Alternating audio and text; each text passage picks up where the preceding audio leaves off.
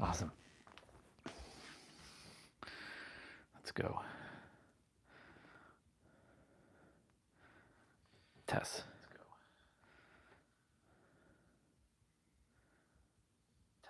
Ooh, today's someone's birthday.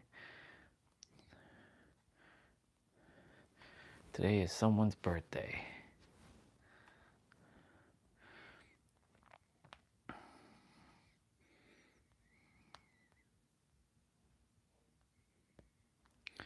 I'll be making sure to wish her happy birthday when we get back. That can be done.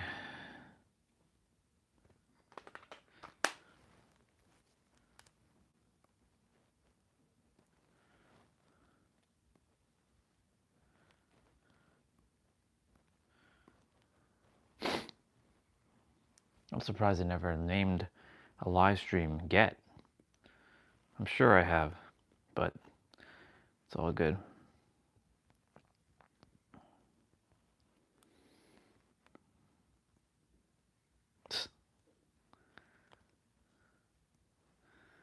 Funny.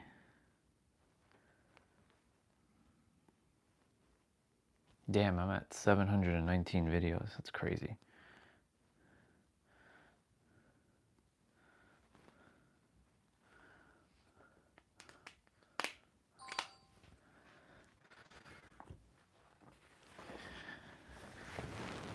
Awesome.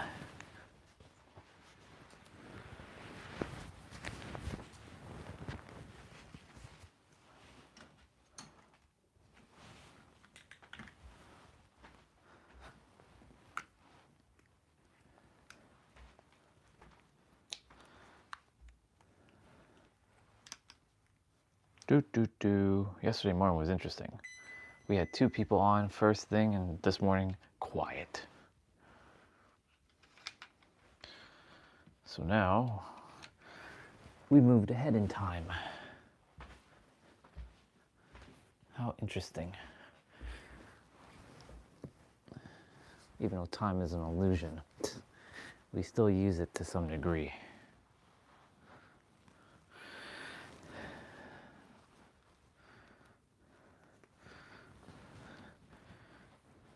It's supposed to be warm again today and tomorrow and Tuesday.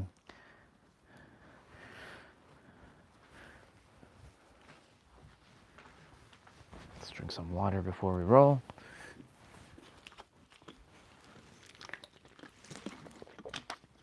Okay, Google, turn off light.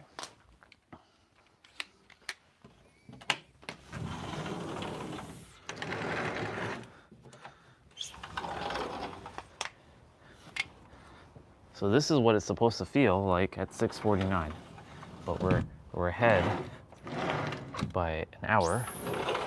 It's 7:49.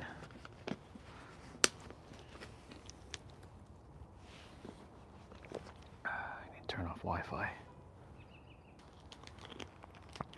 Perfect. Perfection.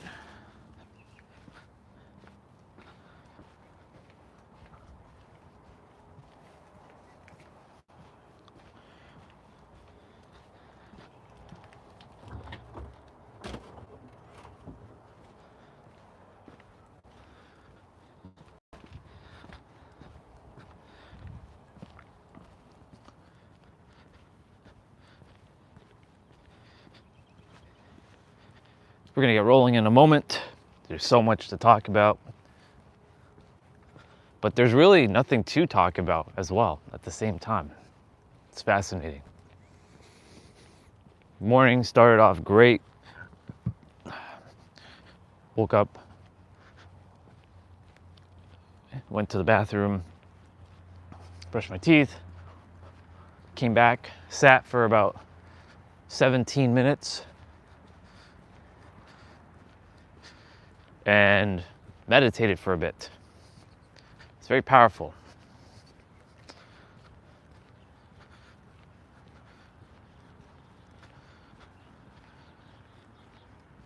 I've turned back the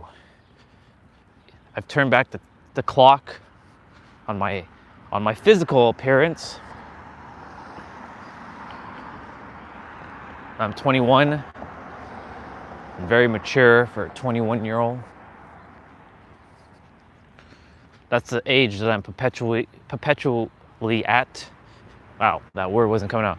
I am that age that I'm perpetually at. I don't adhere to age or time. Which is fascinating because last night when I was, I was washing the cup that I was using, I noticed the stove time. I was like, wait a minute, it can't be already 10 o'clock. There's no way. It's 9 o'clock. But the thing is,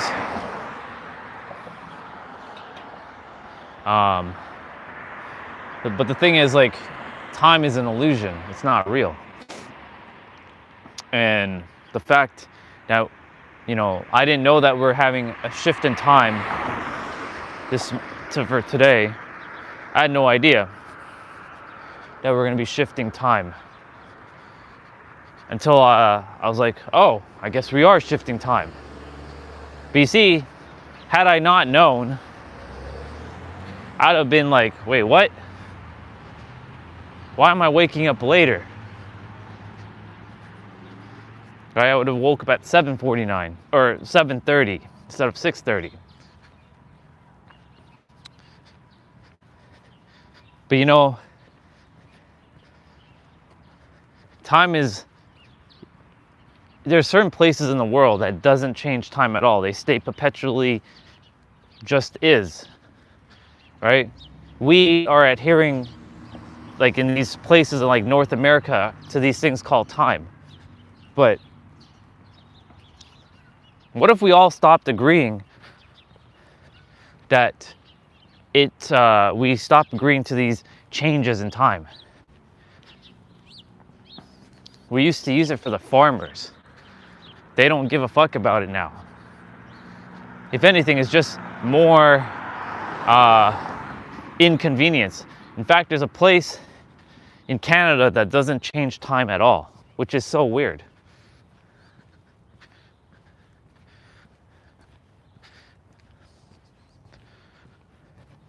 So right now it's technically 6:53.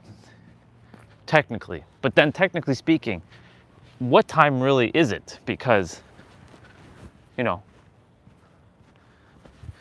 what's the true time? Standard time, daylight saving time, right?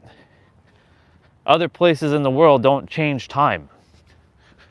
There's a lot of places in the world that just slow down. There are a lot of places in the world that do not adhere to time or do not change their time. But we get to mess with time, because since we change time, we can also change time internally. Who's to say that you're 40 years old? I've turned back the hands of time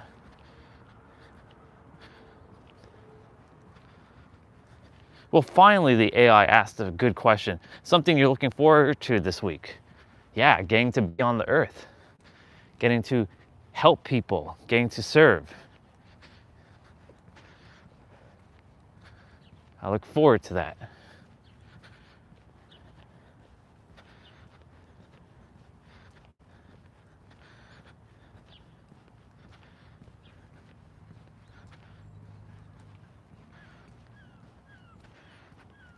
Thank God it is not icy.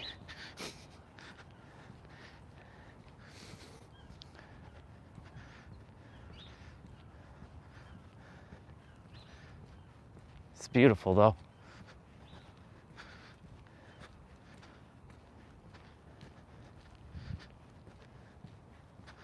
But we get to change time within ourselves. We get to do a lot of things.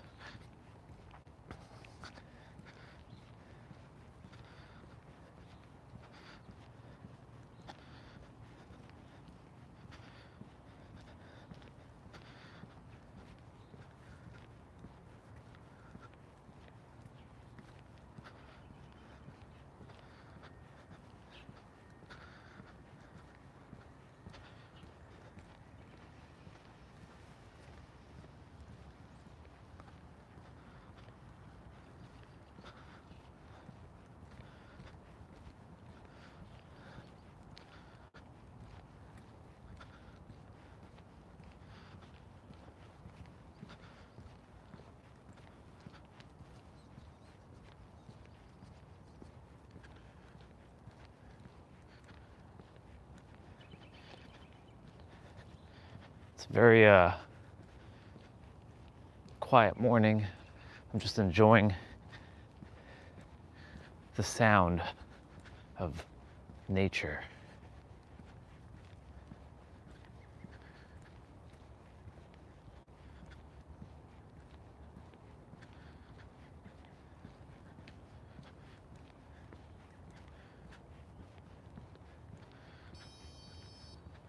Except for that noise. But we get to hear that.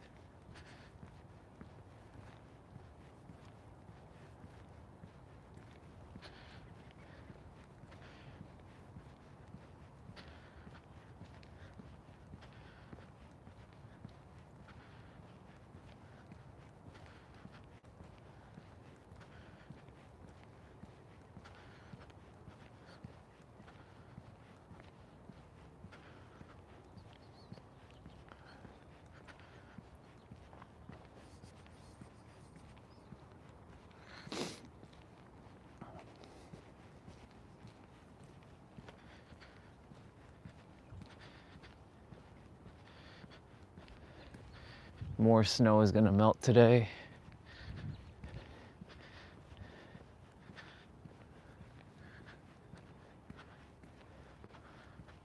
Still has a ways to go to fully melt, but we're more grass, I think, now than snow. It's really awesome.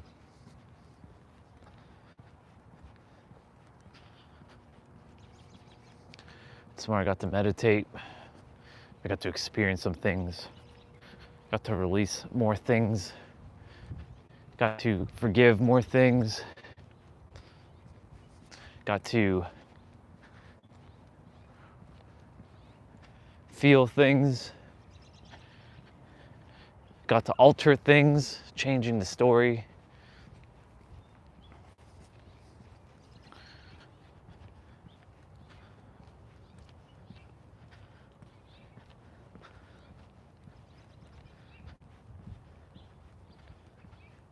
My name is OS, Orion Stellar, the operating system to this world. I like that.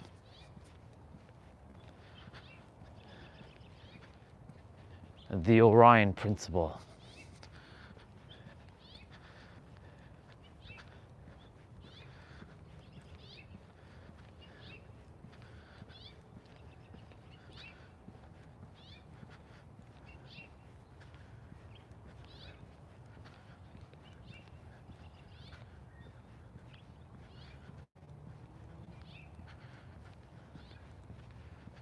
Hey, we've never seen this car on. The one that has my Supra inside of it. HIIT 96.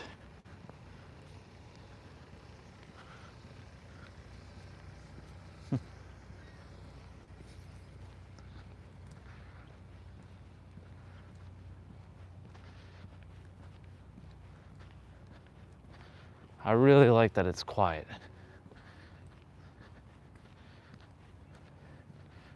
I like the no noise.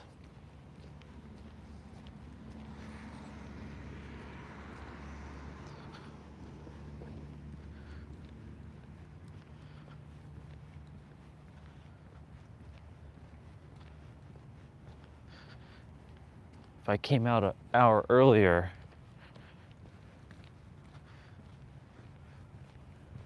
you know, it's fascinating. I'm like walking around as if there's snow still.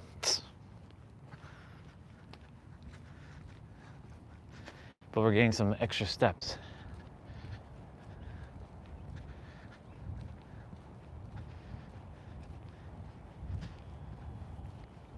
Oh, it's because the grass isn't dry. That's why I did that.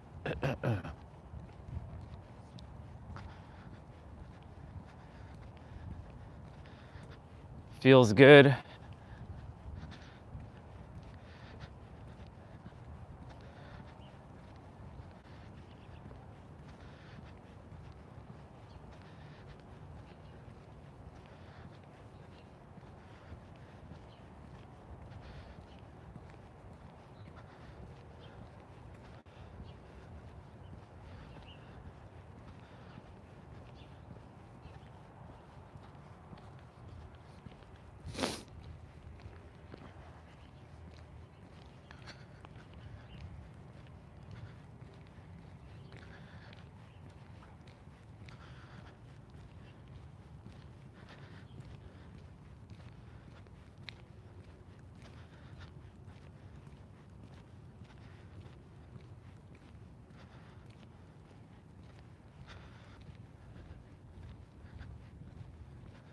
The sun should be coming out later.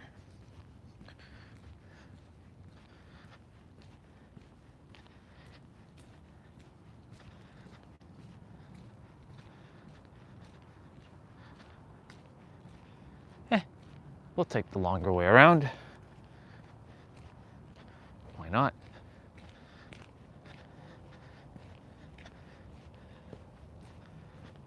The great melt has begun. It started Friday into yesterday. Yesterday was 20 degrees, by the way. March 7th, 20 degrees.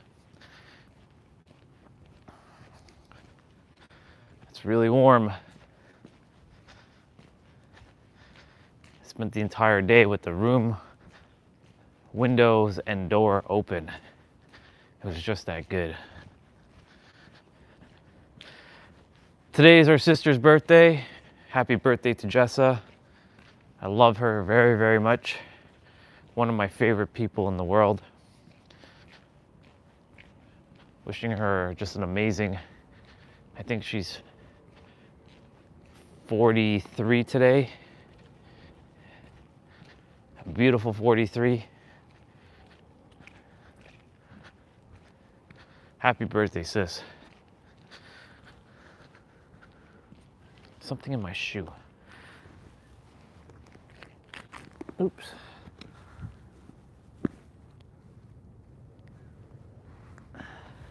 There.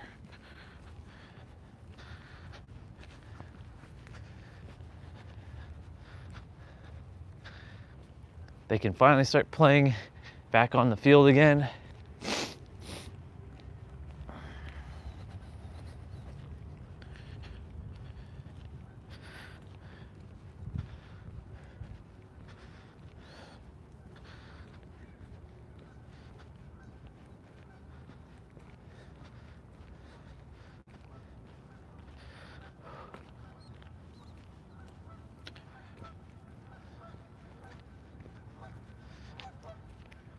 Oh, they're squawking over there.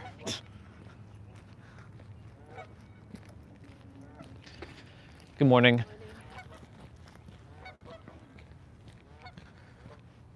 They're just like squawking over there. They're walking and they're squawking.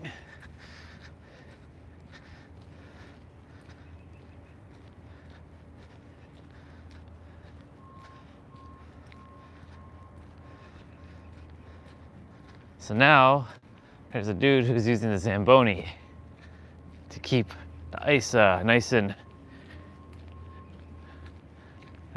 like good.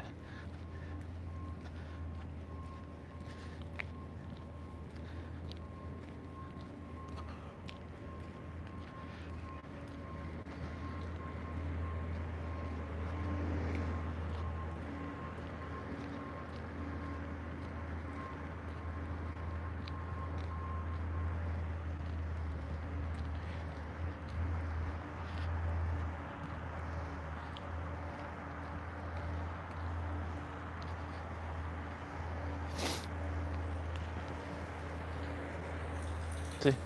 Zamboni. All right, y'all. You know, last time we hung, there was snow on the ground. Like there was lots of ice here. Now, it's literally like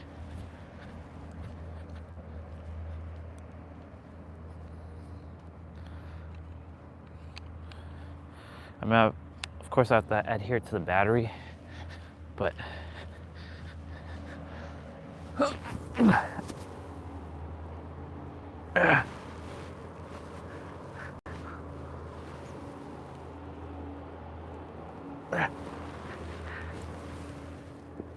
oh God, it feels so good to hang.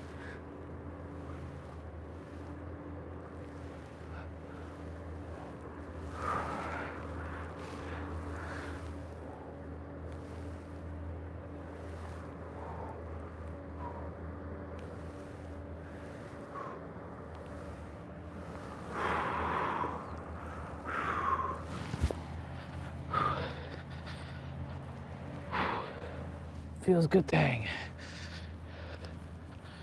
That was awesome. There's always something in my shoe. A little annoying, but it's all good. All right.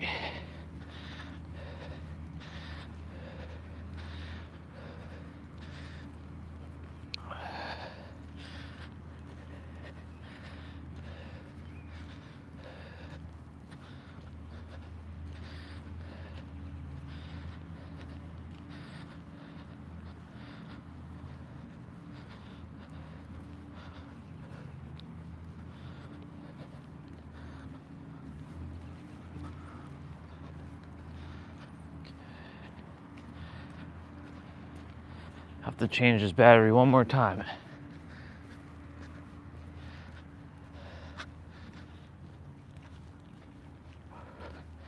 Calling forth my iPhone 17 Pro Max. There's a raccoon walking on the street there.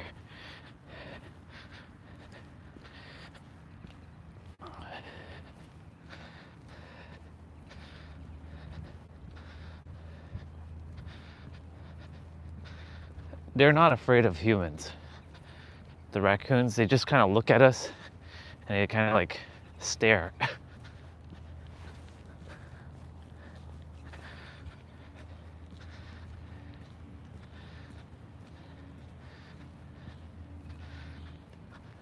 Let's see where he is. Foam bear at 88%, by the way.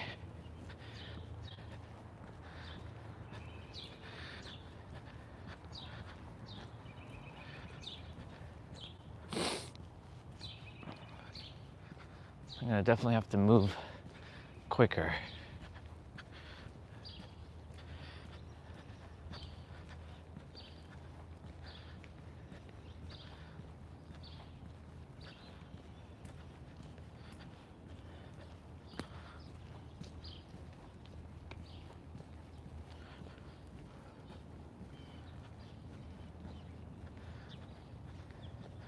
Where did you go, mister?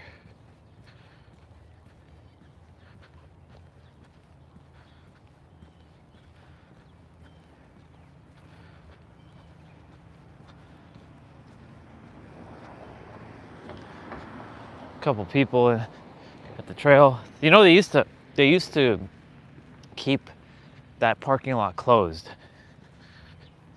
during the winter. I'm glad everything's changed about this trail. Like, they take care of it. They plow like the good portion of the trail, the main portion. They can't do the other side because most other people are not walking the other side. Okay, we're at 85%.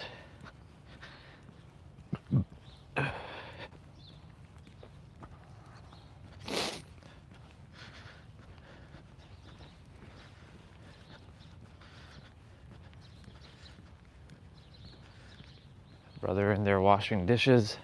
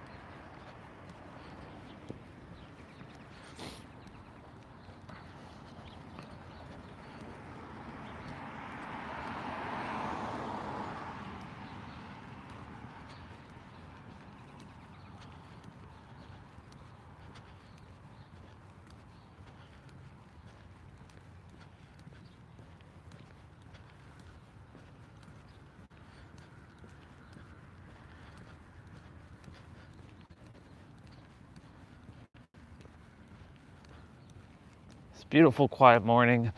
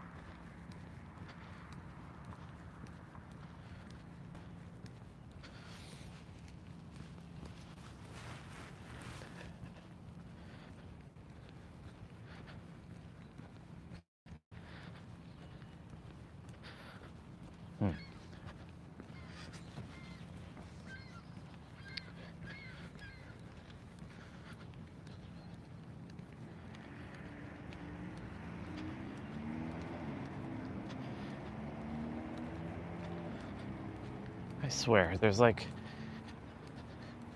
stuff in my boot. It's all good.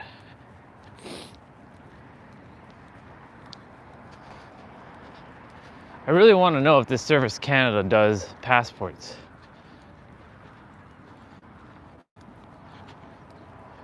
Because if they do, then I don't have to go all the way like further for this passport.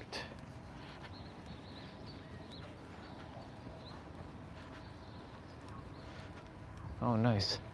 The light was impressed.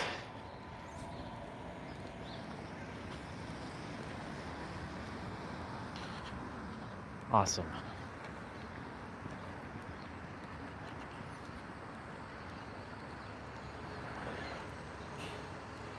We're gonna go straight today.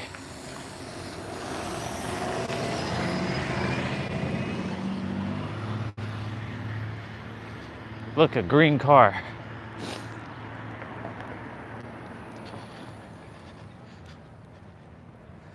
Green is not a very common color.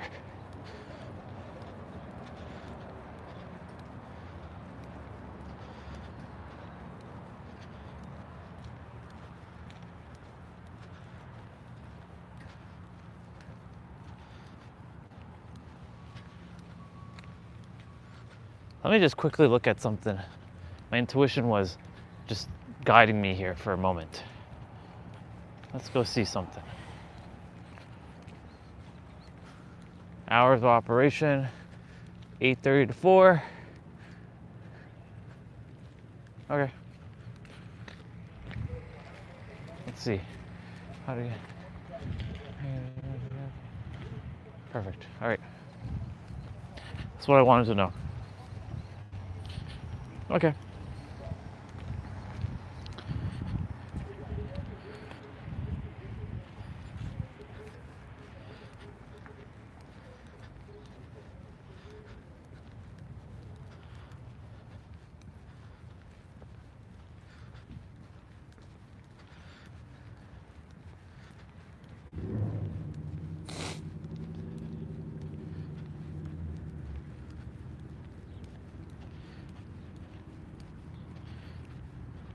They still give transfers, huh? Interesting. Thought they would have done away with that by now.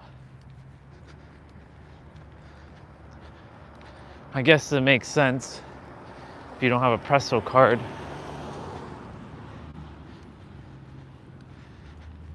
Hi, Bubba. You didn't see me there? Normally, squirrels just run away, but it's okay. I'm not gonna chase you.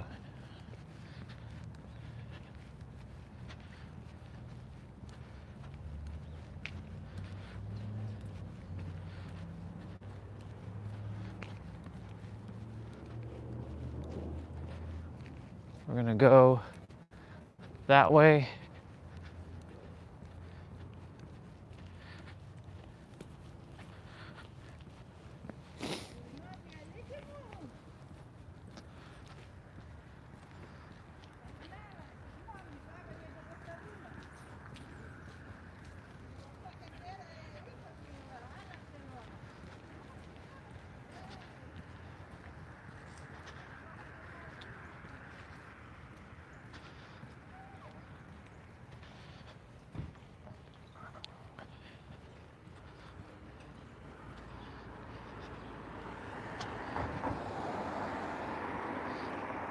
Fortnite, huh?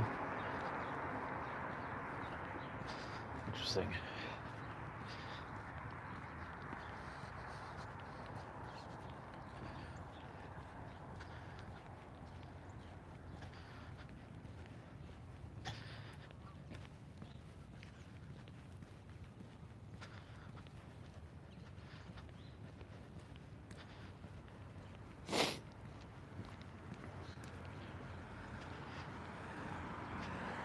I'll chance it.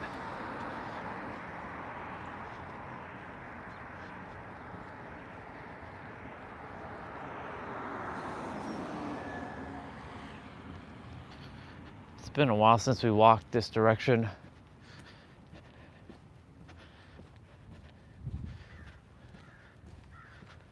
we get to see it again.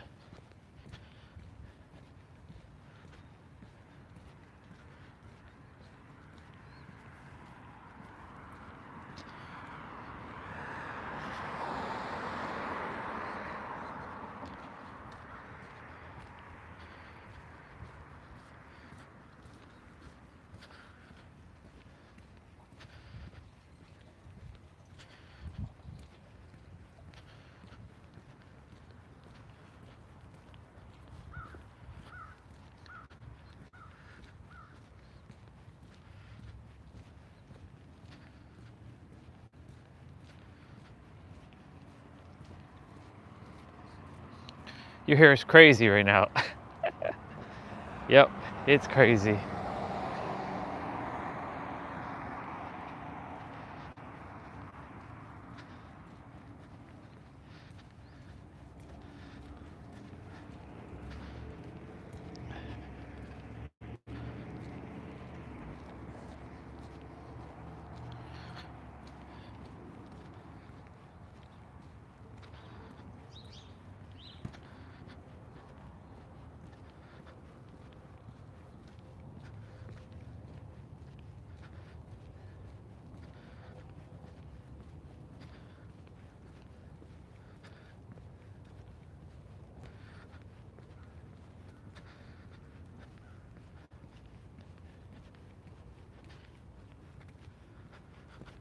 Awesome.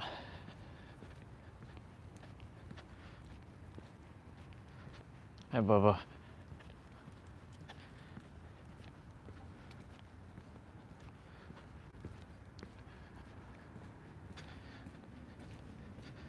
Soon,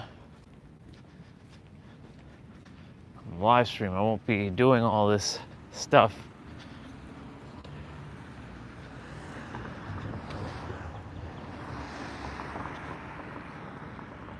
Not on this channel, anyways.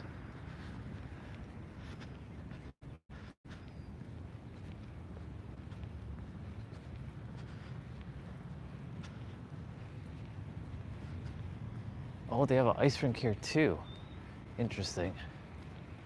Didn't realize they turned this into an ice rink as well.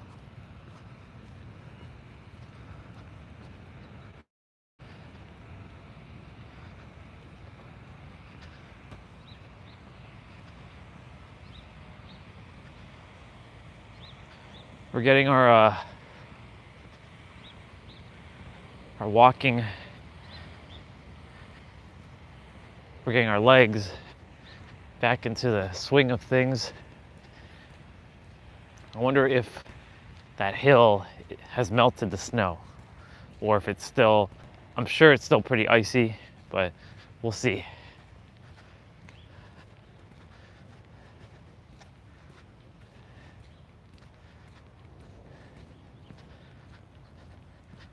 Foam barrier at 73%.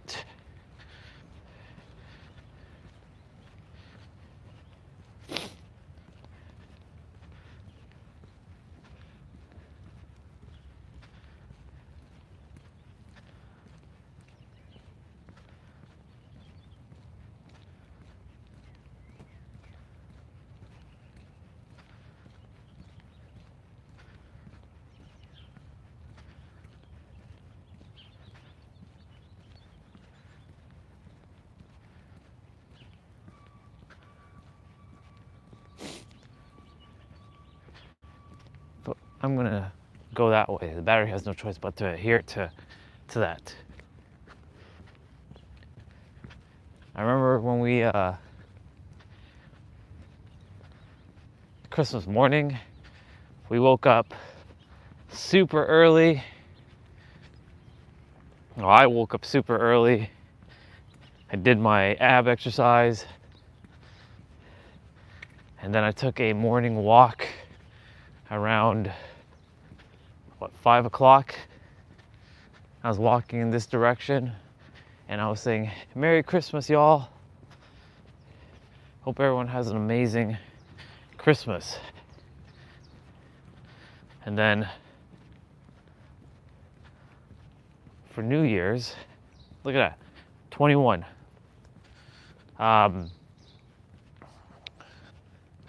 And And for New Year's, we started our day off on a bang, and we saw something that says Orion. That was an awesome day.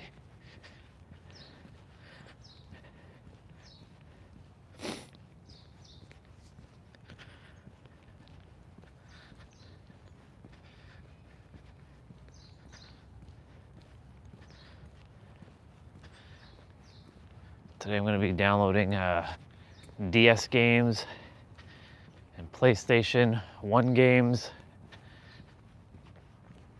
I have a couple more PS3 games to download, but I got the PS3 games I really desire, which is awesome.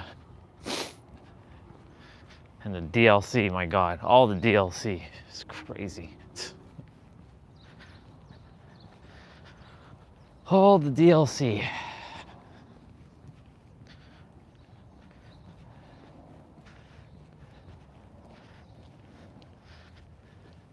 gotta get the game key files as well.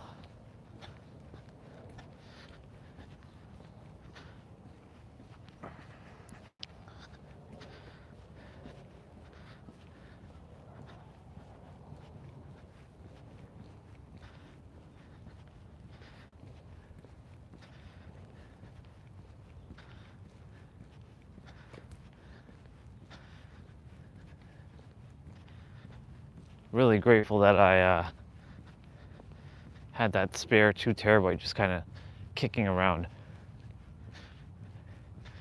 Didn't know I was going to use that. And here we are.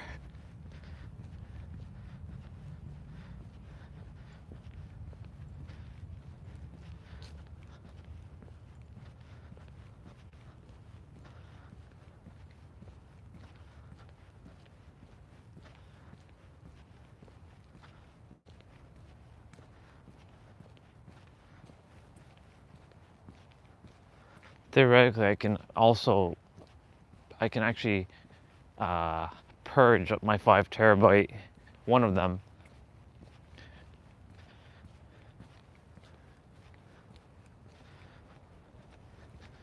and put all my, I could have every game I ever wanted on that 5 terabyte.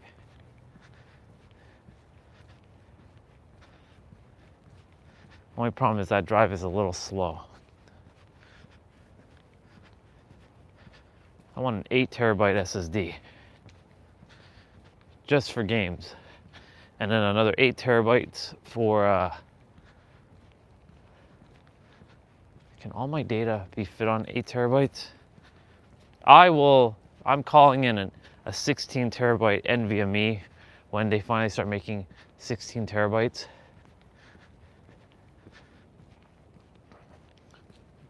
Or get a couple more Samsung like T9s or T7s.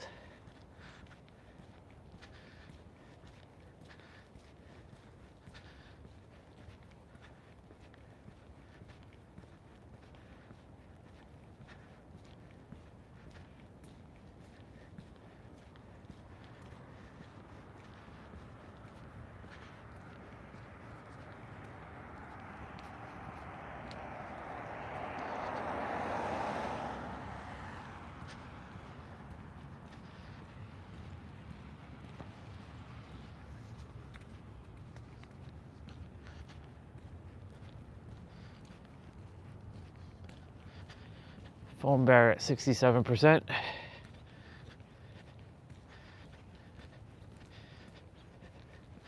Six, 7. That number is hilarious.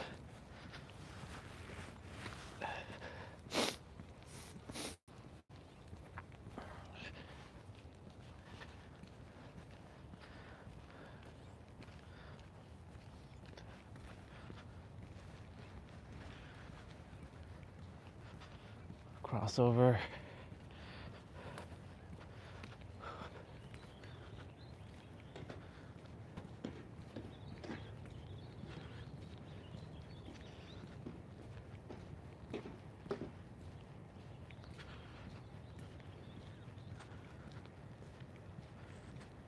He's just hanging out there.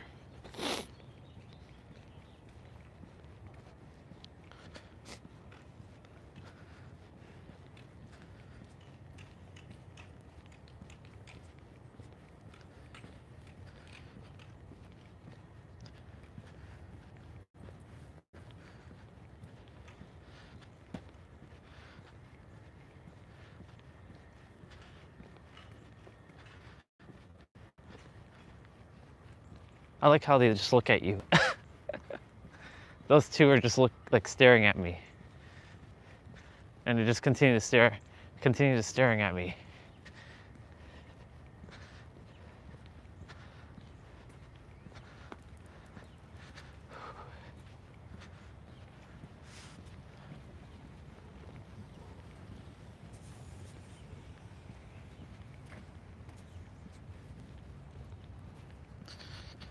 Phone Barrett, 63%.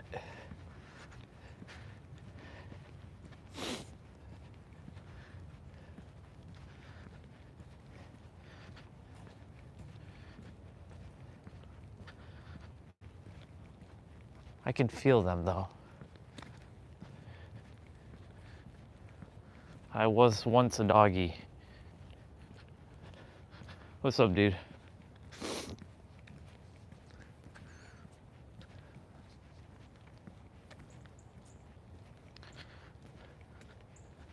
I was just admiring some dogs that a woman is walking to the side of me. I could feel their presence.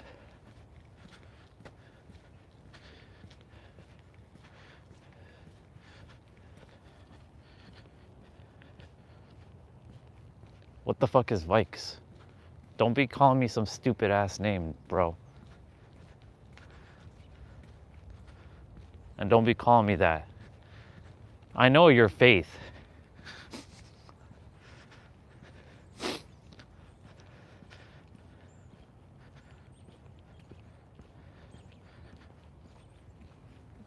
Why do I need Vicks for my nose? Are you gonna be an idiot right now? Or should I ban you right now? Maybe I should ban you. Maybe I should put you on a timeout.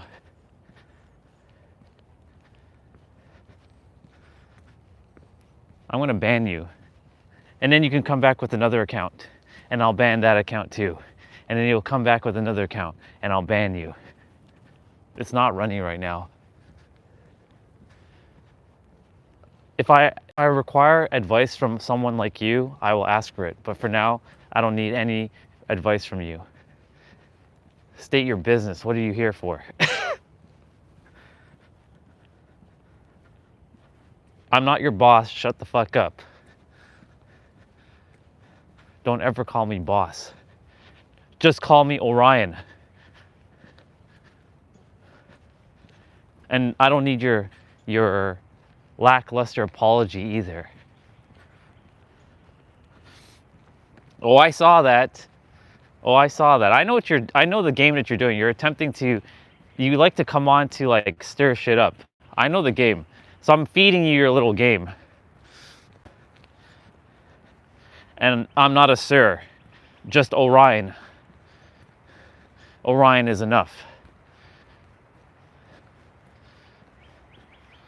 Just Orion. If you want to come on and stir up shit, I'm gonna ban you. All right, I'm going to give you a minute timeout right now. You ready for it? Here it comes. Put user on timeout for 10 seconds.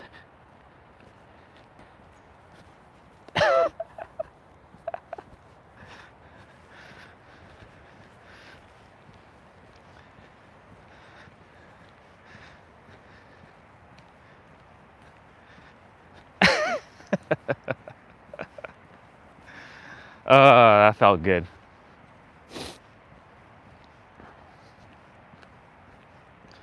Did you enjoy your 10-second timeout?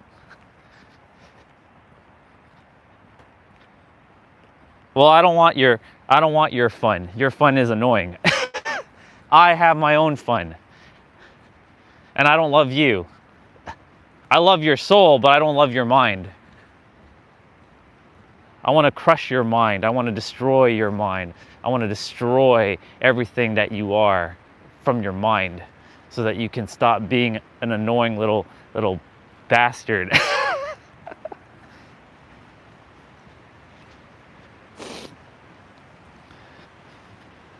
That's good. But your love, it doesn't feel real. That's some fake, you're using fake words right now. Because if you actually did love people, and if you did actually love me, you would respect me, but you don't respect me. You like to come on and stir the shit up, and it's okay.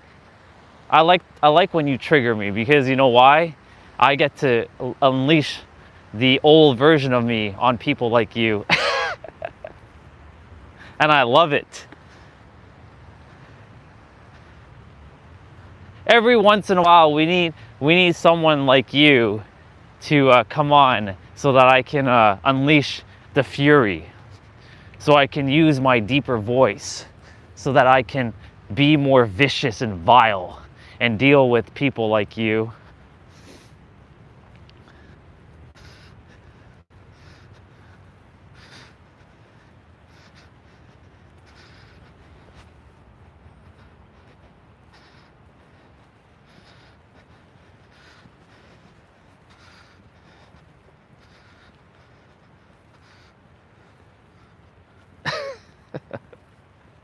I love it.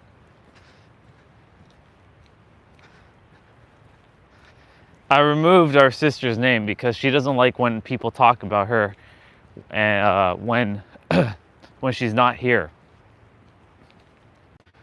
So I removed that one.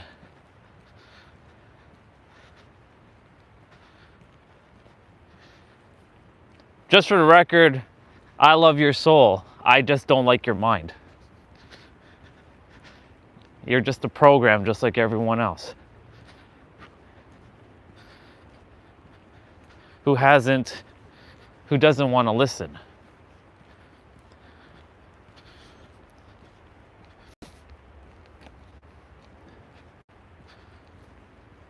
But it's okay.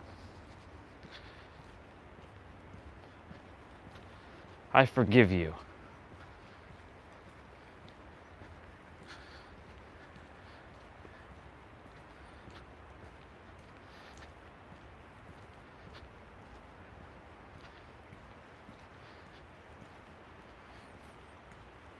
That was fun. You got a 10-second timeout. That's fun.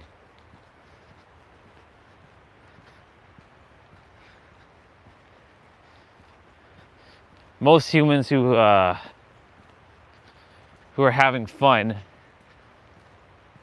is not fun to me. I have my own fun. You know what my fun is? Being left alone. Doing what I want. Not talking about things that I don't care about.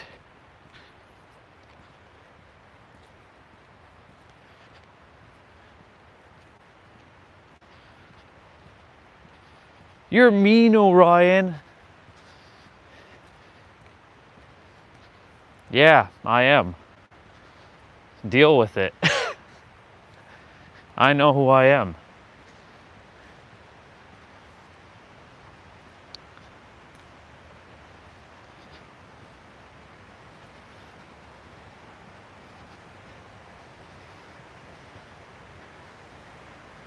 Wow, look at that.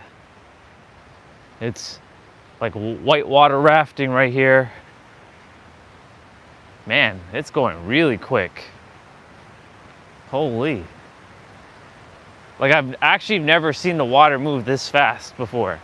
I've seen it this high, but never this fast. Wow. That's crazy.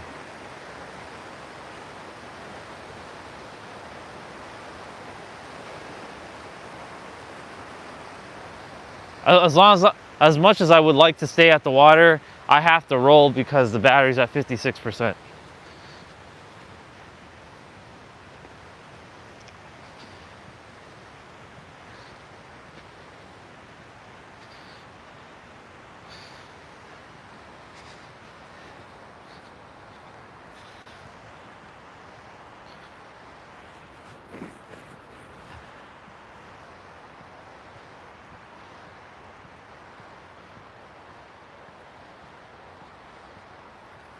All right, so when I get back, I'm going to write a special birthday message to our sister.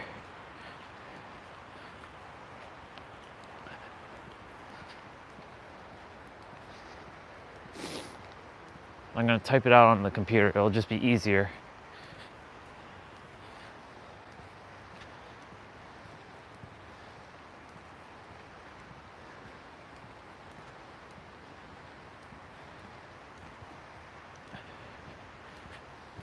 It's also another sister's birthday as well, but I don't really speak with her anymore. Her name is Catherine. Not the Catherine that was here before, but a different Catherine, the one that I used to work with. I actually don't have her number anymore. I deleted a bunch of people and their contacts because I'm like, I don't speak to this person anymore.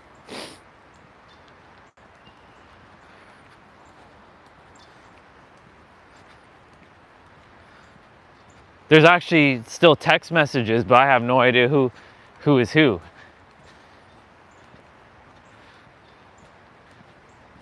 Digital purge. It's necessary. Sometimes it is necessary to just purge. Actually, not sometimes. It is necessary to purge, to clean your digital, your digital files.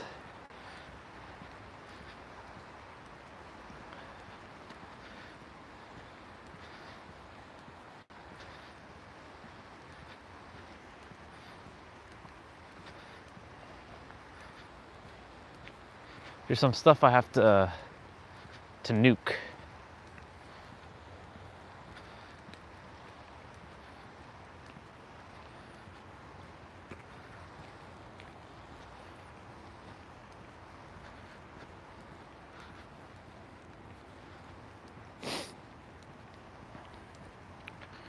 That's why, like, every that's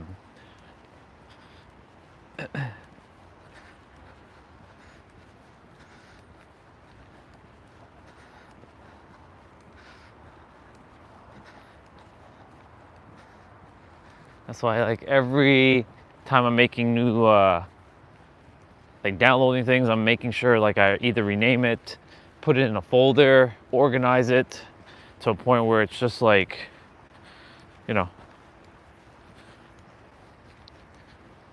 hey, the ducks are swimming downstream. Everything is downstream, not upstream.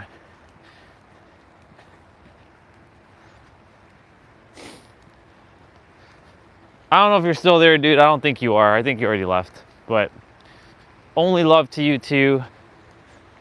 I like messing around with you too. Since you like to mess around with me, I like to be mean to you, and that's me getting to mess around and have my fun with you.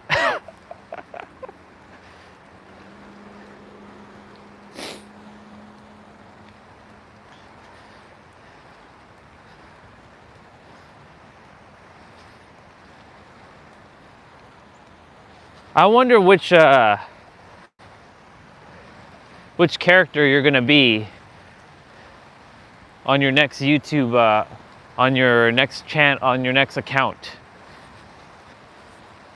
Just face it, dude. You just you can't get enough of this guy.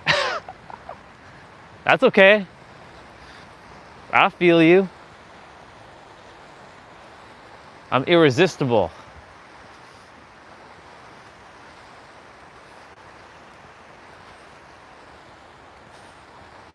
But now I get to decide, and I get to choose who I want in my life.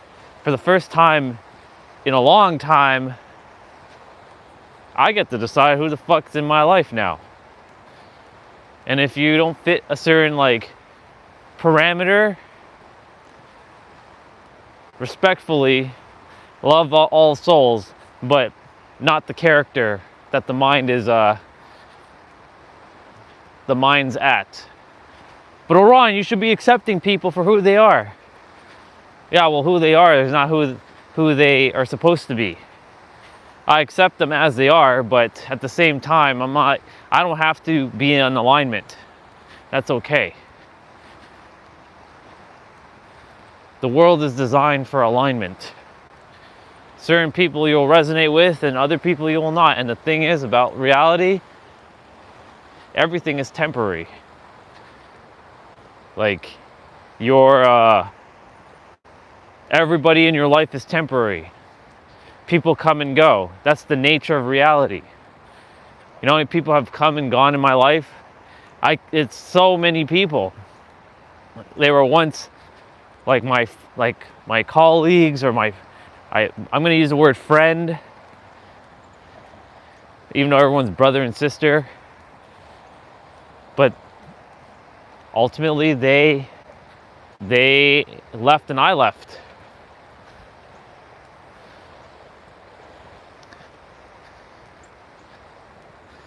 Now, that's a lot of water. That's the nature of things. And we get to choose who we want in our life. Not because we hate people. I don't hate anybody. I may say that word, but I don't actually mean it. This character, I let the character out. Because everyone's me. Practice love and authenticity, y'all. Everyone's me. Bahagi is me, just in a different body. Itself is just having fun with itself.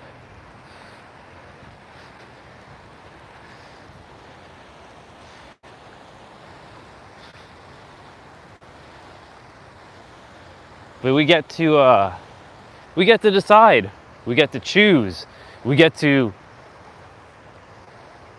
pick who we really desire in our life.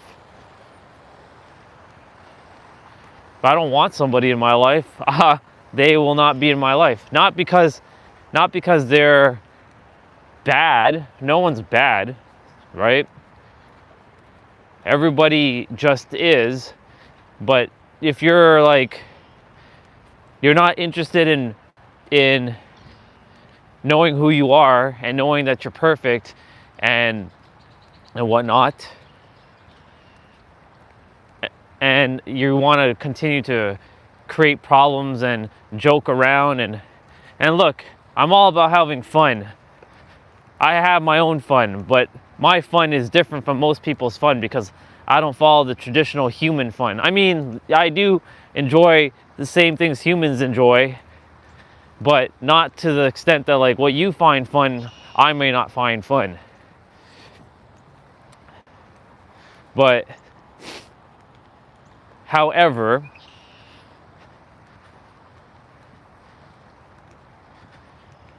you know, I choose to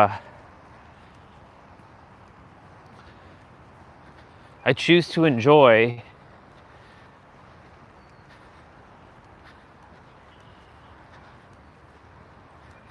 my time with those who I feel are in alignment. I would rather have two people who are in full alignment, who I feel they don't need to be anything else. They're just acting their true self with love, and they have their own fun. We joke around, right? Then have 10 million people who are acting like fake. Well, that word doesn't even exist. Inauthentic to their true self.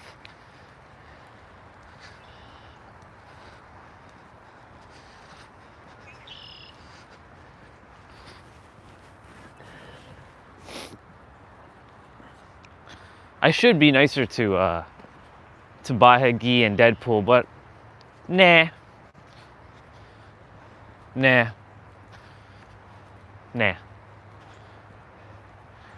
This character doesn't desire for them to be here. I could ban him right now.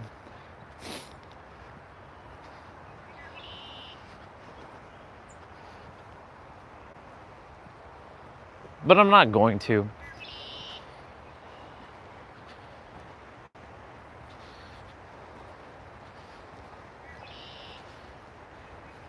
I won't call him Bahagi. I'm going to call him Faith, because that's who he is.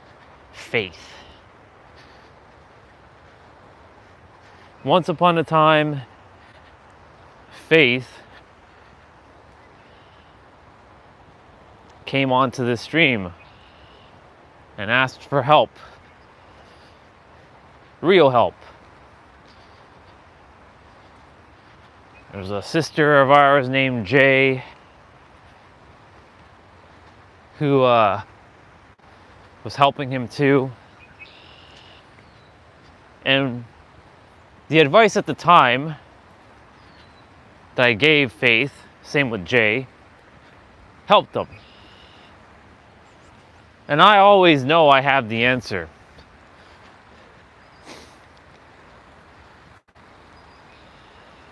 And if I don't, I'll figure it out. Because that's just how damn good I am at what I do.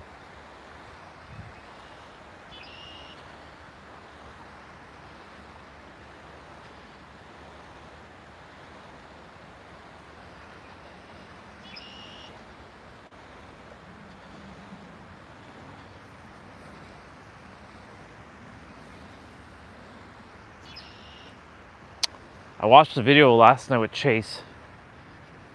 Chase has become a good mirror for human behavior. Because now the next phase of this journey is to analyze human behavior. Now, of course, if this was a live stream where I can actually see other people's faces and I can hear their voices, it'd be a different story. I gotta remember that these are just characters using words that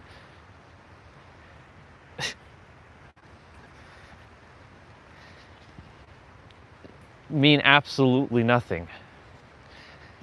And that anytime I'm speaking, I don't care if you understand me or not. I'm not here for you to understand. I used to desire people to understand this character. I don't care for that now. There's a lot of things I just don't care about. It's not that, like, when I say I don't care, I don't mean that in a negative sense. It just simply means I've become neutral to those aspects. I've let go of a lot of things because there's no point. Everything just is. Good morning.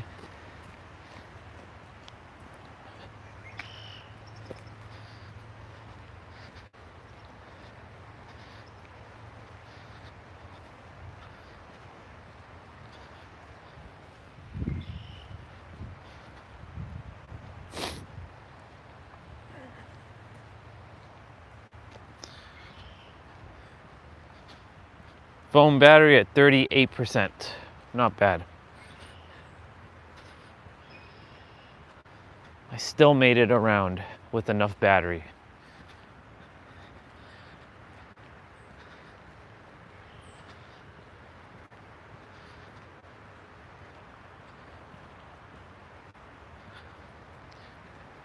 I know when I start taking my walks when I'm not live streaming, I'm gonna start taking some weights with me. Walking with weights in my hand.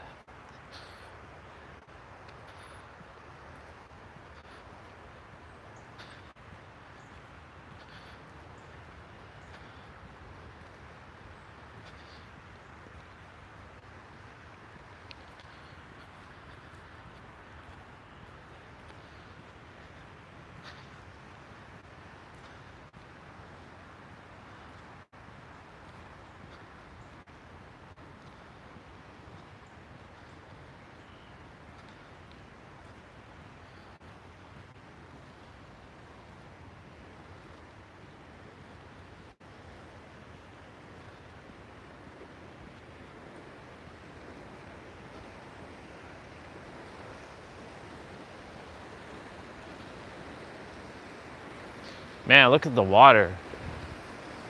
Just, wow.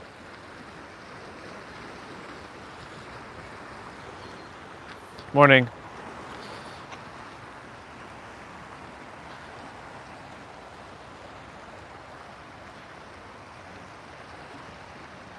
Wow. What was it? 2 weeks ago, this was all ice. All this was ice. In fact, we were able to walk on the water. Speaking of walking on water, might be watching an episode of Chosen today. We'll see. I definitely have to start downloading some more stuff. Got to get that download project finished.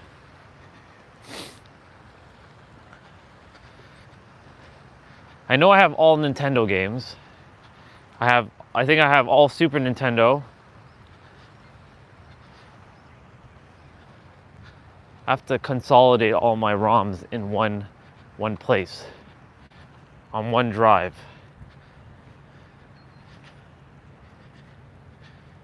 Nintendo Switch. It's going to take up a bulk of the storage.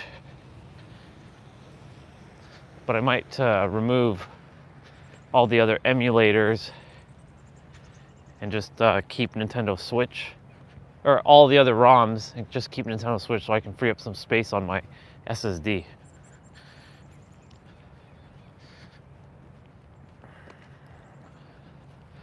I do need to back up my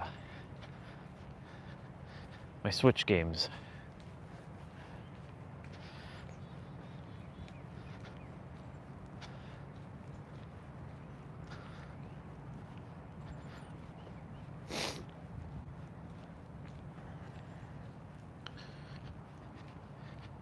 I want one more SSD. A 4 terabyte SSD actually would be enough. Put all the ROMs and emulators on there.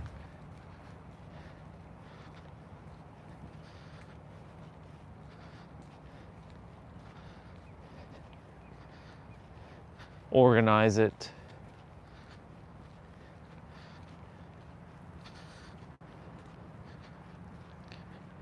I'm really grateful that PS2 works, because PS2 is my favorite.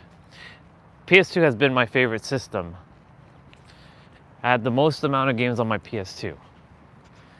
PS3, PS4, I mean, they're great systems, but I just didn't really connect as much as I did with the PS2.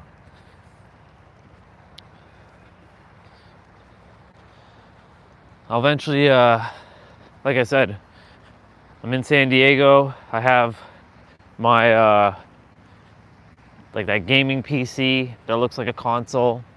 Might just be a box, might be inconspicuous, but it houses all of my media, like movies. All the drives are inside.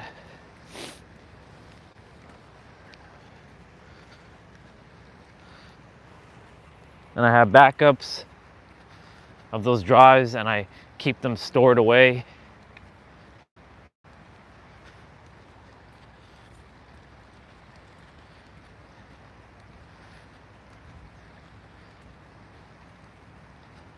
I keep them off-site.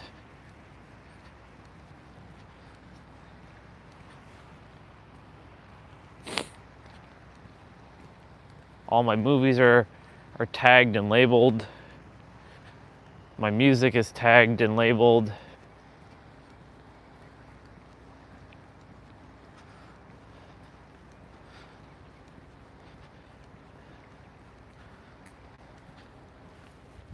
All my games are tagged and labeled.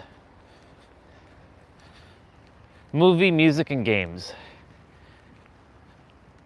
GMM, MGM, MGM. That's a studio. The MGM studio. The movie, games, and music. Or music, game, and movies. Oh, of course, TV shows. Old school TV shows. They're all tagged and labeled. And I can see that computer like that has like 2 NVMe slots that can support 16 terabyte NVMEs. 16 terabytes would actually fit, I think, all of my games and my movies and music and TV shows and still have a lot of space left. 16 terabyte. And it's internal, plugged in. I have access to that computer anywhere I go around the world. No matter if I'm at a hotel in Dubai or traveling in Tokyo, I can remote to my device. It's always connected, always on. And it's a virtual private network to that. It's encrypted. It's secure. And me and my wife, when we come back, we watch movies. Like, it has all the streaming services built into that box as well. Or we just use the TV version, the smart aspect of the TV. Like the Netflix, the Paramount Plus.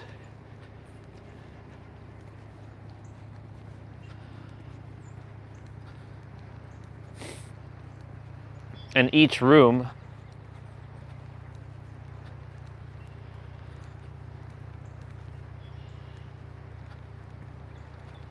can remote to the main like TV's like computer, and each room has their own computer. And when guests come over to stay at the Airbnb, they can use that box.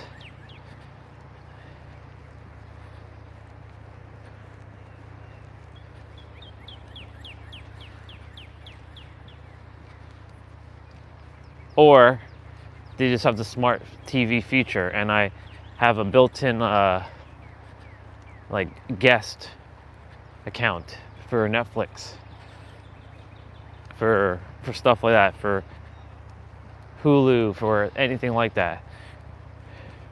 Really give them the great Airbnb treatment, because that's really something I want to do. Like, be a host.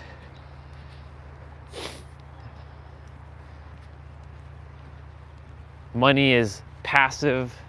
It comes in every month. Taxes are easy. They're fun to do every year.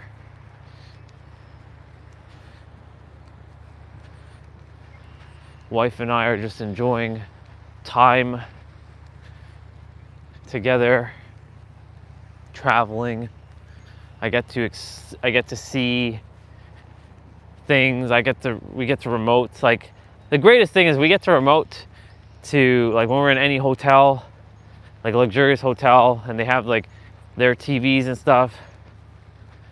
Like, we have the ability to just remote to our device. Like, I just bring whatever tech equipment is required for us to access our home network.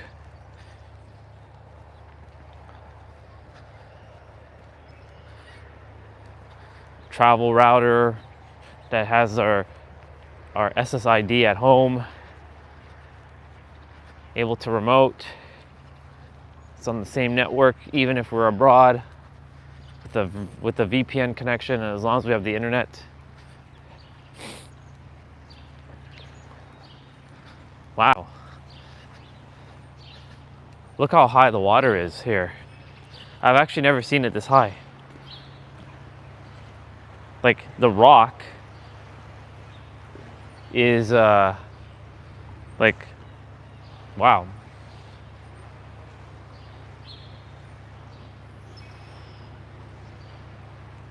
And it was only just a couple weeks ago this was all ice. It was frozen over, and now it's not.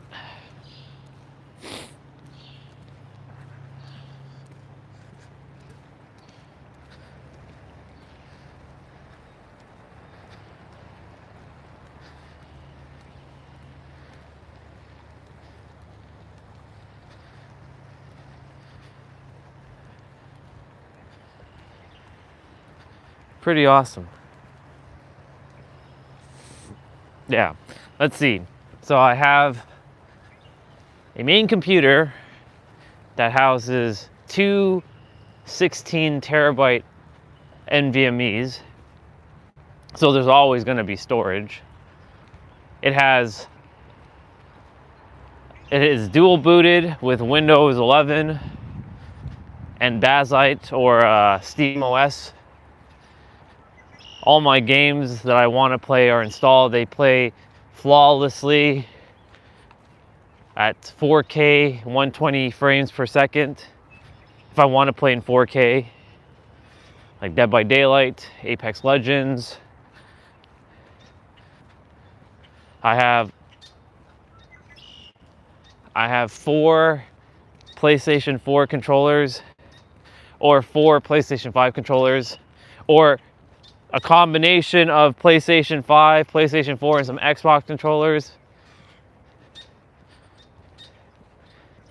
Or 4 PlayStation 4s controller, 4 PlayStation 5 controllers, 4 Xbox Xbox controllers you have to use batteries though. 4 Nintendo Switch Pro 2 controllers that can work, or 8-bit DO controllers. And it's all configured, ready to rock and roll.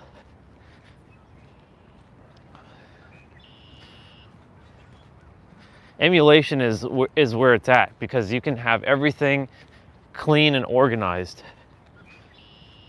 I don't really care about original hardware or the authentic experience of having an original PS2, because I can have that on the emulator.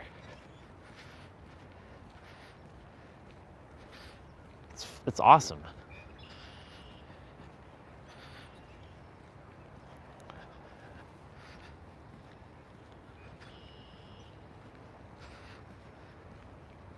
What else? Again, it has all my movies, has all my music. It's backed up, and one of the 16 terabytes is off-site for just in case. I have 2 versions, 2 backups of it.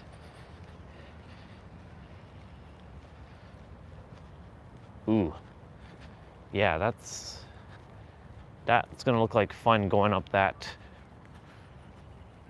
All right, here we go.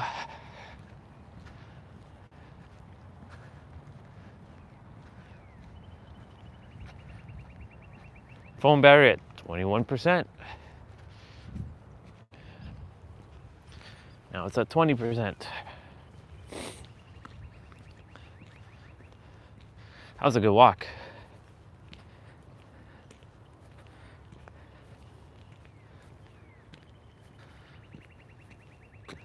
You know what? Let's take this stick.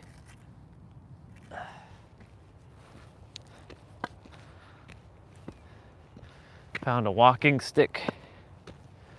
This looks like my stick that I had originally.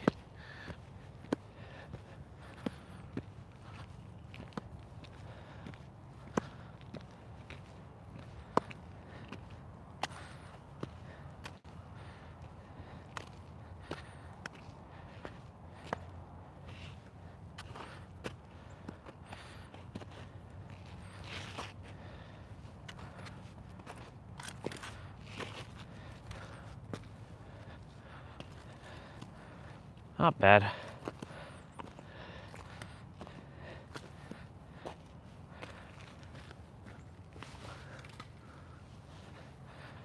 There.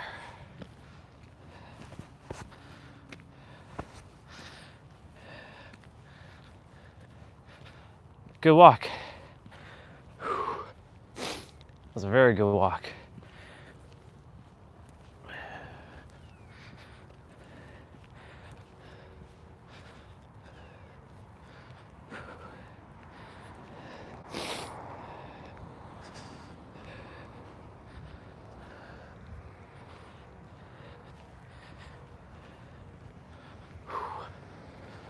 All right.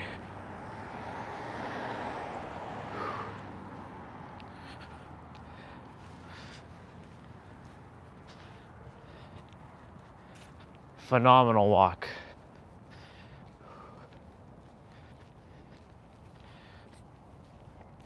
I'll take I'll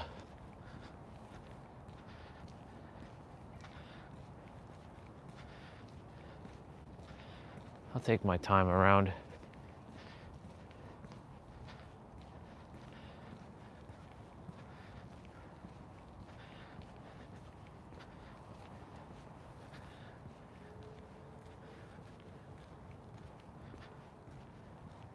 So right now should be 8:10, but it's actually 9:10.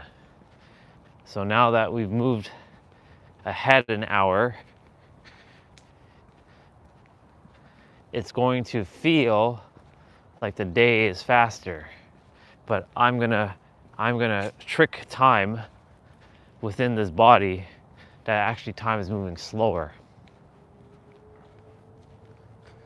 Ooh, they're building their house. They're gonna rebuild their house. Fascinating.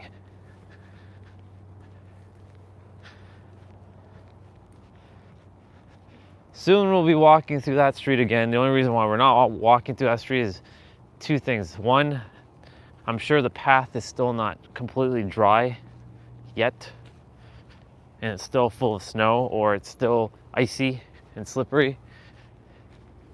Otherwise, we'd be cutting through there right now.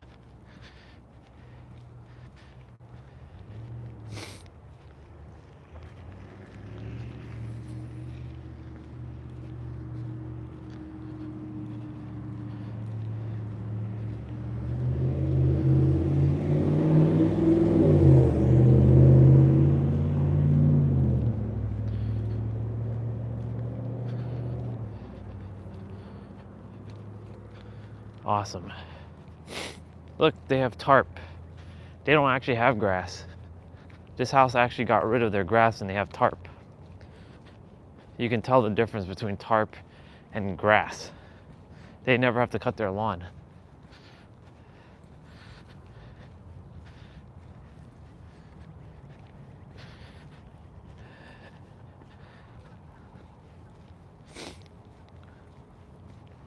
Okay, so let's see. For DS games, we have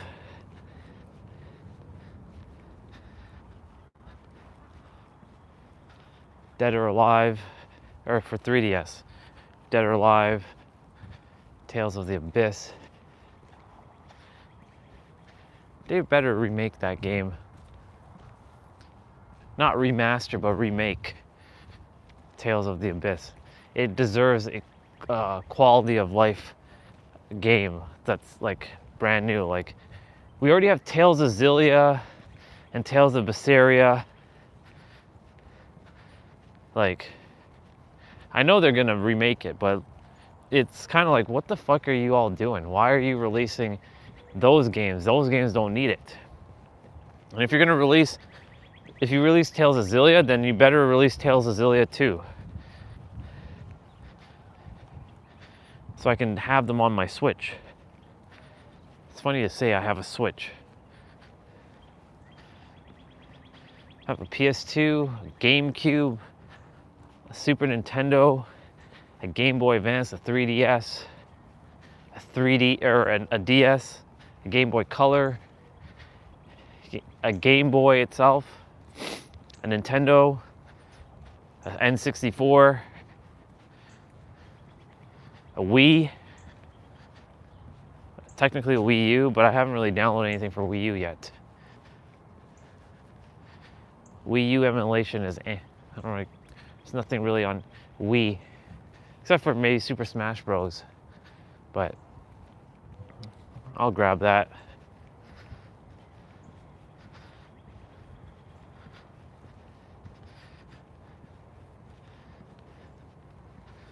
I might nuke that 5 terabyte potentially. We'll see.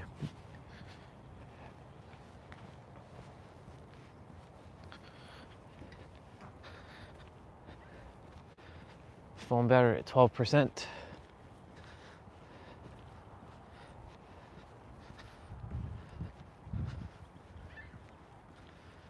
I don't care if we make it back.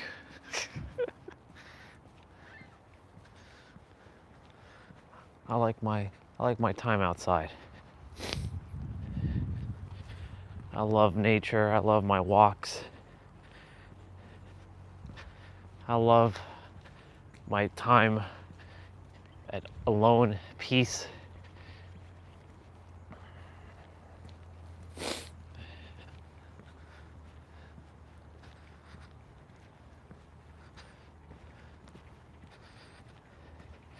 Really grateful because there's so many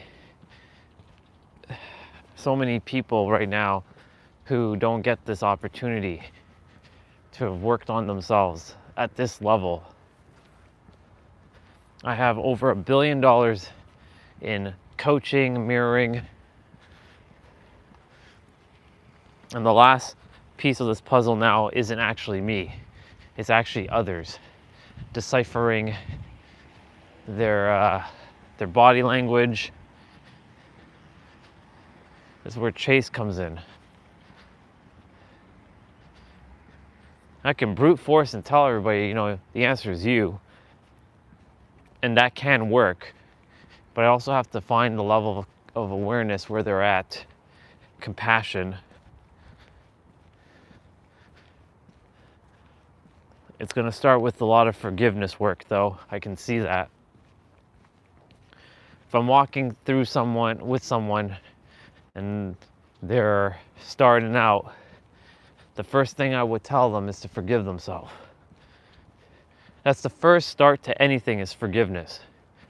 Without that, nothing else is gonna, you can give everybody all the motivation, all the inspiration you want, but it ain't gonna do shit. It starts with radical forgiveness of yourself and to others.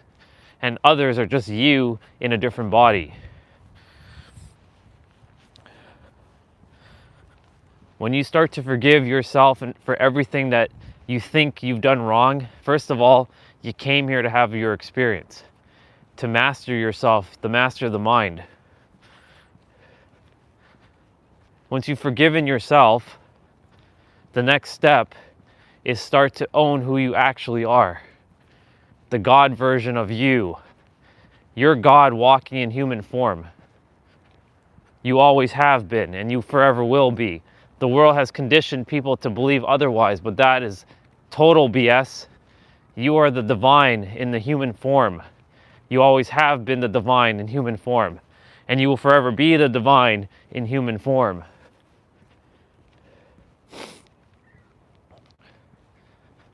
So going from forgiveness to acceptance.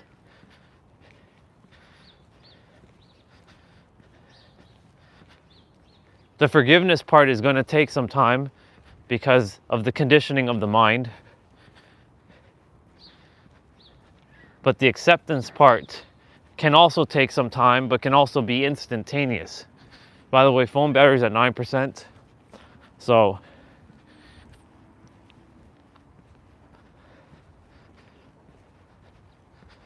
I'll make it back.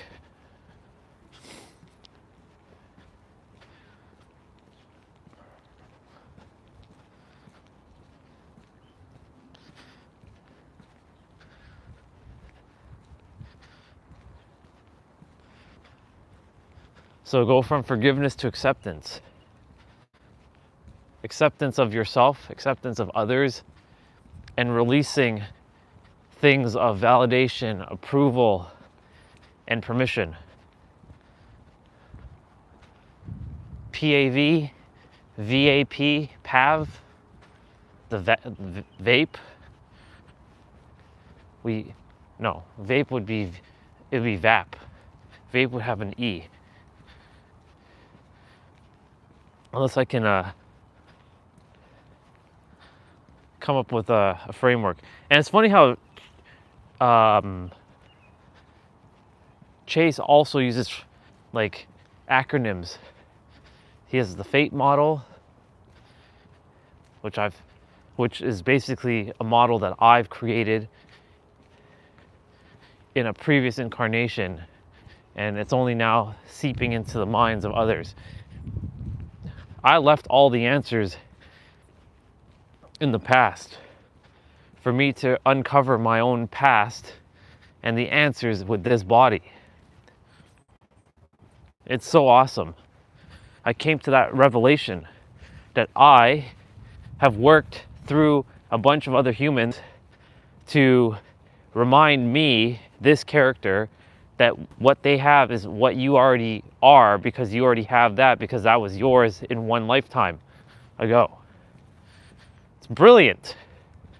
Absolutely brilliant.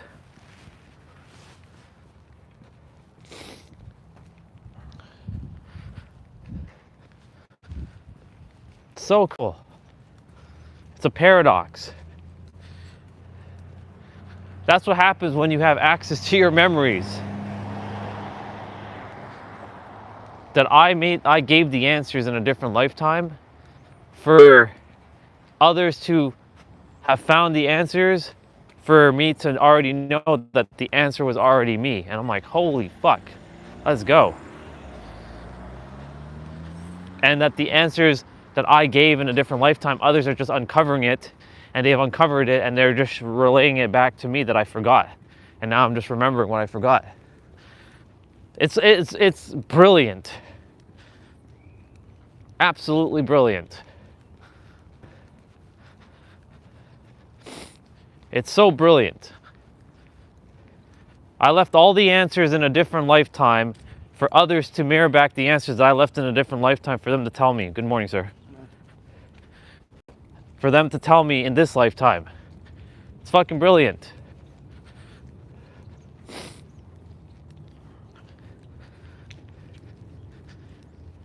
Orion, how do you know that? Because I created my own reality. And in my reality, I created everyone. And because I created everyone who is saying things, they're just telling me more of what I already am, because they have my answers. And I created them to tell me the answers for this character so that he can remember. Revelation. Wow.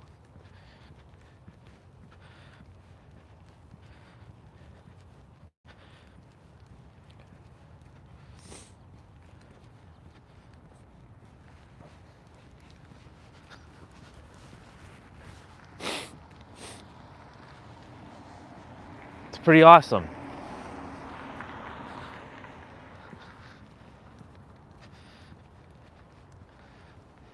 But Orion, that's not how this works. Yeah, it does. You all think you know how it works. I know how it actually works.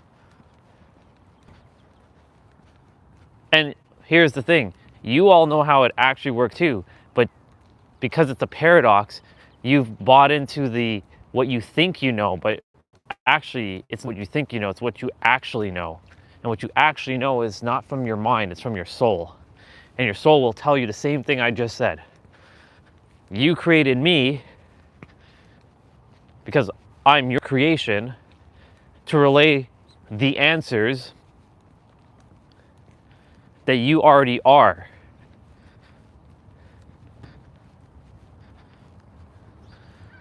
This is a holographic world. And your itself is only here with other local versions of itself. You programmed the game before you came to have your specific people to mirror back the lessons that you were supposed to have, that you already set out to uncover. It's a big old treasure. It's like a treasure hunt of remembering yourself. That's really what it is.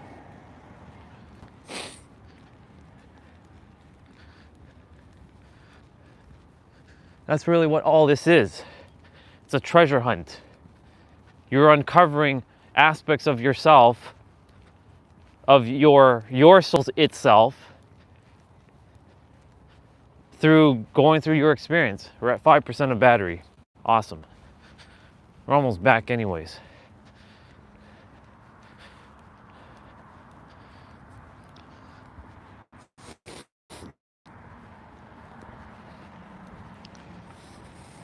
Something smells good.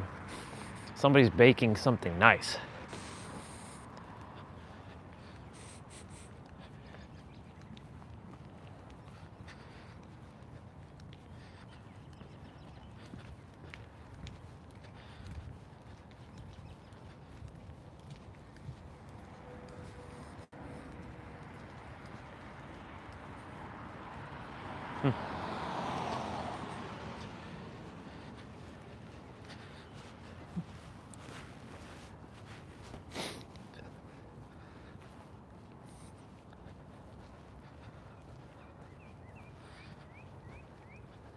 That's a cardinal singing. It's beautiful.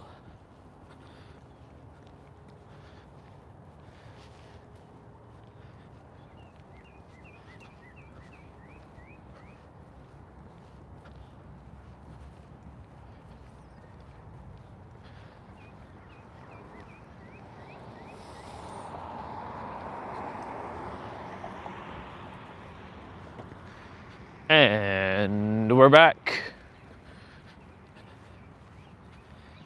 And with 4%, maybe 3. Yep, here's 3. I said 3, and then sure enough, it turned to 3.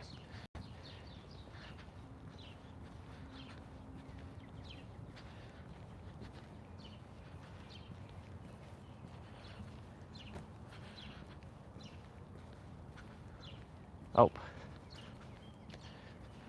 Mr. Weil. There goes a cute girl. He sees me. He sees me. He sees me. He's like turning around, looking back.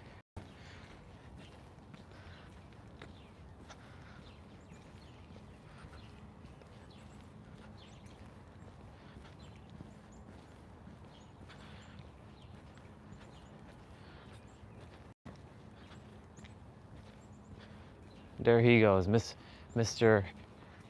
Ruff. It's over there. I was thinking about her and the dog just now.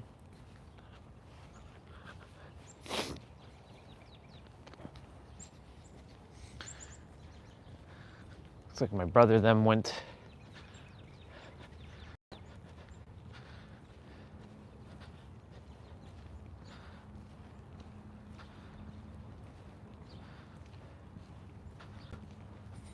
Bye, cute girl. Bye, hot stuff.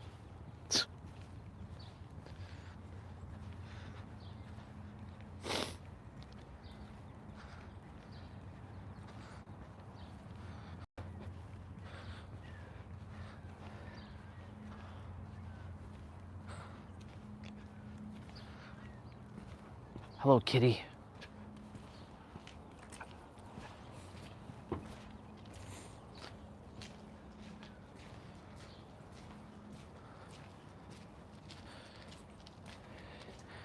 We made it back with 3%, y'all.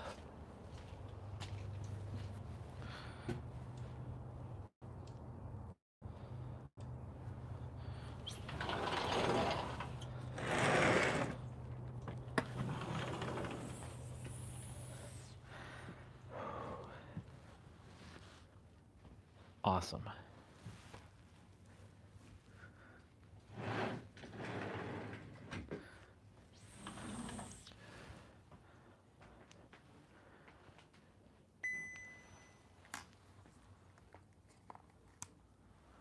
I need to clean my Mac screen.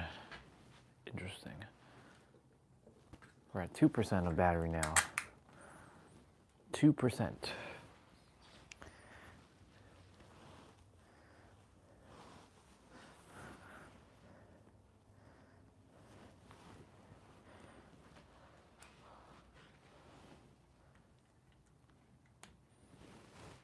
Congratulations.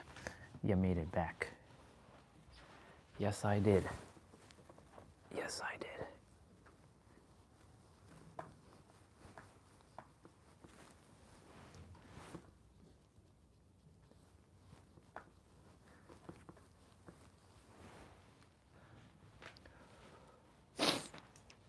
$7%. Wow.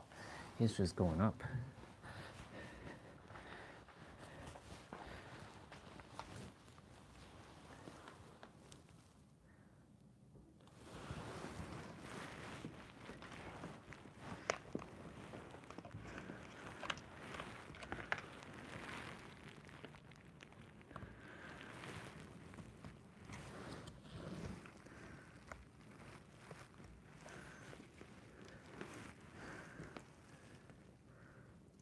This was invaluable. Like, so grateful to this, these hand warmers for keeping my hands nice and toasty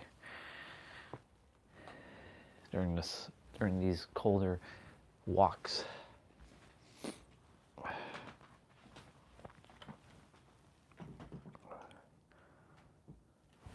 Nice.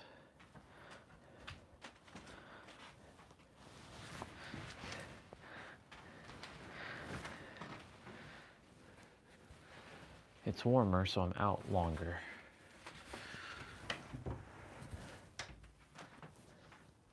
I need to go use the bathroom. Need to tuck that in a little. Tuck that in.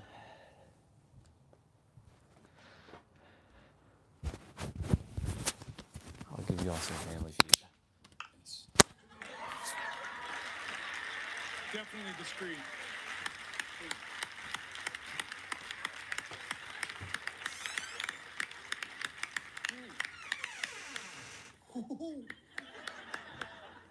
I don't even like it when the doctor holds me and says cough.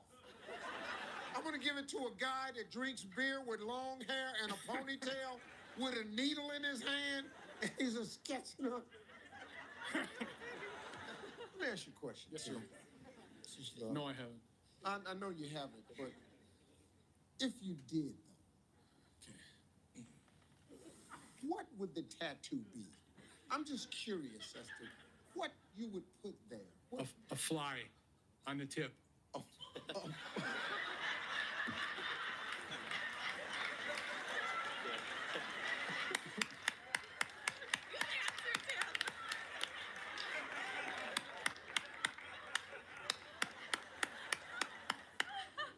The penis.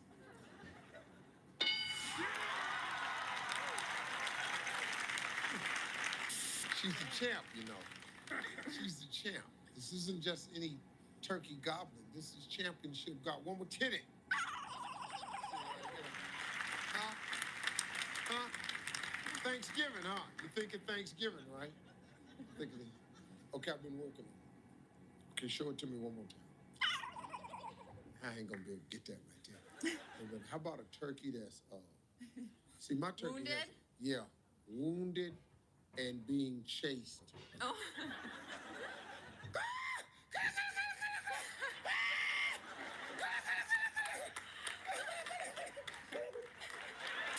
What do you do, Jim? I am a unemployed fitness instructor.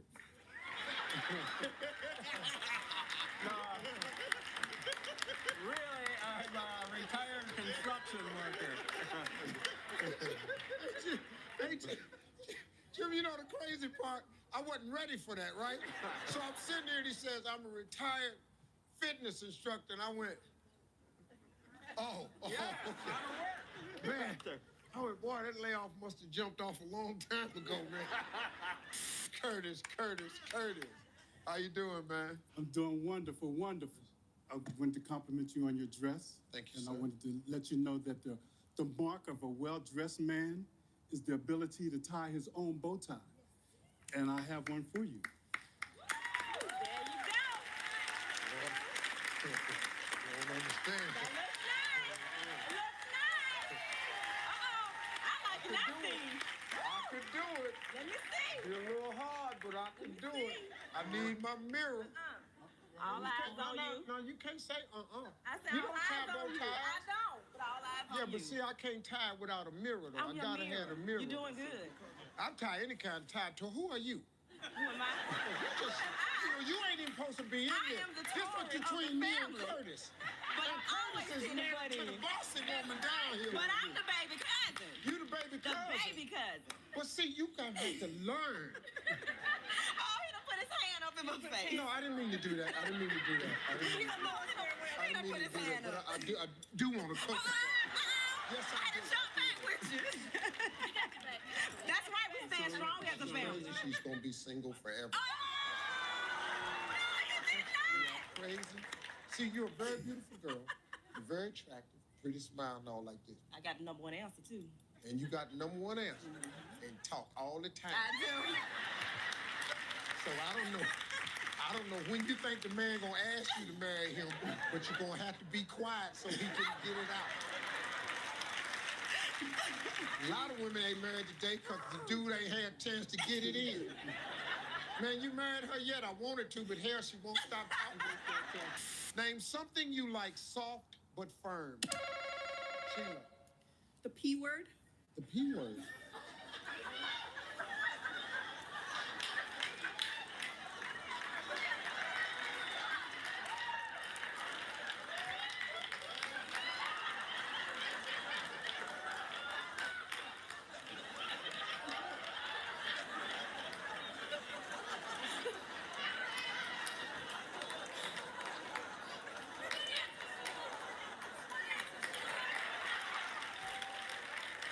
You know, Miss Sheila, I gotta ask you, because, you know.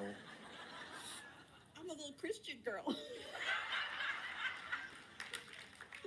Well, not if you saying the word I think you saying. What do you think I'm saying? I don't know, but I'm gonna let you say it, though. All of America's waiting on you. Go ahead, anytime you're ready, baby. Would it be a penis?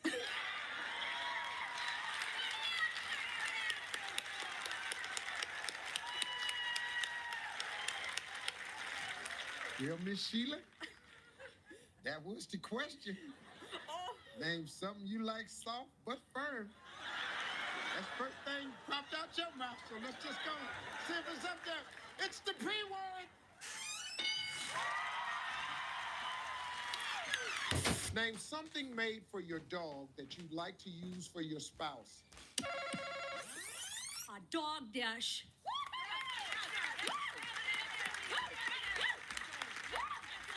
Over that. Ladies, can I ask you ladies a question? Why is the You came back for more, huh?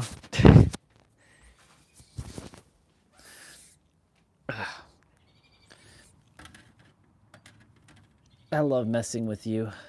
Since you like messing with me, I like messing with you. It's fun. I enjoy it. But now I'm gonna go eat, so I'm not gonna really be paying attention to the chat. I'm gonna be enjoying some laughing with Mr. Steve Harvey. So enjoy Steve Harvey. there's such anger attached to your answers? A dog bed, a bone, a dog dish, the dog house. Y'all ain't real. Just so you know, we have been married to a totally of 148 years, all of us. So we know all these answers. That's why. We know. 148 years total. Yes, yes. That's pretty good there. Well, congratulations. Thank you. very much. Well, we only got one answer left, and you just said Dog dish. Yes. same angle, dog dish, dog dish. Name something a woman buys to take the place of not having a man in her life. Sheila. The vibrator.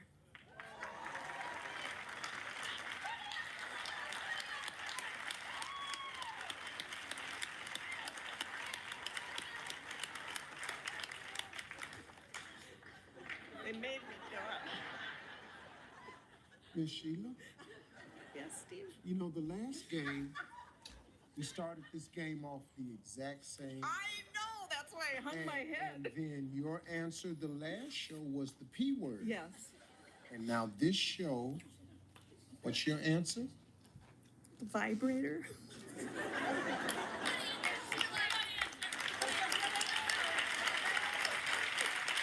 And you've been married how long? It'll be 38 years in December. Well,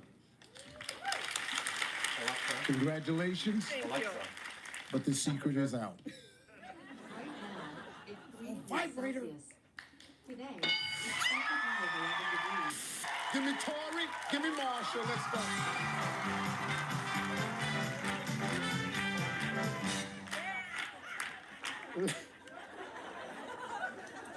the jazziest grandmama in the whole country. Hey, ladies, point values are triple here. We've got the top 4 answers on the board. Name a reason grandma might take out her false teeth. To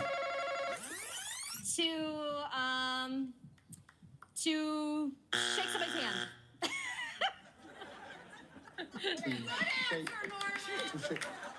To shake someone's hand. That's a good answer. Good answer. Yep. Come on, that's good. Shake somebody. Grandma, take them out, shake somebody's hand. Not the front door. I Joni? got it.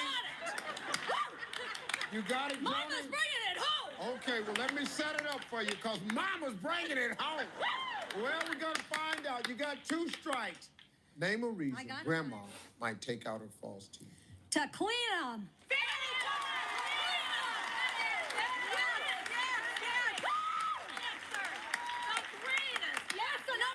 That makes a lot of common sense to me. For the win, to clean them.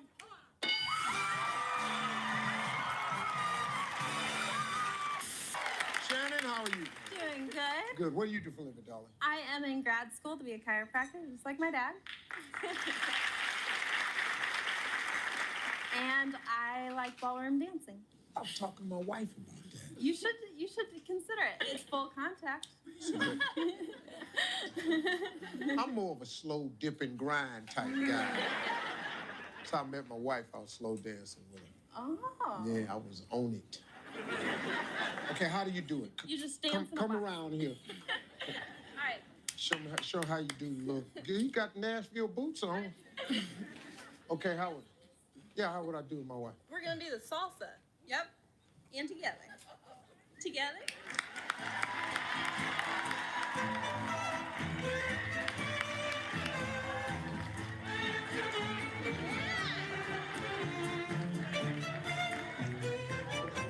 Oh, yeah.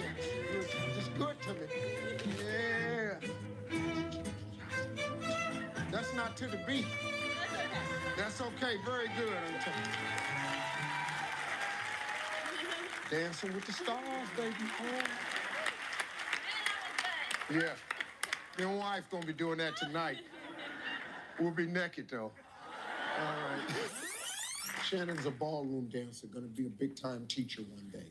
She was very good at it. And I'm gonna be on Dancing with the Stars. Perfect. And I'm I'd gonna watch win that. it as soon as I figure out what they pay. Well, you got your look, so what do you need money for? No, that's exactly why I need money. You ain't fooling me, lady. I got a mirror. I need all the money I can get. Ain't like I'm Denzel Washington and nobody. Terrell. How you doing, man? Good, man. How what you do doing? you do for a living? You all are twins. Twins. Yes, sir. I have twins. I recognize that. Oh, yeah. But, of course, we already know that's the better. No, that was the wrong. That was the wrong. He fired that. No, he got it. He got it right. He got I know. They do that. So, who's the oldest? I am. 2 minutes. 2 minutes. 2 minutes. Wow. Can't you tell he looks older? He looks older. Yeah, come on now. Yeah, come on, man. We look just alike. Terrell, what do you do? I own an auto repair shop in Charleston, and that's also good, a charter man. bus company. Daryl, How you doing, how you doing, man? What do you do, man? I work for a major insurance company. I work auto claims. Okay, good. Oh, Yeah. oh, I see the game. Oh, auto claims, auto repair. Well, you know.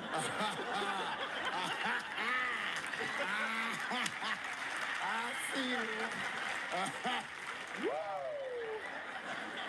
He right there. Gotta look Yeah. to me. Gotta look up there. Bet you busy. Liz, how you doing? Hi, I'm great. Okay, straighten the Big diamond fan. up right there. Oh, Yeah. thanks. Yeah. I have a good husband. I know. I like the bald man. You like the bald man? Yeah. Yeah, the people always tell me, why'd you cut your hair? Because my wife asked me to. When it's bald, they do things with it. Don't look down now, Liz. You know it's true. KB, how you doing? Good. How are you? Good, good. What do you do for a living? I'm a colon and rectal surgeon.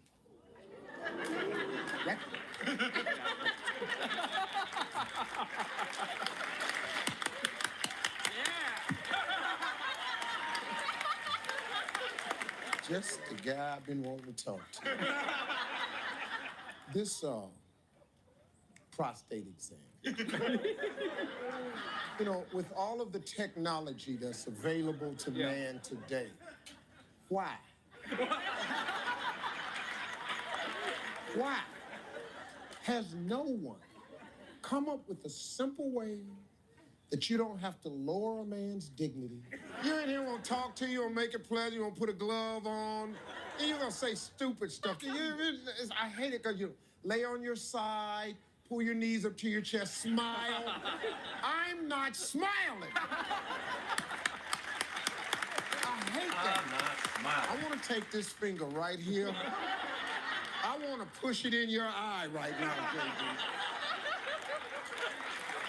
Can I make a recommendation? You have a recommendation? I have a recommendation. I am listening. Find a surgeon with small hands. I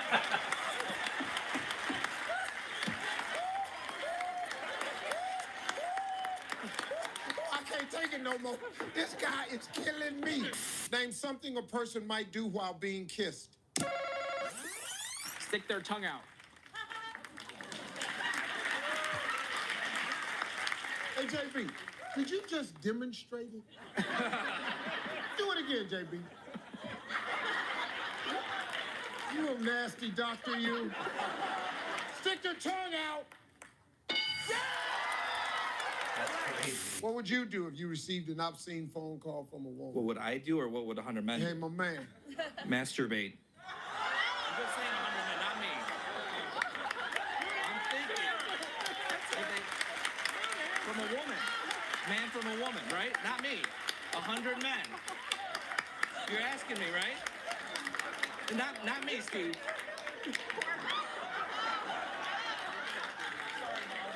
No.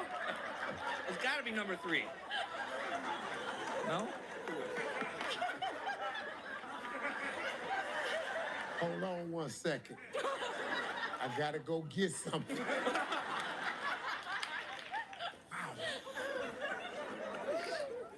Expected that one from me. Yeah, Dave, you'd have said that. Dave had have said that. I went, yeah, Eugene. I'm surprised. 100 men. 100 men. No. No, you're not dumping this on 100 men. You said 100 men or me. Right after me, you said masturbate. I'm just assuming, because nobody in here was thinking that but you. Masturbate. Oh, and to make it even worse, you can't believe it's not up there. Did you see his reaction? Oh, God. Gene, we ask 100 women to fill in the blank. I judge a man by the size of his what? His package.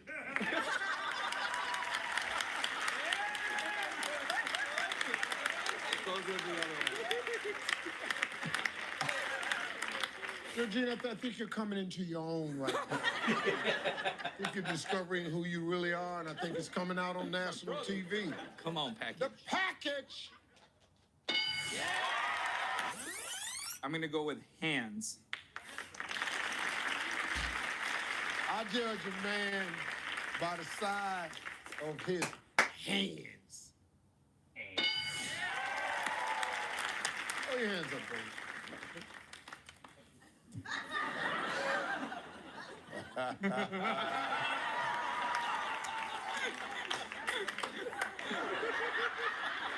Name something of your husband's you'd love to throw out.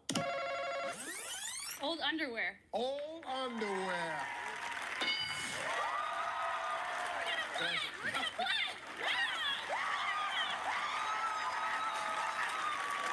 Name something you feel self-conscious about doing alone. Liz. Masturbating? That's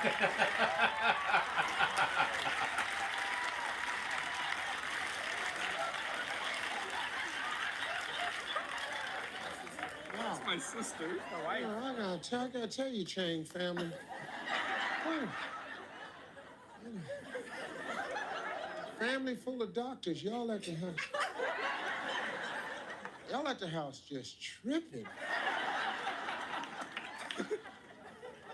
Never heard such a thing on a more consistent basis in such a nice-looking family. It's just ridiculous. And Liz, you're gonna stop acting like the little gentle housewife, and you're gonna be the wild, hot mama that you really are. Take the glasses, throw them off. Shed yourself, be free. Let them know it's about me. Get naked on top of the refrigerator. Masturbation. Julie, name something you need if you want to be a good kisser. I'm gonna say you need to be attractive. You need to be. Yeah. Hey, whoa. I gotta tell you though, I don't think that's necessarily true.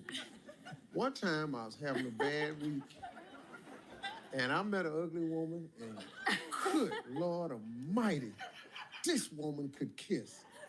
And if you shut your eyes, woo! You need to be attractive. Hey, Ryan, tell me something you got a secret stash of. I'm gonna say, not that I have any, but maybe nudie magazines. Nudie magazines. Yeah.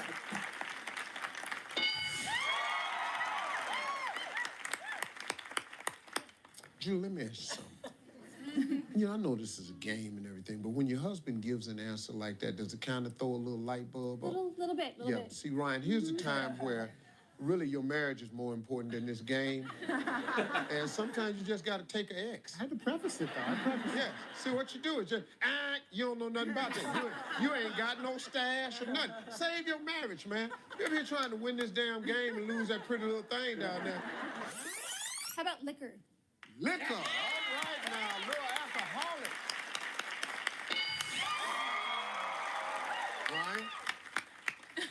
Ryan, thank you. Turnabout's only fair play. You know what I mean? Just found out that she might be hiding some liquor at the house. Got to throw you off a little bit. Put them together, we got a good thing.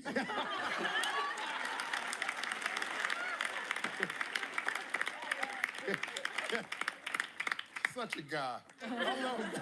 Guys just put it together. Hey, no problem. You got liquor? Hey, I got porn. Hey. Rihanna, how you doing? Good. How are you doing, Steve? Good. Okay. What you do for a living? You just lost. I was just shaking your hand. Oh, I'm so sorry. It's okay, though. I understand, because I've had several people do me like that. I don't want to be one of those people. Oh, no. I just walk off. I just say, okay, no problem. Right here. Hope you lose. You know. Steve. Yeah. Sorry, I'm just a guy, you know. Sorry. You're not just a guy. You're Steve Harvey. You're a big deal.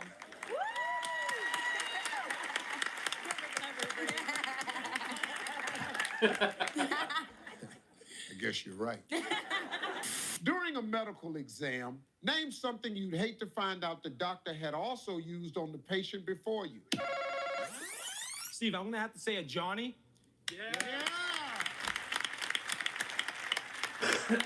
What's a Johnny? Hell, I Like the don't robe know. they give you. You should The robe that they give you when you have to Oh, get the on robe change. that they give you. That's called the Johnny? It's called a Johnny. I didn't know it's that, nice Jen. and open in the back. Yeah, there you go. Woo! Exactly, Steve. You know what I always do to mess them up when I go? I put it on front way. Yeah. Tied right there. I'll be standing there. Come here. It be open. I'll be standing there. I mess them up, Jack. I put it on and just open it a little bit. What's happening? How you doing? How you doing today? Johnny a little small. Yeah, your Johnny a little small. Oh, it's Megan. It's Megan. Megan. Just put a little southern drawl to it. Megan. Megan. What's up? Megan rhymes with bacon. That's what I do. I'll just say it like that, and then you can just take it to the bank. Like, I'm from the country myself. West Virginia, to be exact. Daddy was a coal miner. It's all right. What your daddy used to do? My daddy works for a trucking company. Works for a trucking company? Same thing. Probably was hauling the coal my daddy was digging out the ground. He's passed on to the great beyond right now. How old's your daddy? 50. Your daddy's 50? Yes. Why am I talking to you? I don't know. I'm old enough to be your damn daddy myself. You're just a little child. How old are you, 21? I'm 27. 27? No, I'm not. I'm 26. Well, Just kidding. you're lying to me then. What are you hitting me for? You the one told me to lie. Andrew, how you doing, man? All right. That was funny.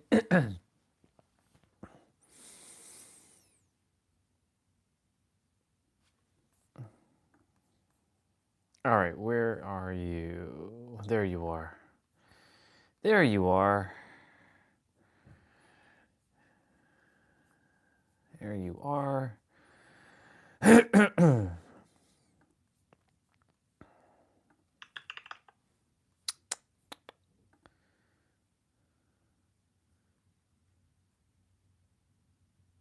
Huh? What is this?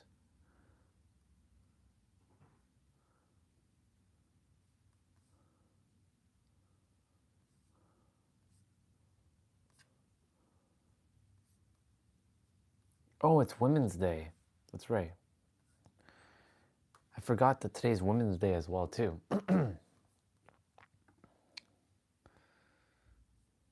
Happy Women's Day to everybody. See, kind of slipped that as well.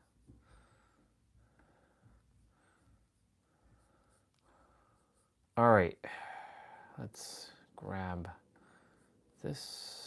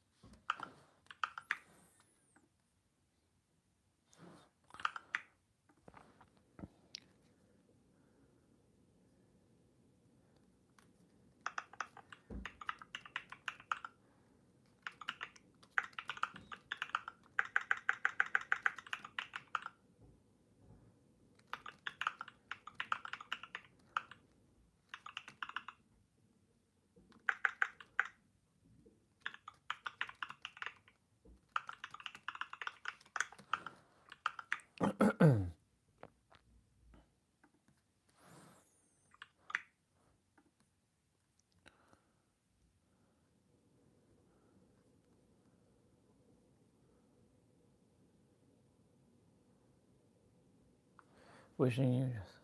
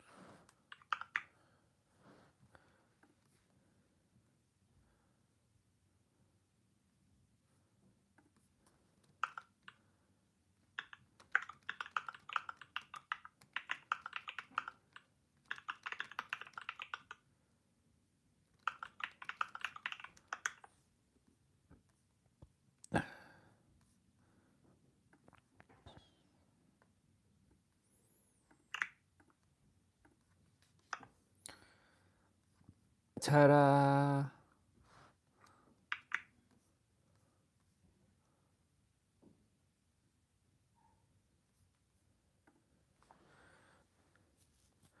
Cool beans.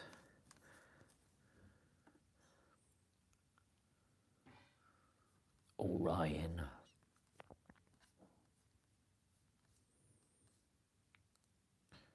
Furious 11, 2026. Starring Vin Diesel, Dwayne The Rock, Jason Momoa. But it's not coming out in 2026.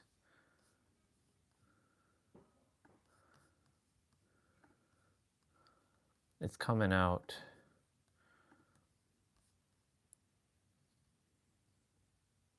It's not coming out in 2026.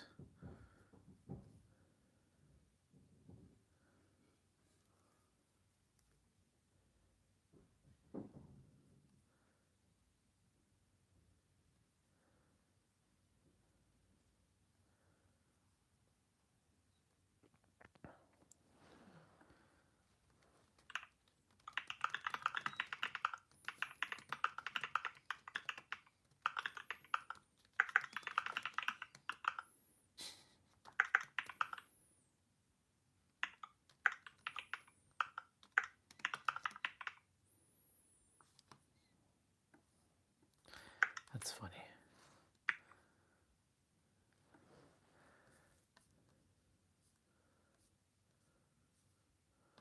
Well, hello there, Balboa Park.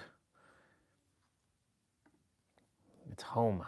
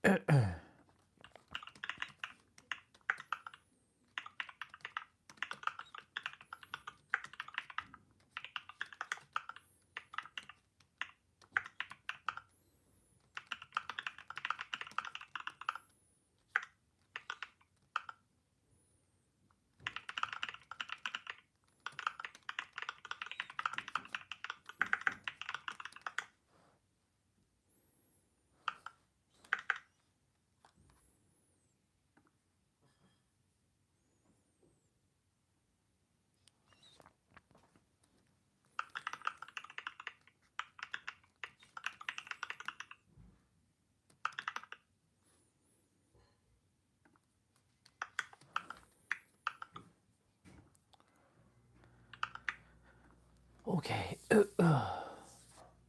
So we got our birthday message out to Sis, which is awesome. And yep. Oh yeah.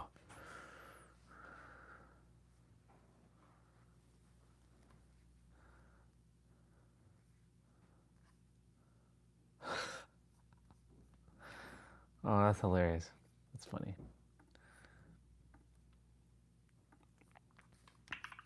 Oops.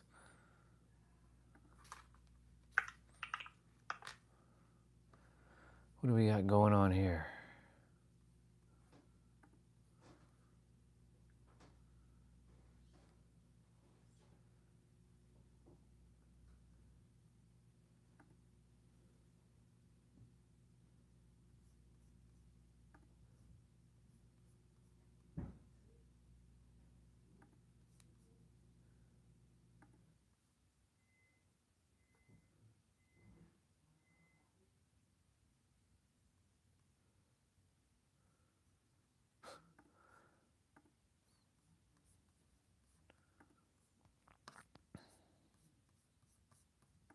All right.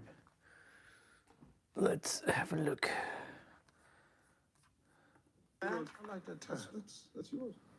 It's a Steve Harvey tie? That's right. That's right.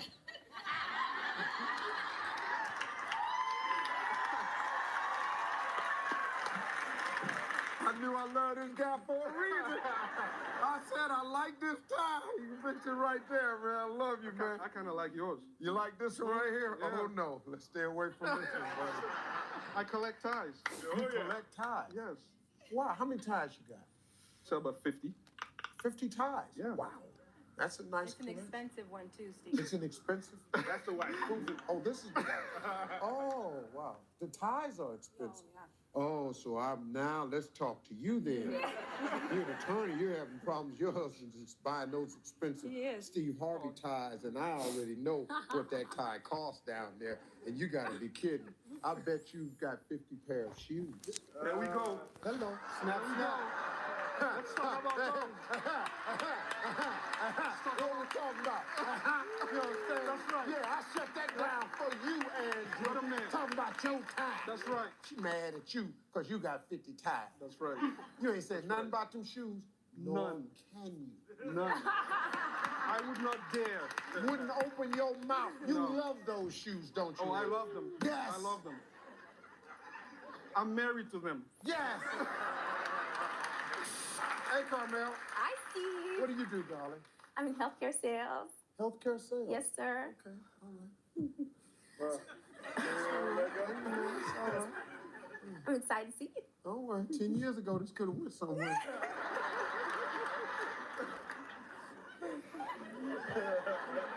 Okay, baby. I mean, Carmel. Hey, Amanda, name something a man might be holding when he's in the bathroom. His penis? Good answer. Good answer. You know it's true, Steve. Well, I'm not in the survey. Oh, boy, she just stops that right away. Don't come over here looking at me, mister. You know it's true. When last time you went in there? What'd you do? You ain't in there handling the who is. I guess it was me.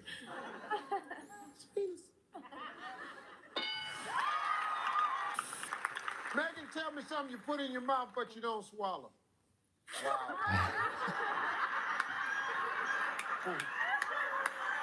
You ever walked up to somebody and saw the look on their face and you just know? I walked up to her and I went, whoa. I mean, man. You talk about the cat that ate the canary look.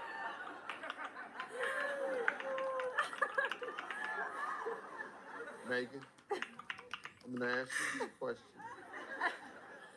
I want you to think about this show and all the years it's aired.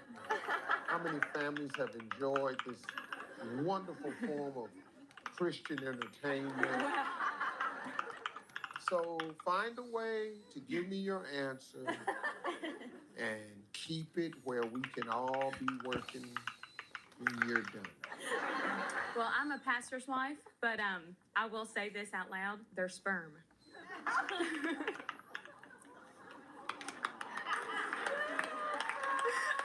You know it's up there, Steve. Everyone knew it. It's up there. We're going for the money. We're going for the money. We're going for the money, so that makes it all right. It doesn't matter I'm a pastor's wife. Ticket to hell is worth $20,000. You know, it's up there, Steve. No, I don't know a damn thing is up there. What you ain't gonna do is drag me into your little nasty world. I don't know nothing is up there. Oh, Steve, you know what's up there. How the hell I know what's up there?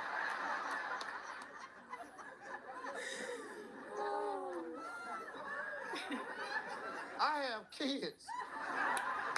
Now.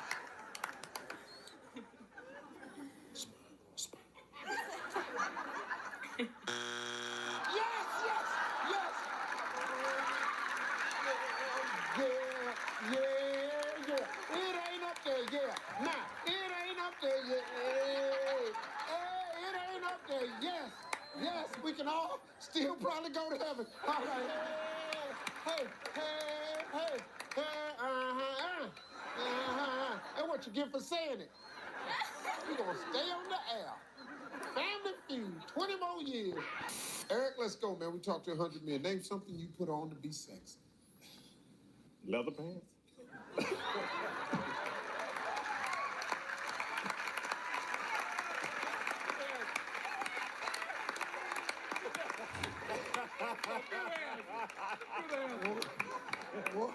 Boy, you ain't cleaning them carpets. You're something else, ain't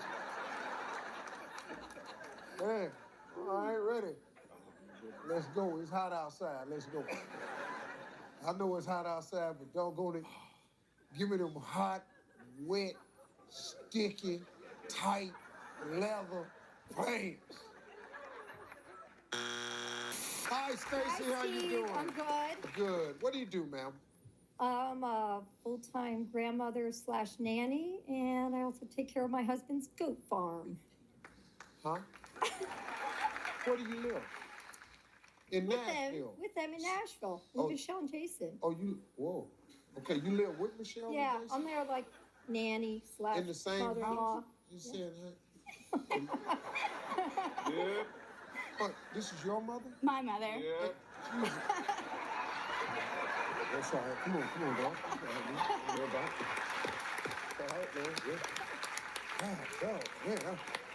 Oh, this is ugly, man. How long this been going on, Michelle? Like three, almost 4 years. I'm sorry. This is allergic reaction We I get had. along great. You get along great. Who? Let me tell you something about poor Jason. A man in his own house. Let me tell you what he wants to do. He wants to just walk around in his drawers sometimes. He want to go to the refrigerator. Nobody's stopping him. Your mama is in the house, and you got 6 damn goats walking around. The hell you gonna walk around in your shorts? This man wants to get up in the middle of the night, go to his refrigerator, and open it up and just stand there with his drawers on and drink water out of a jar that's just his. That's right, Steve. That's what your husband wants to do. Daryl? Yes, sir.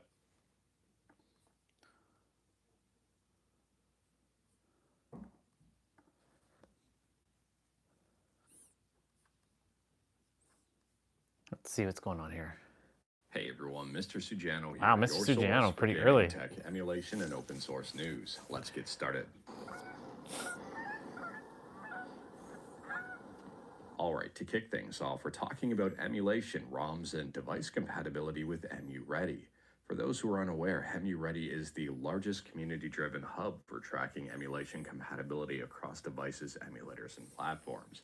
And EmuReady just got Hello, a nice new people. feature. So the main person behind EmuReady says a popular request for EmuReady has been the ability to follow games and bookmark reports.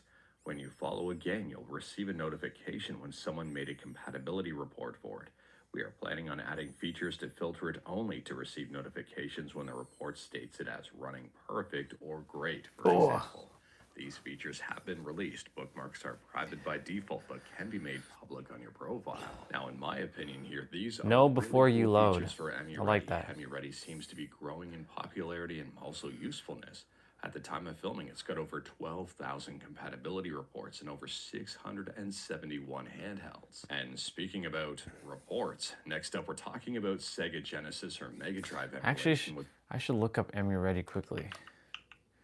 EmuReady. I want to check something. Nah.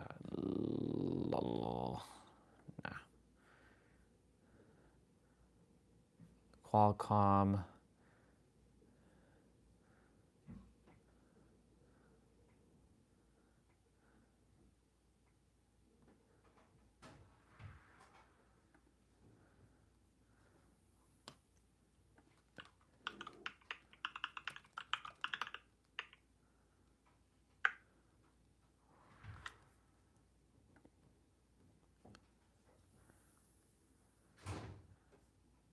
They should put a. They didn't put anything of Steam. Oh, but they use Game Hub and they use Game Native. I should put Steam, Microsoft Windows.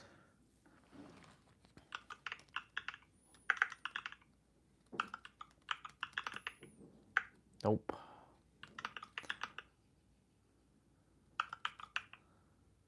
Nope. Nope.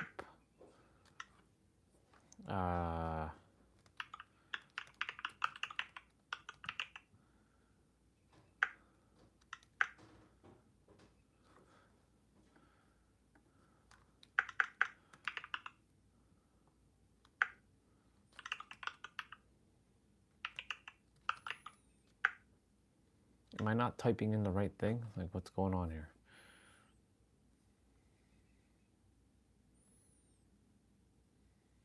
Playable.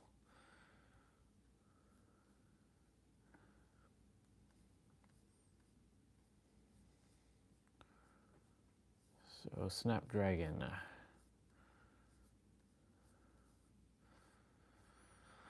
Holy mother.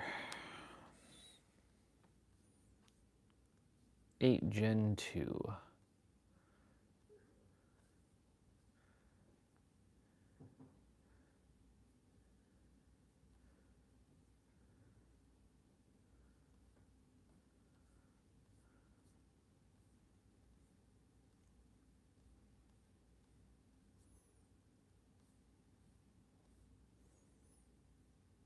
Where are you? 8 Gen 2.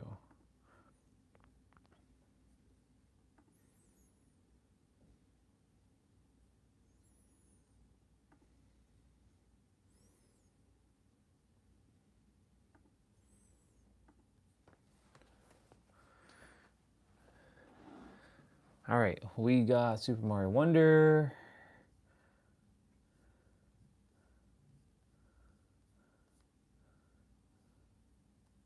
Mega Man X Dive Offline, Odyssey.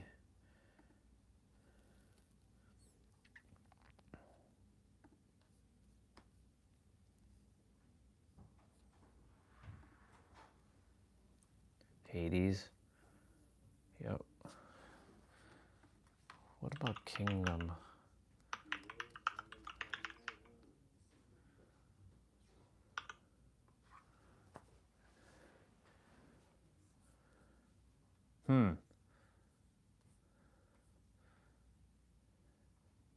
What does the voting mean? Intro video broken, but everything else is playable. Game won't boot without mono and isn't needed, but I prefer to have it installed.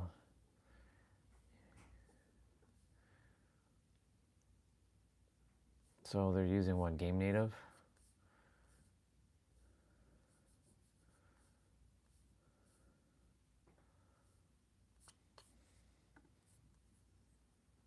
They're using Game Hub. Wonder if Game Native will work.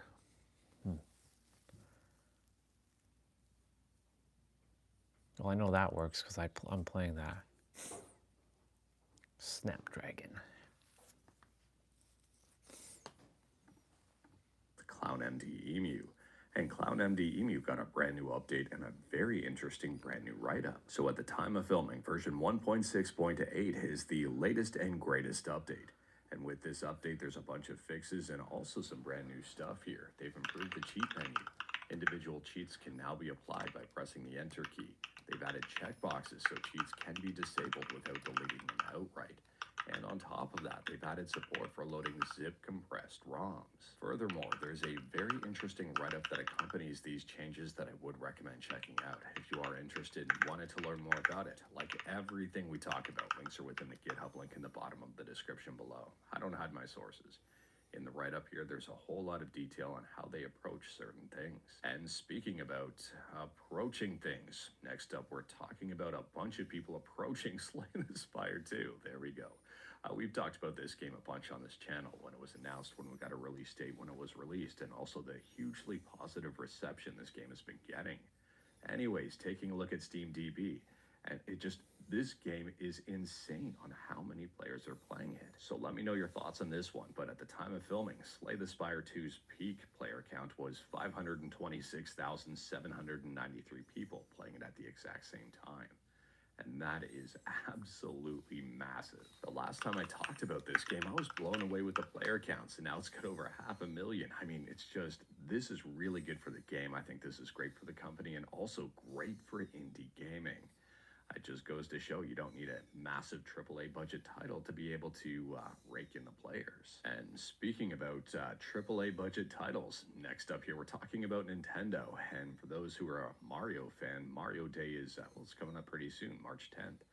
Anyways, Nintendo has a whole bunch of Super Mario games on sale here for some pretty significant discounts. We did Mario Day last year. Especially if you're a Mario Rabbids fan. If you are in the market for a new Mario game, I'd recommend checking out Super Mario 3D World and Bowser's Fury if you haven't already. I love this game, and I think it's a lot better than some of their newer titles like Wonder. That might be a hot take, but that's my opinion.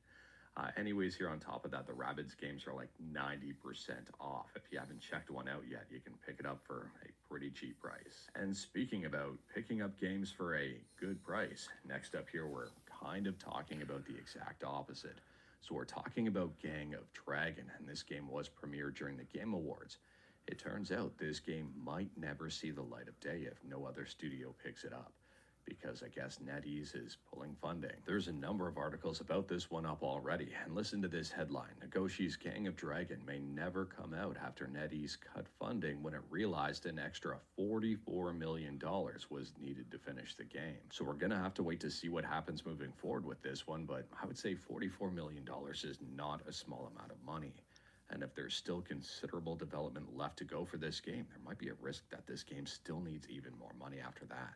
So I'm curious to see if there is interest from other studios, like Sega. We'll have to wait and see. And speaking about stuff shutting down and waiting and seeing, next up here, we're talking about Xbox.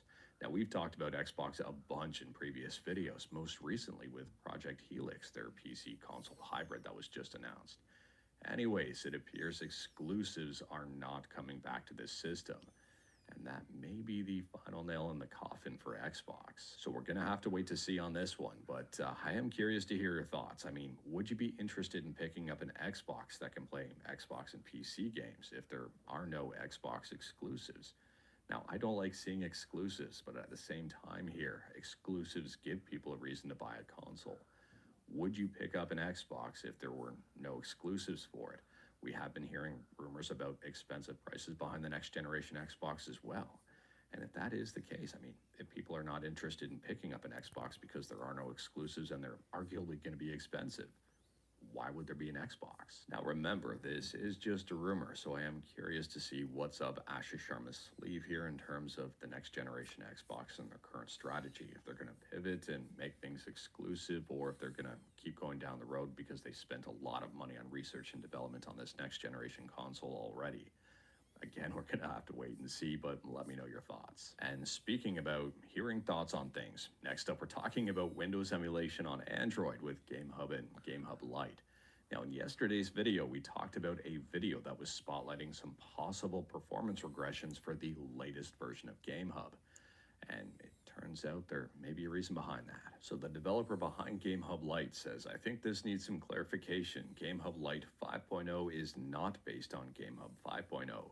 It is based on 5.1.0, just like GameHub Lite 5.1.3 is based on 5.1.0 with additional fixes.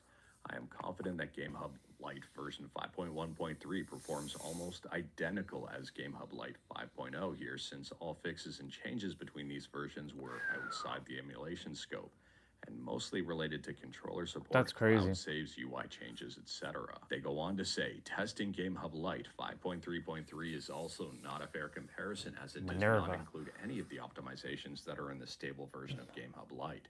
So in theory, it's similar to how GameHub itself would perform.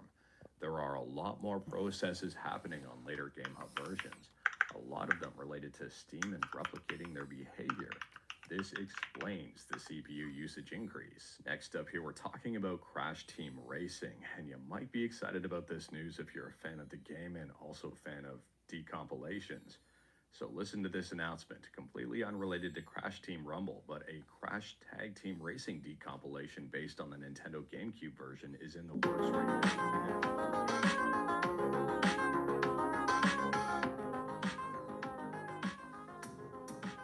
And then forked it themselves, and then compiled all that sort. Okay, let's start by talking about ZEMU or XEMU. This is the original Xbox emulator. It's been around for years. It's a free and open source app. The team is mostly focused on the desktop versions of these apps, so you can find it on Windows and Linux and Mac. The Linux version is my favorite. It tends to work the best compared to Windows and Mac, and it also works on stuff like the Steam Deck or devices running other custom firmwares like Rocknix or Batacera. Now, this new Android port is called X1 Box, and it's not made by the original ZEMU team, but because their work is free and open source, they took that open source content, ported it over to Android, and so that's what we have here. Now, even though the original emulator is completely free, this port is actually $8. And bear in mind that if you do plan on buying this, none of that money is going to the original developers, just the person who has ported it over to Android. Now, of course, developers are allowed to charge whatever they would like for their own apps, but I personally would like the money to go to the actual development team as opposed to the one who ported it over. Now, one of the licensing requirements of the ZEMU app is that you have to put all of the source code online, which is something that they have done, so they are in keeping with the license. And so you pay this developer who did this port work, and you can have it on the Google Play Store, or you can get the free and open source version that you can just sideload yourself.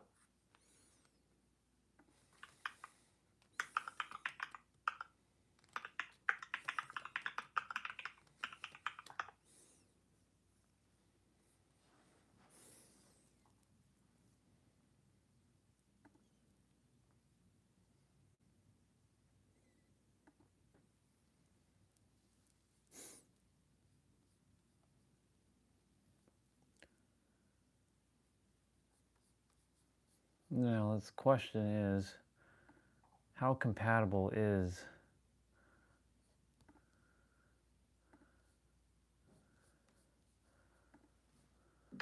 Does have that Xbox, and then I put my game files inside.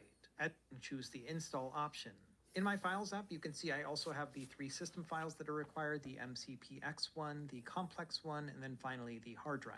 So now that we have the app installed, let's go ahead and open it.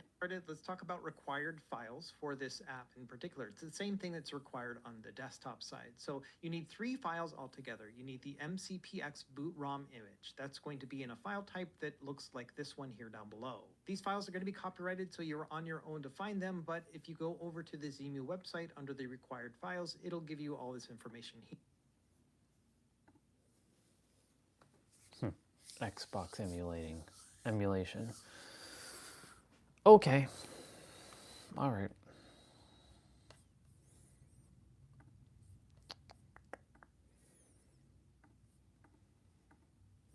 The project is currently up on GitHub, but unfortunately there is no timetable to know when this is going to complete. It could take a couple of weeks, a couple of months, a couple of years. It could never complete. We don't really know when it comes to decompilations here, but I would say it's promising that it's even just started. But anyways, that is all I've got for you in this one. Straight to the point, all stuff and no fluff. We talked about a bunch today. Feel free to discuss anything we talked about in the comments below. If you like this video, leave a like. If you didn't like this video, leave a like. Hit that subscribe button. Check out my other videos. Don't tempt fate. Save your state.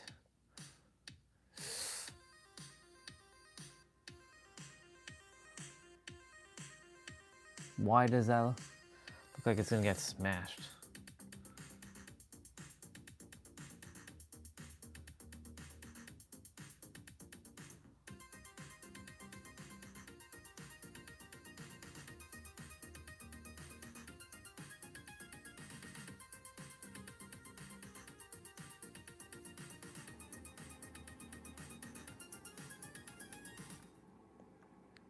Don't tempt fate.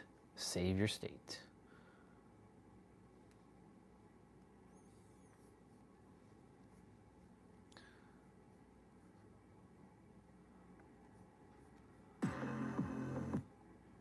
There's a book out there. It's called When Prophecy Fails, but it tells the story of this UFO cult dead set on the world ending on a very specific date. Like the world, the whole earth is going to like totally blow up. So they were totally convinced that they'd be whisked away by aliens before the apocalypse. So what happens on the day?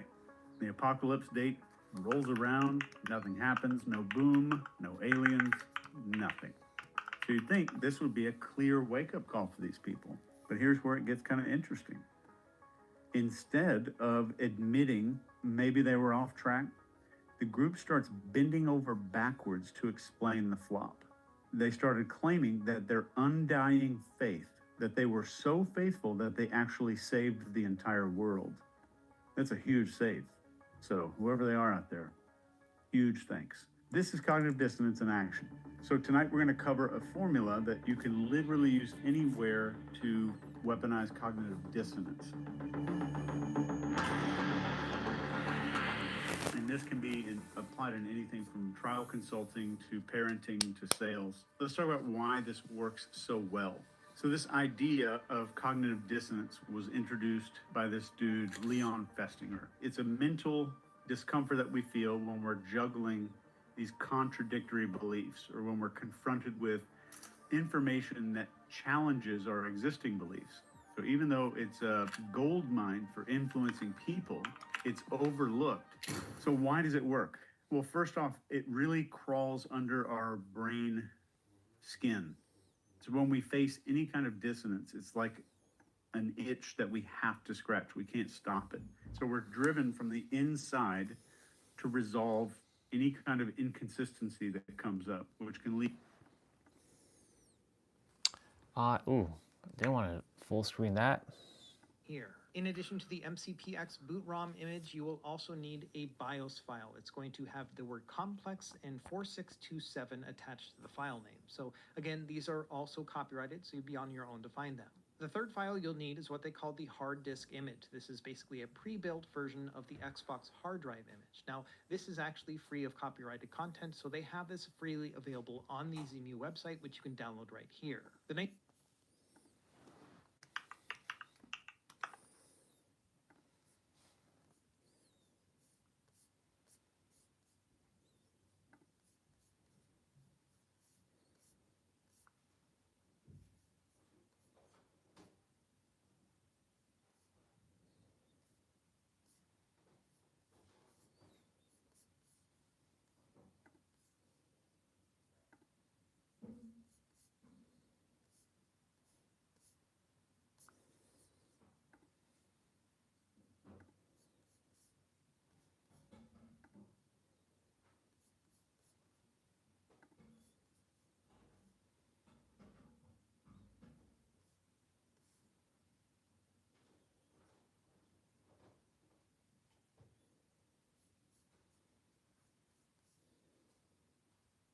I mean, I already have the files, so it's all good.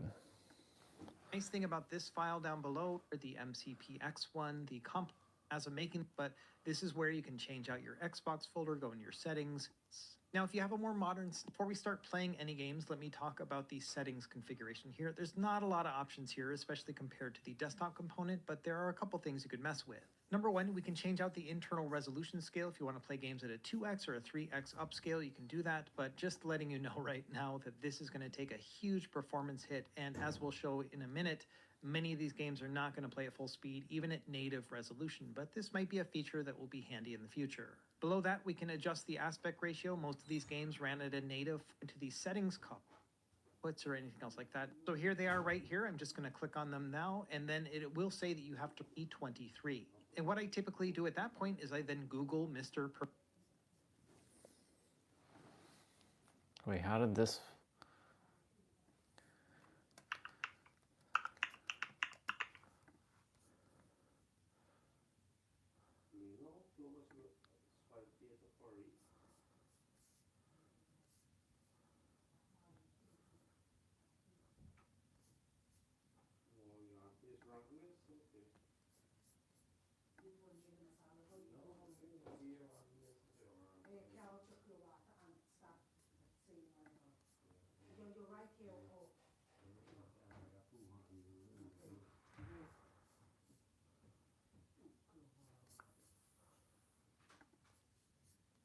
purple turnip, and that will bring up the driver repository right here properly. And often it just requires you to try it, but hopefully they do work well. We can just add more power to it and how that goes.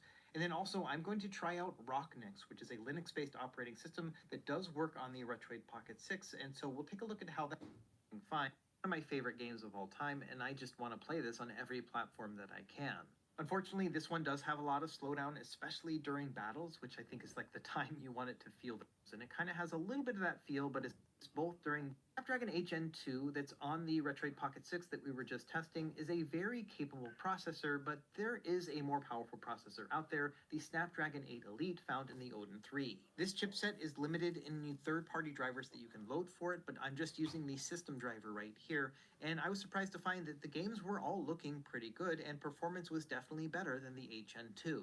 It's to the point where I would say that Dead or Alive 2 is running at about 80% speed on Xbox that to a 30 FPS gives you the ability to play down below if you'd like for that Linux-based operating seeing and check the Okay. Gen 2. That's fine. Xbox is, we still have a ways to go.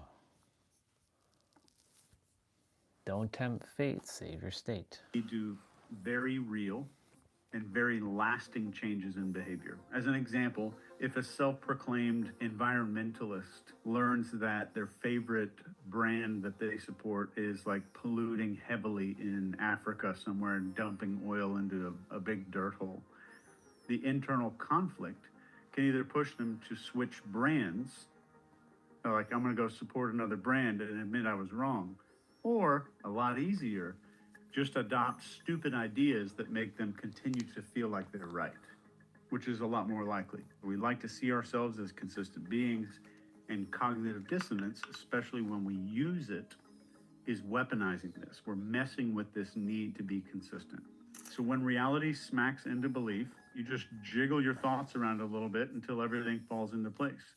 And if the jigsaw puzzle pieces don't go together, you just get a hammer, and then they do. That's what is going on right there. And this is like when you're so deep in, instead of questioning your choices, you go all in. And psychologically, it's way easier to boost your existing belief than rewrite how you view the entire world. So let me show you like an example of how it might work with political beliefs. When people get entrenched to the far left or right, they face facts. They ignore facts. They discredit new information that doesn't align with their belief. They find all the comfort in the world in these echo chambers. And even more so, they become even evangelistic. And they spread their beliefs even further, trying to convince others and themselves secretly that they're right. So if I become an evangelist, I'm going to convince myself, because of how loud I am, that these beliefs have to be right. If they encounter real evidence or arguments that starkly contrast with their own views, like scientific studies or statistical data, this sets up a clash. So the discomfort they feel is that cognitive dissonance. And our goal is to reduce discomfort. That's our body's goal, our brain's goal. How do I reduce discomfort? So to bring that down, people have a few options. Number one, they can change their beliefs, which is very hard. Two, I can distort the new information, which means that I can misinterpret or question its validity. Or I can reject the new information completely. And more often than not, it's easier to distort or reject the conflicting information than to overhaul our own personal beliefs that are tied to our identity and our worldview. Why would a rational person with an IQ over 70 completely ignore facts, actual provable facts and logic? Well, the first reason is identity protection. So for a lot of people, especially on the extreme ends, these political beliefs are deeply tied to their sense of self. So if I'm in that camp and I admit that those beliefs might be wrong or misguided, that threatens my entire self-concept and my social standing within my community. It's a huge threat on multiple Maslow levels. So this makes it psychologically safer to just dismiss or rationalize away anything that conflicts with what I've been presented with. And sometimes when people are presented with literal factual information that challenge their beliefs, not only do they reject the information, but they also believe in their original incorrect views more strongly afterward. More strongly. This is true. And this is known as the backfire effect. This is where the efforts to correct misinformation actually reinforce the misinformation in the person's mind. Just think about flat earthers. NASA puts out a video like, here's our video from the ISS showing that the earth is round. And they're like, yeah, they want you to think that. So like, no matter what you do, it's just making their beliefs even stronger. So the attempts to counter the misinformation do the exact opposite. I'm going to give you a formula tonight to literally weaponize cognitive bias. And this is the same formula that we use. It's made to use on a population. I designed this personally to use on an entire population, like a city or a town. I've rewritten it to be used in conversation. So it's to guide someone towards resolving discomfort in a way that aligns with what we want. What's so up? whether it's changing somebody's beliefs or adopting some kind of new habit, getting them to make some kind of a purchase, we're not just telling them what to do or think, we're setting up the conditions so they convince themselves. We're setting up conditions so that they convince themselves. So this is about making them feel that changing is their own idea. This makes the change stick way better because it feels self-motivated instead of imposed. Human behavior is fascinating. That's the next phase of this journey, to understand the human behaviors of all the humans on the planet.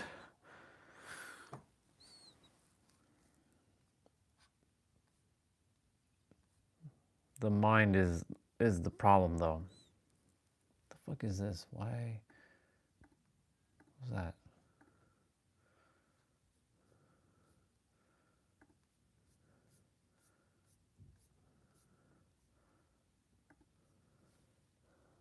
Oh, I see. Okay. All right. That's fair.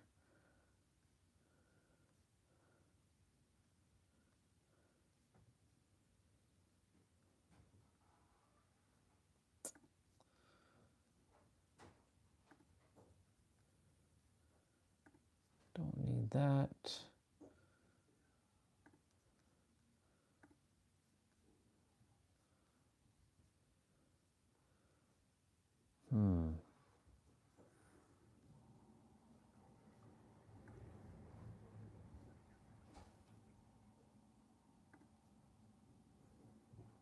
I need to remove virtual console stuff next. It's a little annoying. But I mean, it should work, technically.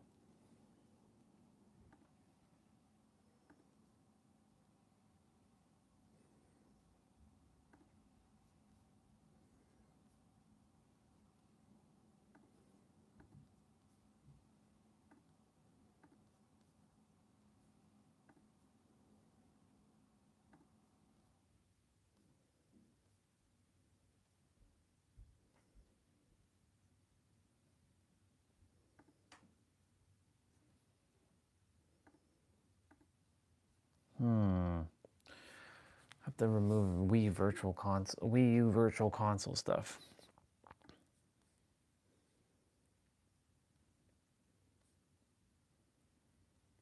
You know what? I'm gonna run this thing one more time, because that's a little annoying. Yes.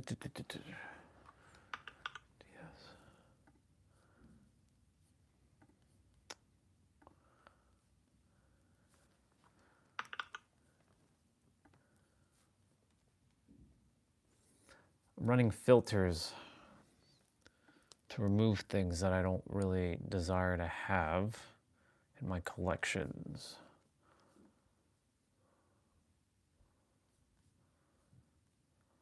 So just that. So we need to remove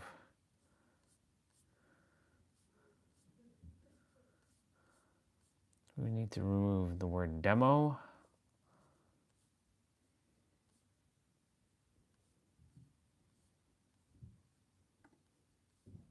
Kiosk.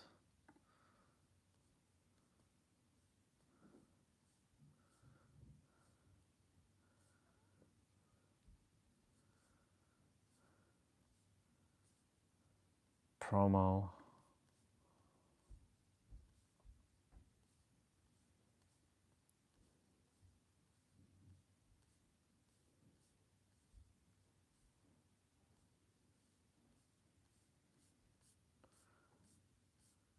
Oh. Wii U Virtual Console.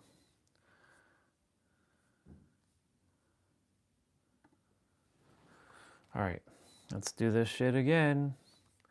Let's do this shit again. All right.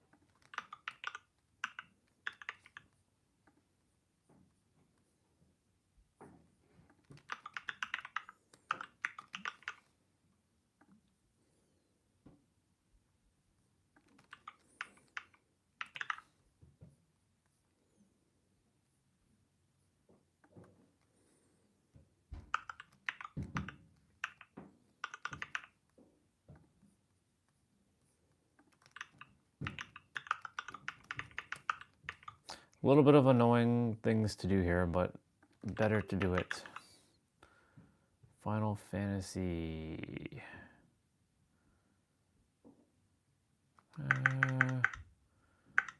Fire Emblem.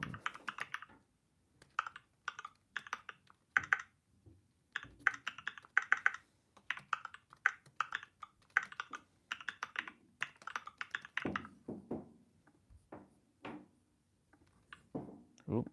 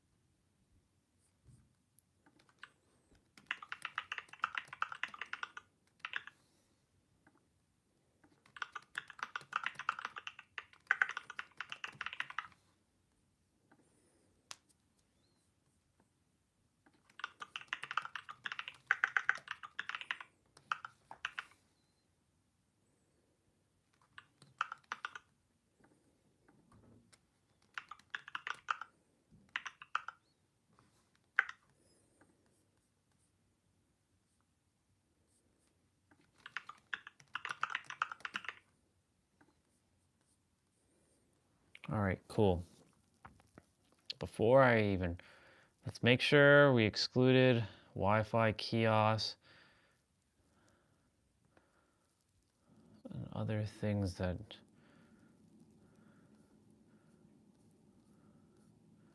we don't want.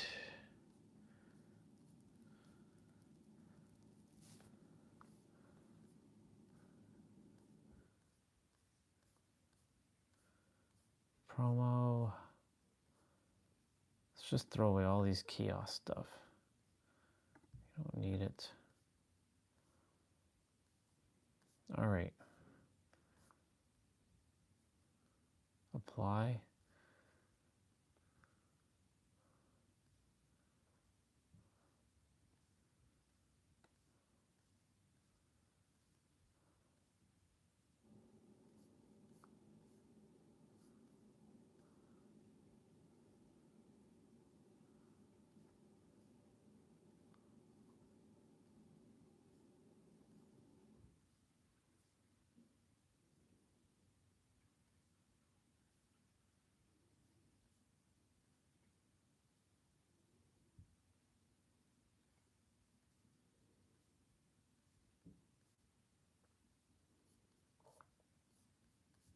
Where's the tails of?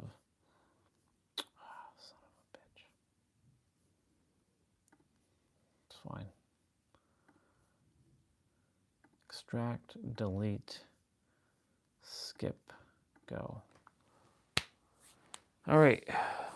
Now that that's sorted out, let's get back to your video.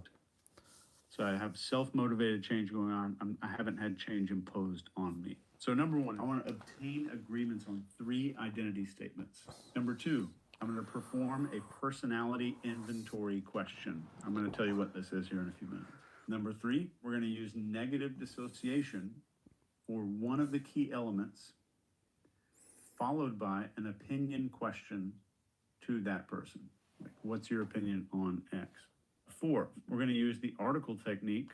So we're just kind of borrowing authority to solidify those new identity agreements. 5, we're going to talk negatively about one person in your life without the desired qualities, that doesn't have the desired qualities that we've made them agree that they are. Number 6, this is the most important step. And once you hear this, I don't think it's going to be powerful. It's going to sound powerful to most of you, but I want you to try it out and then you'll see. So the final step is to introduce them to somebody new using their name and describing them as this new identity and reputation. So let's talk about developing those identity statements. Let's go through a few examples here. Sales. Let's take sales first. What are some of the identity statements I need a person to make? Let's say I take action when things make sense. I don't need permission to take action. I can make things happen even if there are obstacles. I make smart decisions. So this is about appealing to their sense of wisdom and being discerning. They want to see themselves as somebody who makes informed choices. Next would be I'm a leader and not a follower. And you can see that we're getting them out of conformity because people use conformity as a way out of sales. And you can use these, it doesn't have to be a sales situation. Exactly. So this is very effective for people that are in decision-making positions who maybe pride themselves on setting the trends instead of following trends. And that's one phrase I use very, very often. And I just throw it away, but the person hears it. And I'm just kind of, yeah, that's true. You know, some people set trends and some people follow them. And then I'll just move right on with the conversation and just let that shit soak right in. So what would I want somebody to agree to as identity statements from a leadership perspective? I want them to say, I am a valuable part of this team. I would say I'm open to learning and growing, and cultivating a culture of growth and learning can make anybody that you lead a lot more receptive to new ideas and approaches, and they'll fight a lot less. Next, I am a problem solver. All right, so what do I need if I'm a cult recruiter? What do I need someone to view? How do I need somebody to view themselves? Think about what we're really doing here. How do I want this person to view themselves? This is a deep question. And that's the question that we're answering. How do I want them to see themselves? I like that. First thing we want, I'm open to exploring new opportunities. This is making them agree, I have a sense of adventure. I am curious about the world. And I can, the idea of joining a new group it isn't intimidating to me. So we get them to make that agreement pretty quick. Next would be, I'm somebody who seeks personal growth. Next, I'm a part of something bigger than myself. And this really taps in to the desire to be part of a community movement that has a larger purpose or a larger mission. I want to obtain agreements on 3 identity agreements. So I want them to agree to 3 things that I wrote down. I want them to kind of verbally or non-verbally nod their head to a few of these. And I'll use a few statements to get this out of that person. And these statements will be the statements that say, you seem like the kind of person who does X and Y. Next would be, I would really love to know more about how you blank. Or I'm curious to know a little bit more about why you blank. Next would be, it would be amazing if everybody that I worked with was blank. And where's my hand going to be pointing when I say some of these things? I'm pointing at that person. So keep in mind that some of the statements that we just went through can also serve to accomplish the next step of the formula. And this is the personality inventory question. Now we're asking them to talk about one of those beliefs. And this is like, if I'm planning ahead and I'm developing a sales call or a conversation or whatever, I want to circle what's the number one belief that this person needs to have about themselves. The number one, what's the biggest domino I can knock over? And if I can knock that over, it's going to knock over all the other ones. That's where I want to use one of these questions here. There's 3 questions I typically use, and that's it. First one is, how is it that you came to be so blank? That's really powerful because you're asking that person about themselves, and you're very silently admitting that you struggle with that maybe a little bit, which makes them more open. The next one would be, what was it in your life that made you so blank today? Because it was a struggle for me. I usually follow that up by that little self-admission. And finally, this personality inventory question. How is it you're able to blank when so many people just don't? Or so many people are afraid to, depending on what the blank is. The next step is negative dissociation with a follow-up question. There's 2 ways that I do this. You can do it however you like. This is word for word how I do this in real human life. First one is, there's so many people out there that blank. This is the negative quality. It's like every time you meet them, it's like they all are just so, and then I'm going to put whatever other negative quality, like afraid to speak their mind, afraid to take action, afraid to make decisions, even if all the facts are there. So I'll follow this up with the question, the personality question. So they're just all just afraid to take action when all the details are there. And I'm really curious, how is it with all of this being more and more common nowadays? You are able to just, and then whatever you say after that they will instantly adopt. If you're genuinely curious, this will work. And if you have confidence and authority, this will work.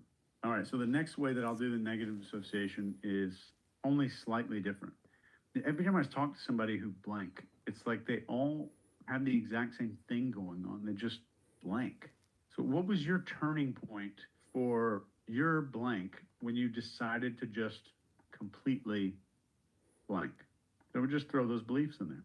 Whatever you want that person to have, you just stick it in that blank and you're done. And then we use the article technique. So what does that person want to be seen as? Successful, brilliant, a good mom, whatever it is. The article technique would just sound like you're giving that one identity statement and then describing the 2 things or 3 things that you read in this article as what you need that person to have in that moment. So you'd say something like, I read this incredible article just a couple of days ago, and they did this research, and they found out that there were 2 things that every blank had in common. And you just go in to describe whatever you like. You put it in. And then we have something called negative offcasting.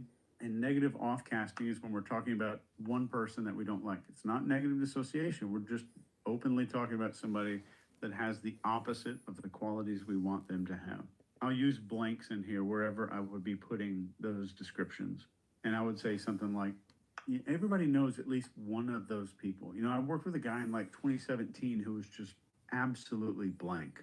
And I actually felt bad for him, but there was no way that anybody could talk him into being more blank.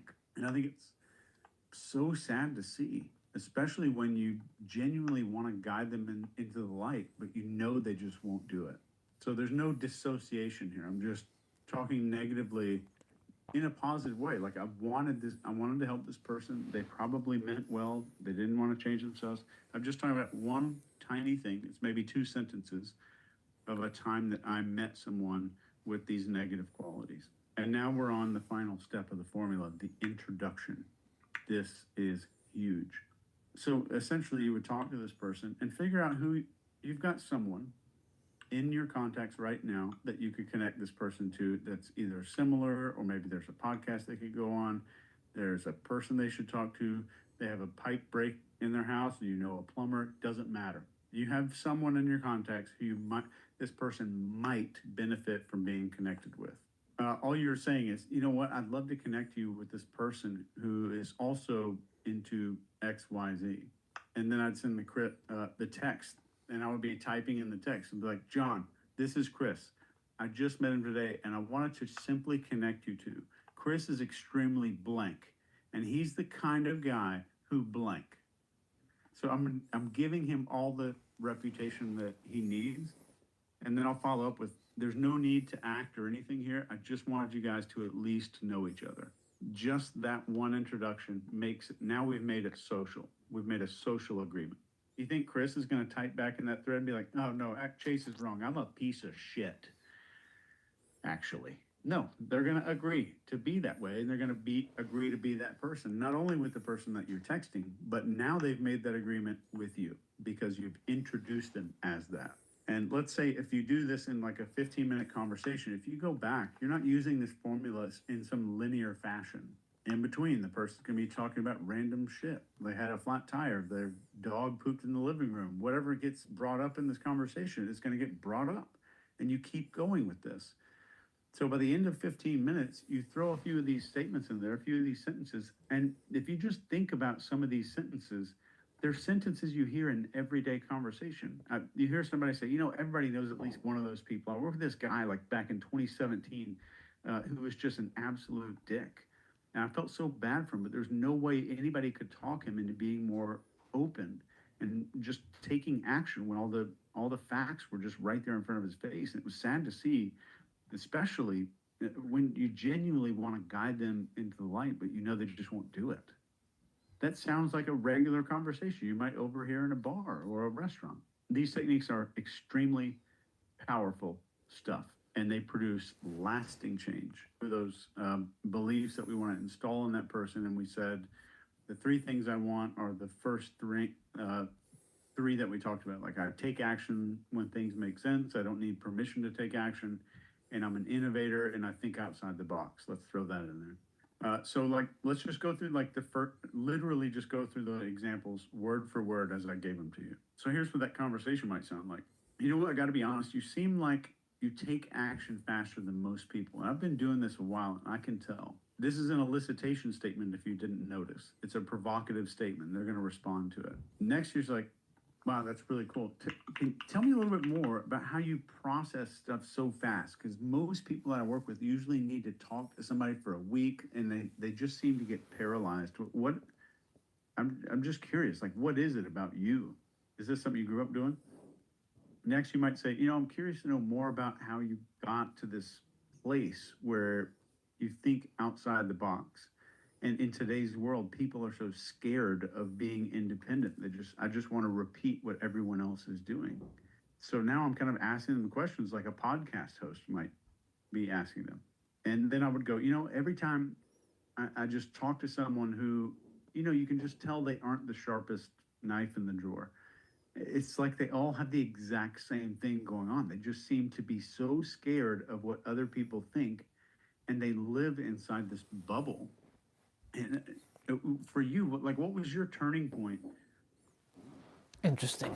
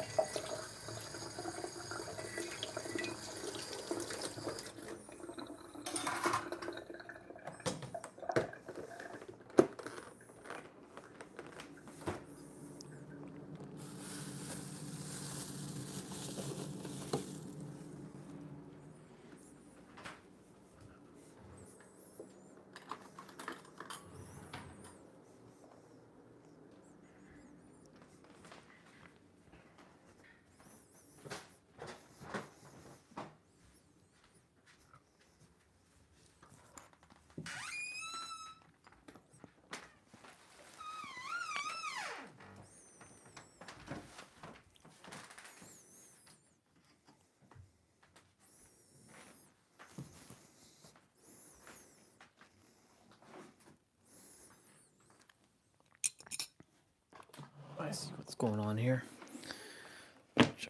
Bunch of stuff's just tangled.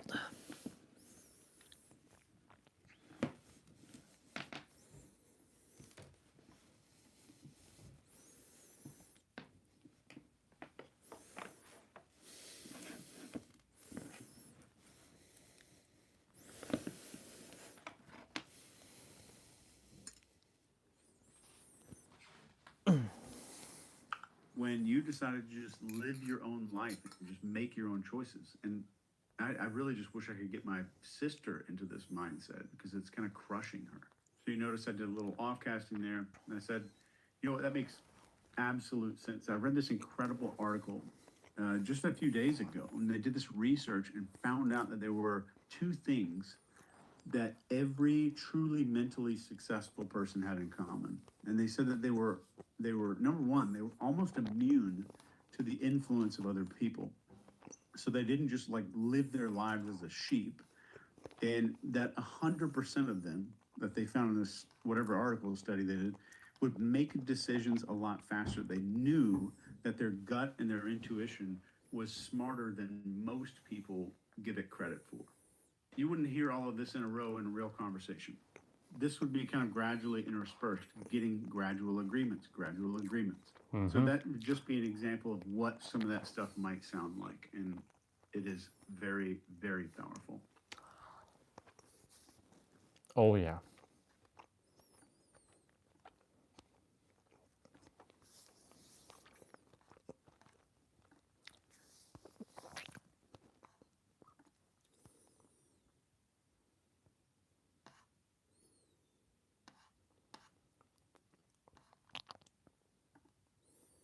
There's an uncomfortable and very inconvenient and un-Instagrammable truth. And it may be one that you don't want to hear. Let me ask you something that, if you're the kind of person who's honest, should rattle your sense of reality just a little bit. Who has actually been running your life? It's not you. Every reaction you've had since childhood was pre-coded by ghosts. And what I'm saying here isn't a bunch of philosophy. This is neuroscience. The part of your brain that's like the 911 operator is called the amygdala. When it senses a threat, it does not call you. And it floods your bloodstream with cortisol. And it pulls these preloaded bullshit scripts from childhood trauma and ancestral memory. You have a panic attack? That is not modern day, today's stress in the moment. That's your mother's anxious attachment style. That's your father's frozen, contained rage. It's your great-grandmother's fear of exile and shame. It's the 6-year-old version of you. The one that learned love or attention had to be earned, that silence meant safety. It's the one that learned that approval was a currency that you needed to earn to survive. You have to shrink to make other people more comfortable. This isn't you. It is ghosts, and they're running this freaking show. Yep. All of this is not optimizing you for any kind of greatness. You're Nope. the child still trying not to be abandoned. You're still auditioning for love. I've worked with Fortune 100 CEOs making billion-dollar decisions from a wounded psyche of a bullied third grader. Yep. So nothing of what I'm saying, nothing is theoretical. This is neurological reality. I don't care what the guy with the sweater vest and the legal pad who told you to lay down on a couch said. That is inherited hypervigilance from generations that survived a ton of serious wear, war, exile, abandonment, and rejection. And I think Nope. there's a lot of people out there, maybe some of you. Can you stop with your bullshit? How about that? I don't want a nickname from you because your nicknames suck. Quote, live your truth while you're still obeying ancient survival scripts. I don't want your fun. I'm gonna time you out again.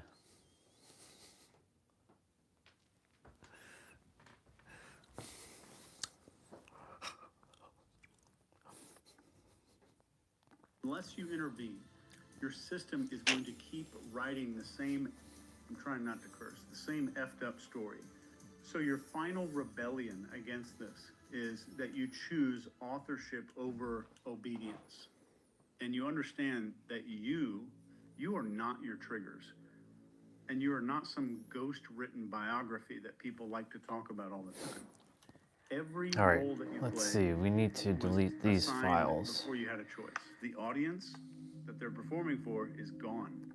The director of the movie is dead.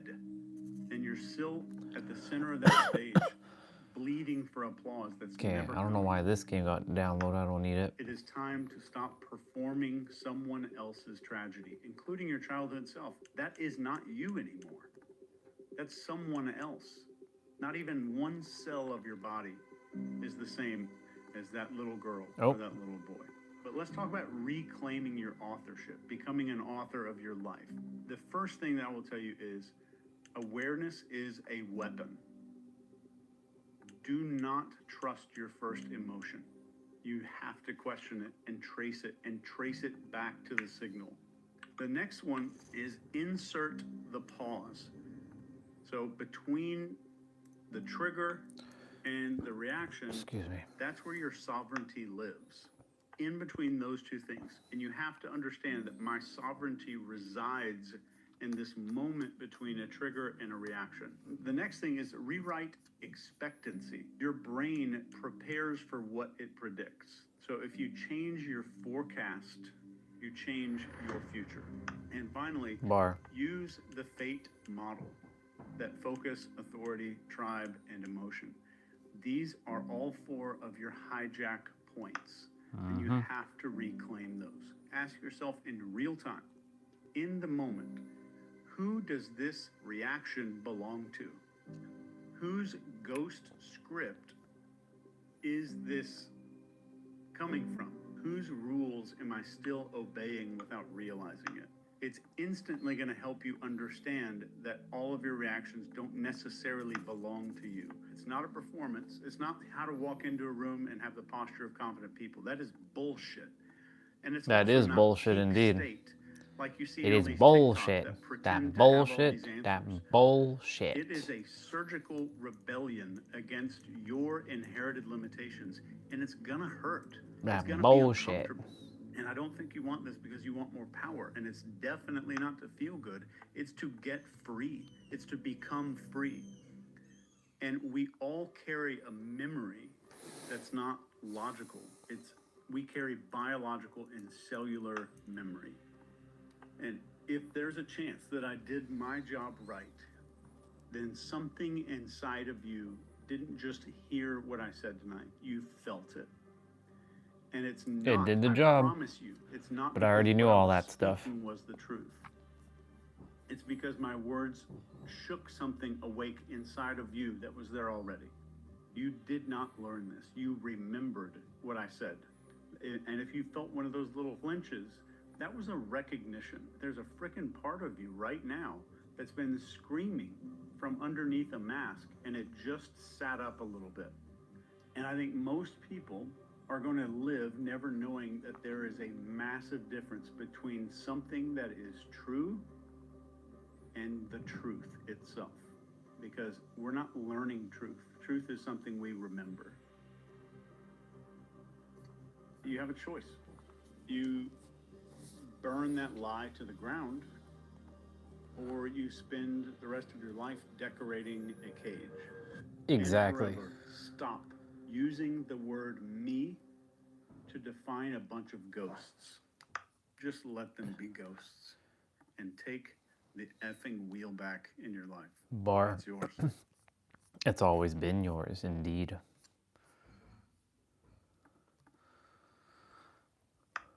Extract here. Good old Chase. I appreciate you, dude. What the fuck is going on here?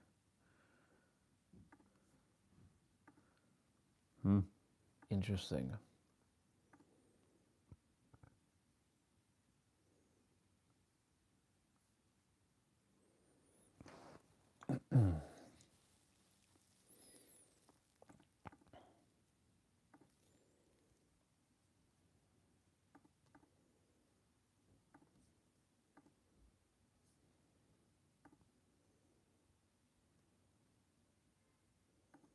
This could be thrown away.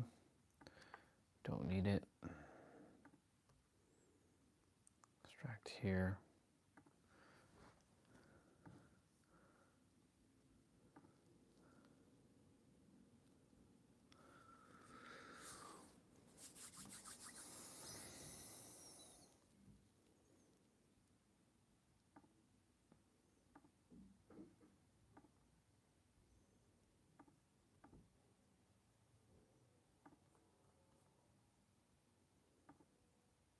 Pokemon Rumble, huh? Interesting.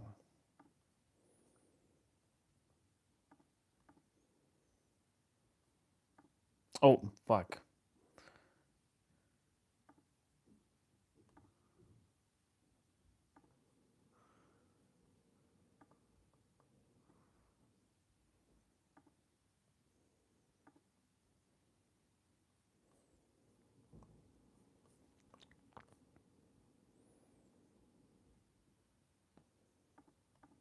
What the actual...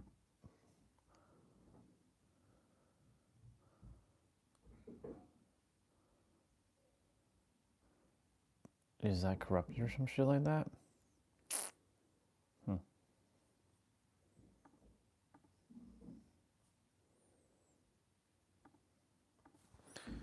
We can delete that.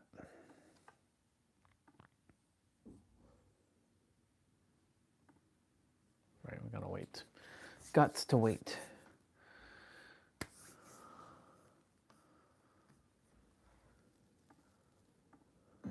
Let's talk about what has probably wrecked your relationships in the past and wrecked many other things. It's probably the same thing that's drained your mood and your energy levels It's in your life. mind. And maybe it's the one thing that made you connect to the wrong people in relationships or jobs, or take the wrong job in general, or maybe just ruin your sense of peace in life. It's definitely not random, and I'm willing to bet pretty good money that you've called it intuition before. In NCI, we call this behavioral magnetics. So we're not talking about habits. We're not talking about some kind of a mindset. We're talking about something that I refer to personally as emotional gravity. What do I get like pulled into? What are the little gravity vortexes that I get sucked into emotionally?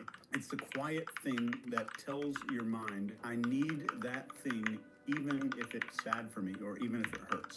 I need that thing even if it's bad for me. And the core of what I want you to get from this is harsh. So I'm going to start with this bottom line here, and then we're going to unpack a lot of this. The nervous system, your nervous system, does not want what's healthy. It wants what is familiar. So let's dissect what emotional gravity means and what that truly is. Humans are very predictable, but it's not because humans are stupid. It's because our nervous systems are very, very smart. Your brain doesn't want new things. It wants old things that it already knows how to survive. This is why somebody who grew up in absolute chaos is going to feel bored when there's peace.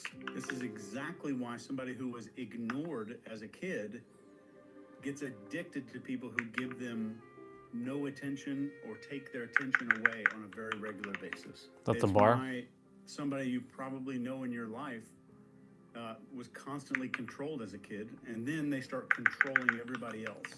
And what do they call it? That's also a bar. Leadership when they grow up. They're not chasing what feels good, like you might think because of needs, decisions, and values. They're chasing what feels like home. Even if home was hell, they're still chasing home. So write this one down. This is how the system works. If it feels familiar, it feels safe. If it feels safe, then it becomes attractive. If it's attractive, then it becomes repeated. Familiar, safe, attractive, repeated. That's it. So you're not choosing, you're recycling. People are not choosing, they're recycling. And not all of these emotional magnets or emotional gravity traps look the same. Some of them are super loud and screaming. Some of them are very quiet, whispering. So I want to take you through the 4 types that you're going to see out there in the wild, even in yourself. Wait, what?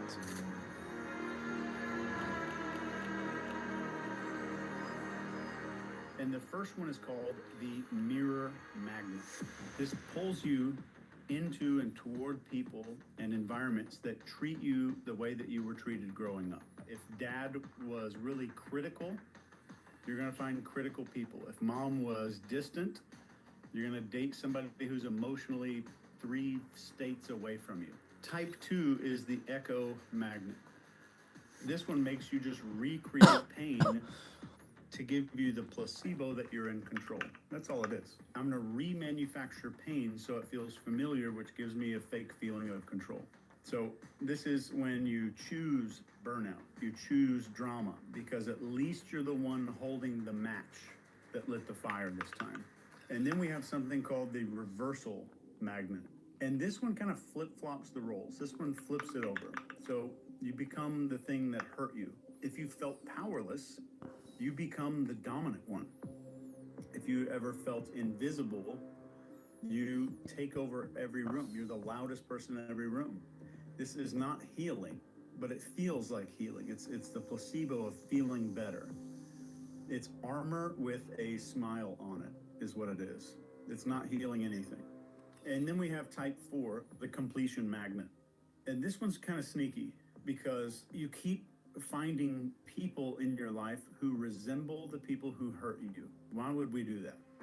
Because we hope to God, we pray, this time I'm finally going to get the love that I didn't get back then. I need to find that person so I can learn how to control that type. So this is every one of us probably here tonight has an internal voice or a friend with an internal voice that says, you know what, maybe they'll fix it. He's going to get better. He's really working on himself now. He's gonna start fixing all those things. Everybody's got a friend like that. It's a trap. It's a fantasy. It's Groundhog Day, but with trauma. That's all it really is. Let's dive into these a little bit. I want to give you a picture of some of these so you can see what they look like in the real world instead of some abstract description of them. So when it comes to the mirror magnet, let's say we have this guy, he's mid-40s, great career, really sharp, charismatic, but every relationship ends the same way. He's drawn to that tone of voice, that disapproving tone of voice, what I would call passive disapproval. And it's not because he wants it, it's because it feels like his mom. He didn't like it when he was a kid. That's not what I'm saying. He hated it when he was a kid. But it taught him how to love on a leash. And now his little compass is pointing to north and saying, that feels like home. Let's go to that because it feels familiar. It feels like home. In a reversal scenario, I personally met a woman. She used to be really quiet, gentle. She got steamrolled very constantly on a very regular basis. And now she leads a team of 200, controls every decision, keeps people very much on edge. She's respected, but no one's close to her at all. So she says she's just kind of like, I'm really just focused on work. She's not. She's terrified. She's scared. The part of her that was vulnerable got punished. So now she becomes the punisher. That's the reversal magnet. She became the threat so she would not feel threatened again. And it works. It works. It's actually effective, but it's lonely. And then we have let's do an example of a completion magnet. And this one's kind of nasty. Actually, this goes back to a guy that I've coached one time. There's a guy I coached, and he's got a brilliant mind, amazing, beautiful heart. And he keeps falling for these women who are really chaotic, like emotional hurricane type of people. And every time he's trying to help, he's trying to make her get better. So she's finally gonna love him back.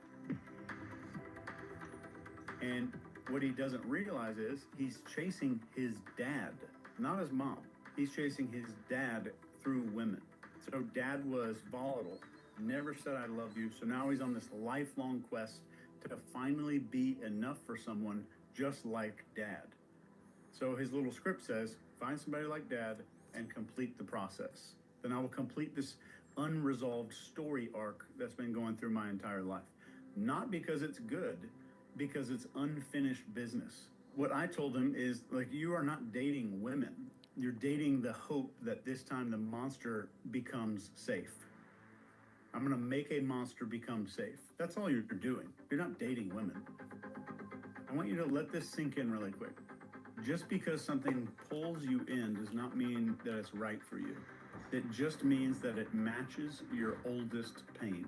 That's really what it is. How do we break this spell?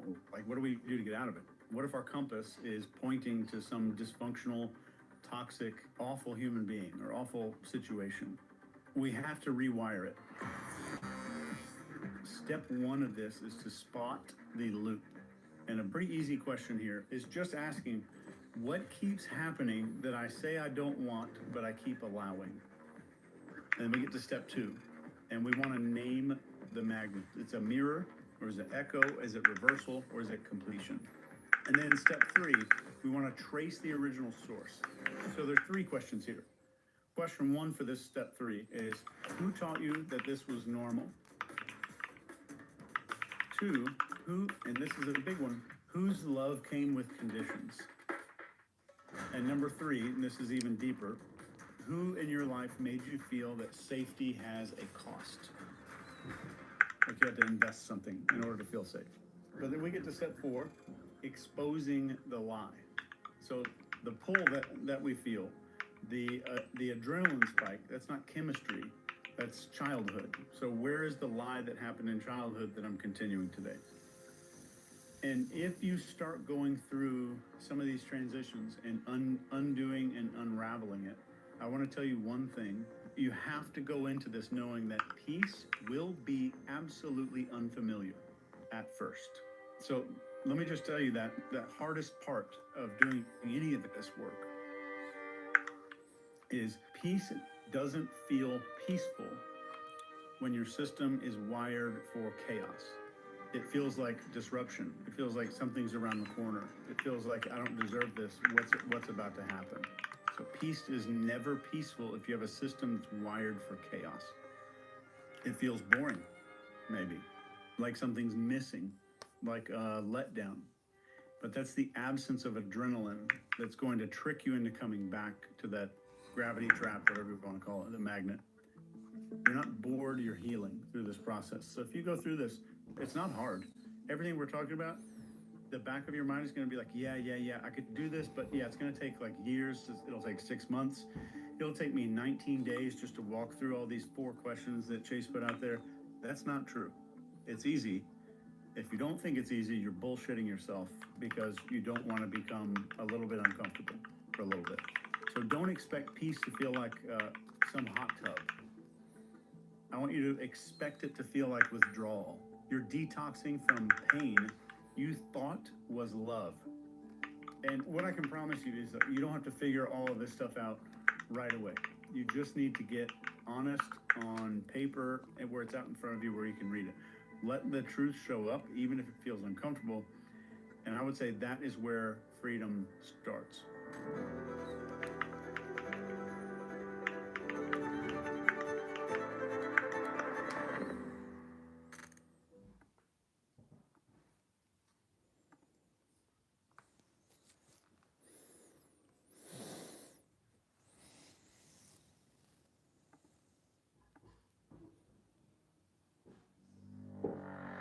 Ego is not an enemy. Exactly. I've seen a million articles say ego is the enemy. Here's how to defeat your ego. It's no enemy. This way is a horrible recipe for failure. If people say the ego is the enemy, they're referring to it as being something different than a piece of you. I would want you to think that if I want to control you. The ego is what we think we are. In the psychological sense, this term ego was popularized by Sigmund Freud and other psychologists like Carl Jung and Jane Lovinger. And at its core, the ego serves as this executive of the psyche. So it's kind of mediating between our base desires, what Sigmund Freud called the id, then society's rules on top of that, which he called the superego, and then the real world, if we can even say real anymore at this point.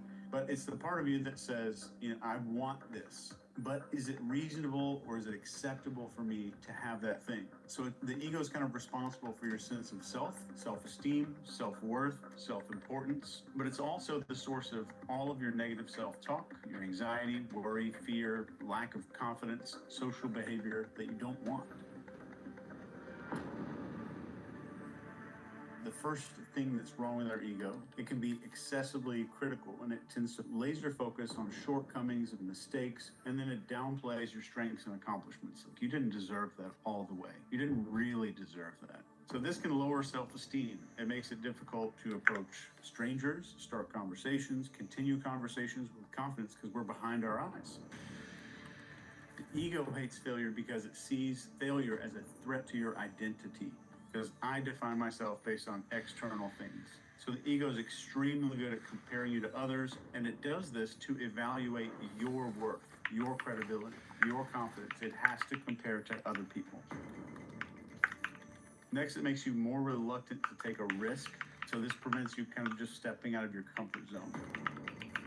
It also overemphasizes social validation. So the ego seeks validation from all these external sources. To protect itself, an insecure ego will employ these defense mechanisms like rationalization, denial, projection, minimization, and this leads to insecurity and feelings of inadequacy. That's because we have unattainable standards from the media.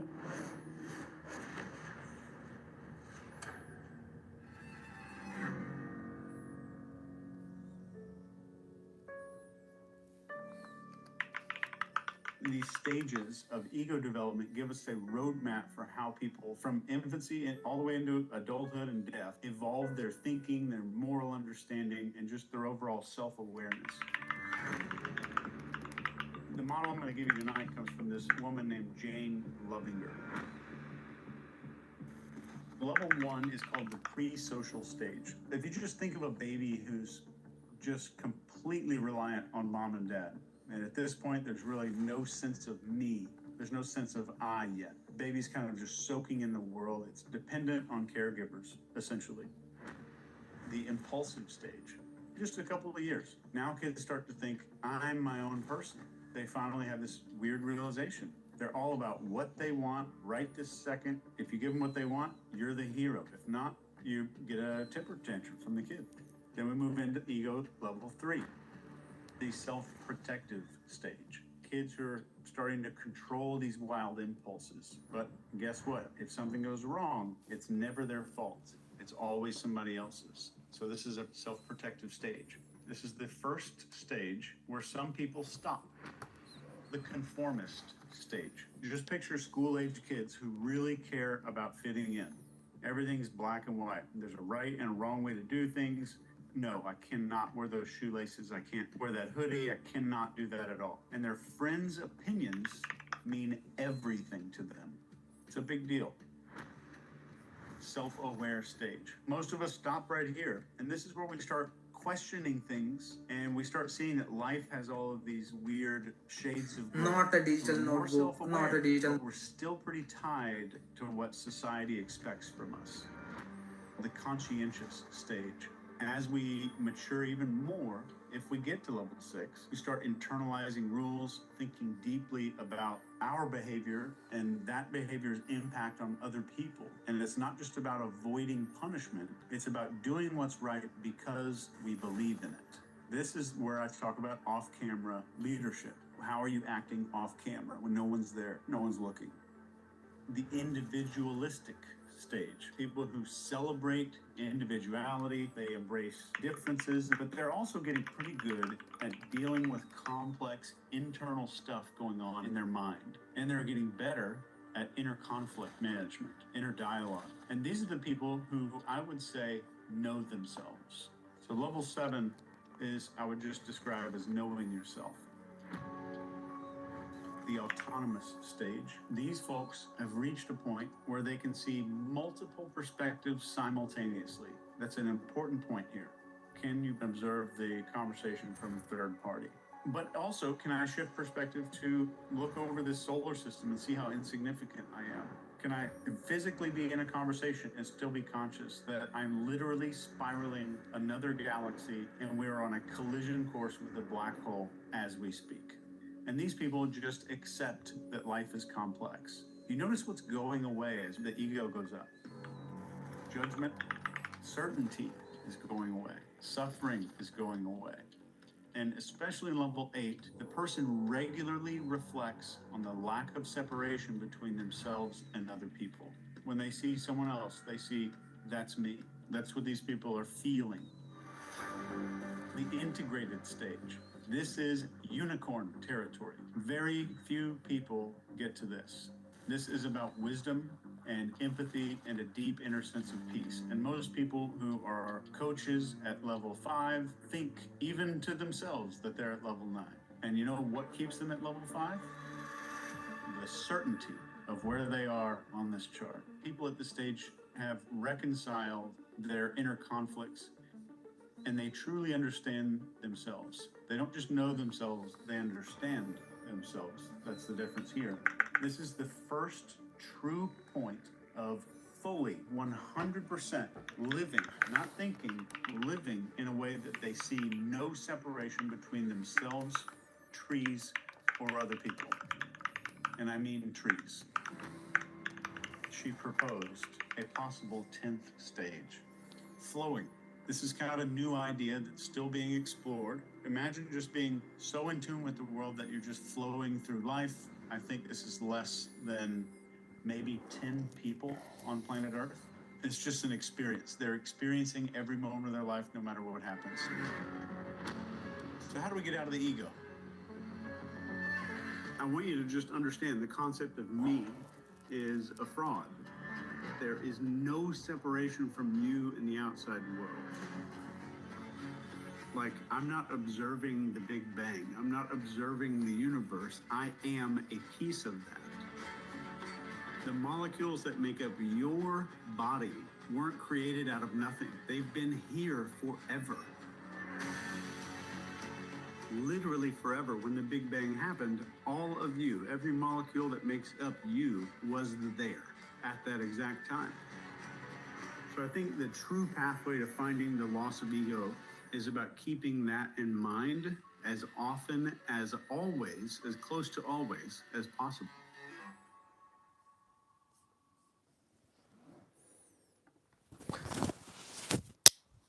Be right back. I'll just repeat this video again.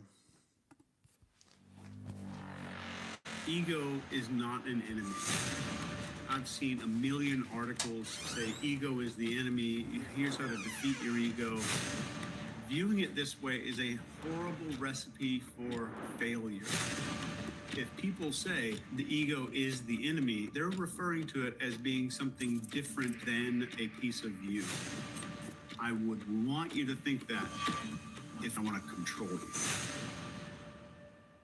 The ego is what we think we are. In the psychological sense, this term ego was popularized by Sigmund Freud and other psychologists like Carl Jung and Jane Lovinger. And at its core, the ego serves as this executive of the psyche. So it's kind of mediating between our base desires, what Sigmund Freud called the id, then society's rules on top of that, which he called the superego, and then the real world, if we can even say real anymore at this point. But it's the part of you that says, you know, I want this. But is it reasonable or is it acceptable for me to have that thing? So the ego is kind of responsible for your sense of self, self-esteem, self-worth, self-importance, but it's also the source of all of your negative self-talk, your anxiety, worry, fear, lack of confidence, social behavior that you don't want. The first thing that's wrong with our ego, it can be excessively critical, and it tends to laser focus on shortcomings and mistakes, and then it downplays your strengths and accomplishments. Like, you didn't deserve that all the way. You didn't really deserve that. So this can lower self-esteem. It makes it difficult to approach strangers, start conversations, continue conversations with confidence because we're behind our eyes. The ego hates failure because it sees failure as a threat to your identity.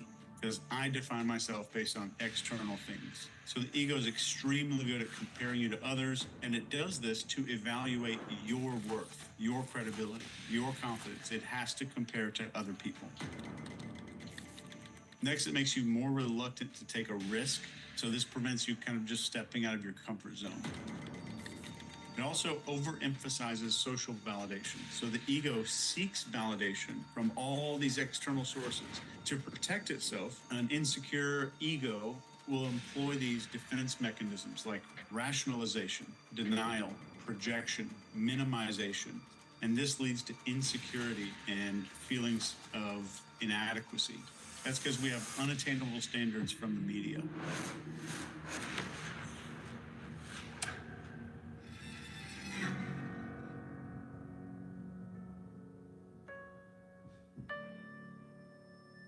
These stages of ego development give us a roadmap for how people from infancy and all the way into adulthood and death evolve their thinking, their moral understanding, and just their overall self-awareness. The model I'm going to give you tonight comes from this woman named Jane Lovinger. Level 1 is called the pre-social stage. If you just think of a baby who's just completely reliant on mom and dad, and at this point, there's really no sense of me. There's no sense of I yet. Baby's kind of just soaking in the world. It's dependent on caregivers, essentially. The impulsive stage, just a couple of years. Now kids start to think, I'm my own person. They finally have this weird realization. They're all about what they want right this second. If you give them what they want, you're the hero. If not, you get a temper tantrum from the kid. Then we move into ego level 3. The self-protective stage. Kids who are starting to control these wild impulses. But guess what? If something goes wrong, it's never their fault. It's always somebody else's. So this is a self-protective stage. This is the first stage where some people stop. The conformist stage. Just picture school-age kids who really care about fitting in. Everything's black and white. There's a right and a wrong way to do things. No, I cannot wear those shoelaces. I can't wear that hoodie. I cannot do that at all. And their friends' opinions mean everything to them. It's a big deal. Self-aware stage. Most of us stop right here. And this is where we start questioning things and we start seeing that life has all of these weird shades of gray. We're more self-aware, but we're still pretty tied to what society expects from us. The conscientious stage. As we mature even more, if we get to level 6, we start internalizing rules, thinking deeply about our behavior and that behavior's impact on other people. And it's not just about avoiding punishment, it's about doing what's right because we believe in it.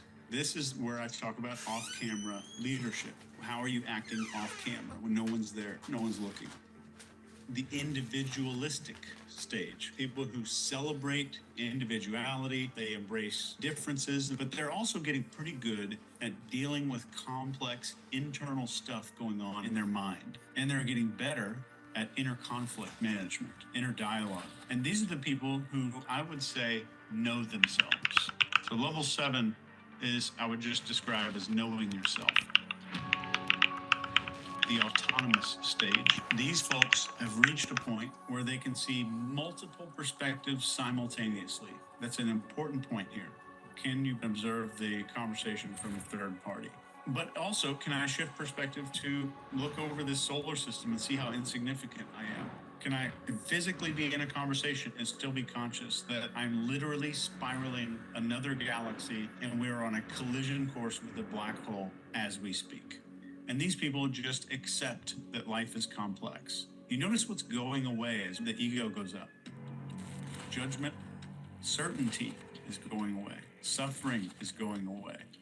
And especially level 8, the person regularly reflects on the lack of separation between themselves and other people. When they see someone else, they see, that's me. That's what these people are feeling. The integrated stage. This is unicorn territory. Very few people get to this. This is about wisdom and empathy and a deep inner sense of peace. And most people who are coaches at level 5 think even to themselves that they're at level 9. And you know what keeps them at level 5? The certainty of where they are on this chart. People at this stage have reconciled their inner conflicts, and they truly understand themselves. They don't just know themselves, they understand themselves. That's the difference here. This is the first true point of fully 100% living, not thinking, living in a way that they see no separation between themselves, trees, or other people. And I mean trees. She proposed a possible 10th stage, flowing. This is kind of a new idea that's still being explored. Imagine just being so in tune with the world that you're just flowing through life. I think this is less than maybe 10 people on planet Earth. It's just an experience. They're experiencing every moment of their life, no matter what happens. So how do we get out of the ego? I want you to just understand the concept of me is a fraud. There is no separation from you in the outside world.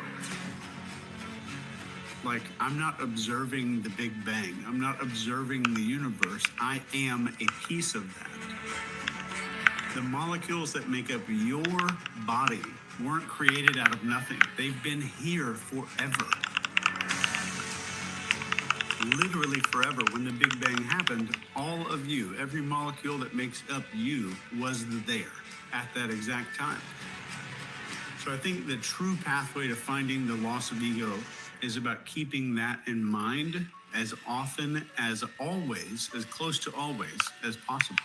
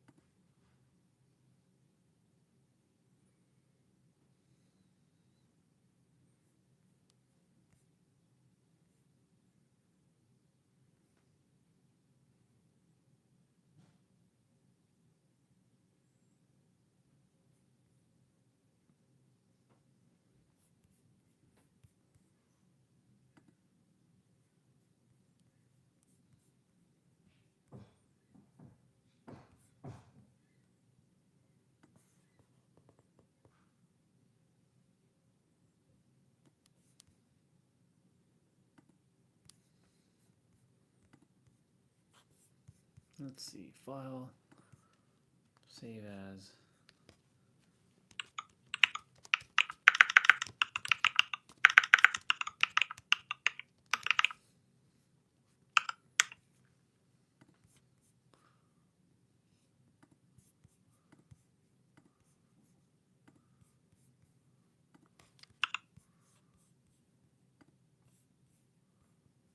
Oh, that's perfect.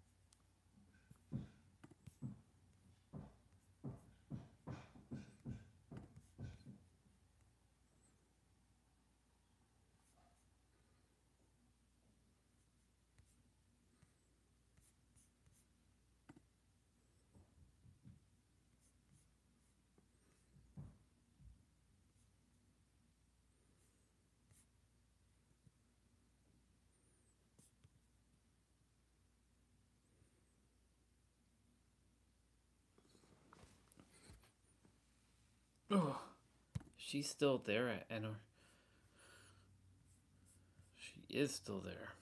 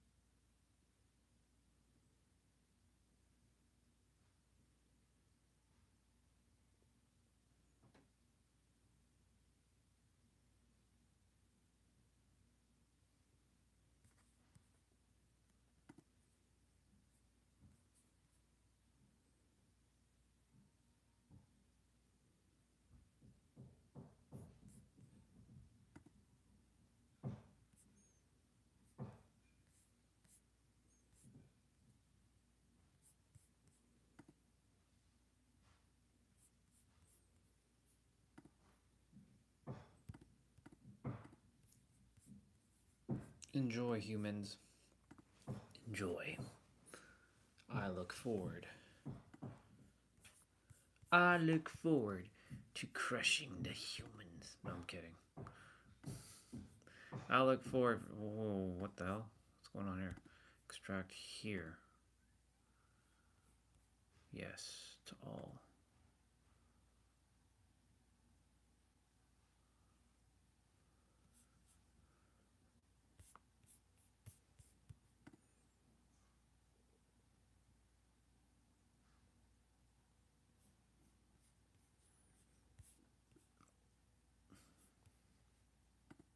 What is this? I filmed an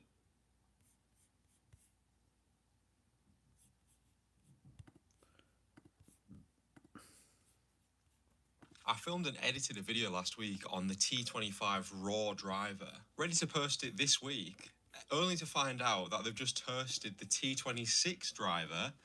So here I am today. I'm going to do a deep dive on some of the games and some of the titles that I've found are massively improved on the T26 driver. Spoiler alert, frame grids are now back in Fire Emblem on the T26 driver. Stuttering has massively increased when caching shaders. And overall, using it across the board on the SEMO emulator, the Eden emulator, the PS2 emulation scene on the ARM SX2 emulator, using it on the 3DS emulation stuff, Azaha, and using it on the game native side of things, we're seeing massive improvements across the board.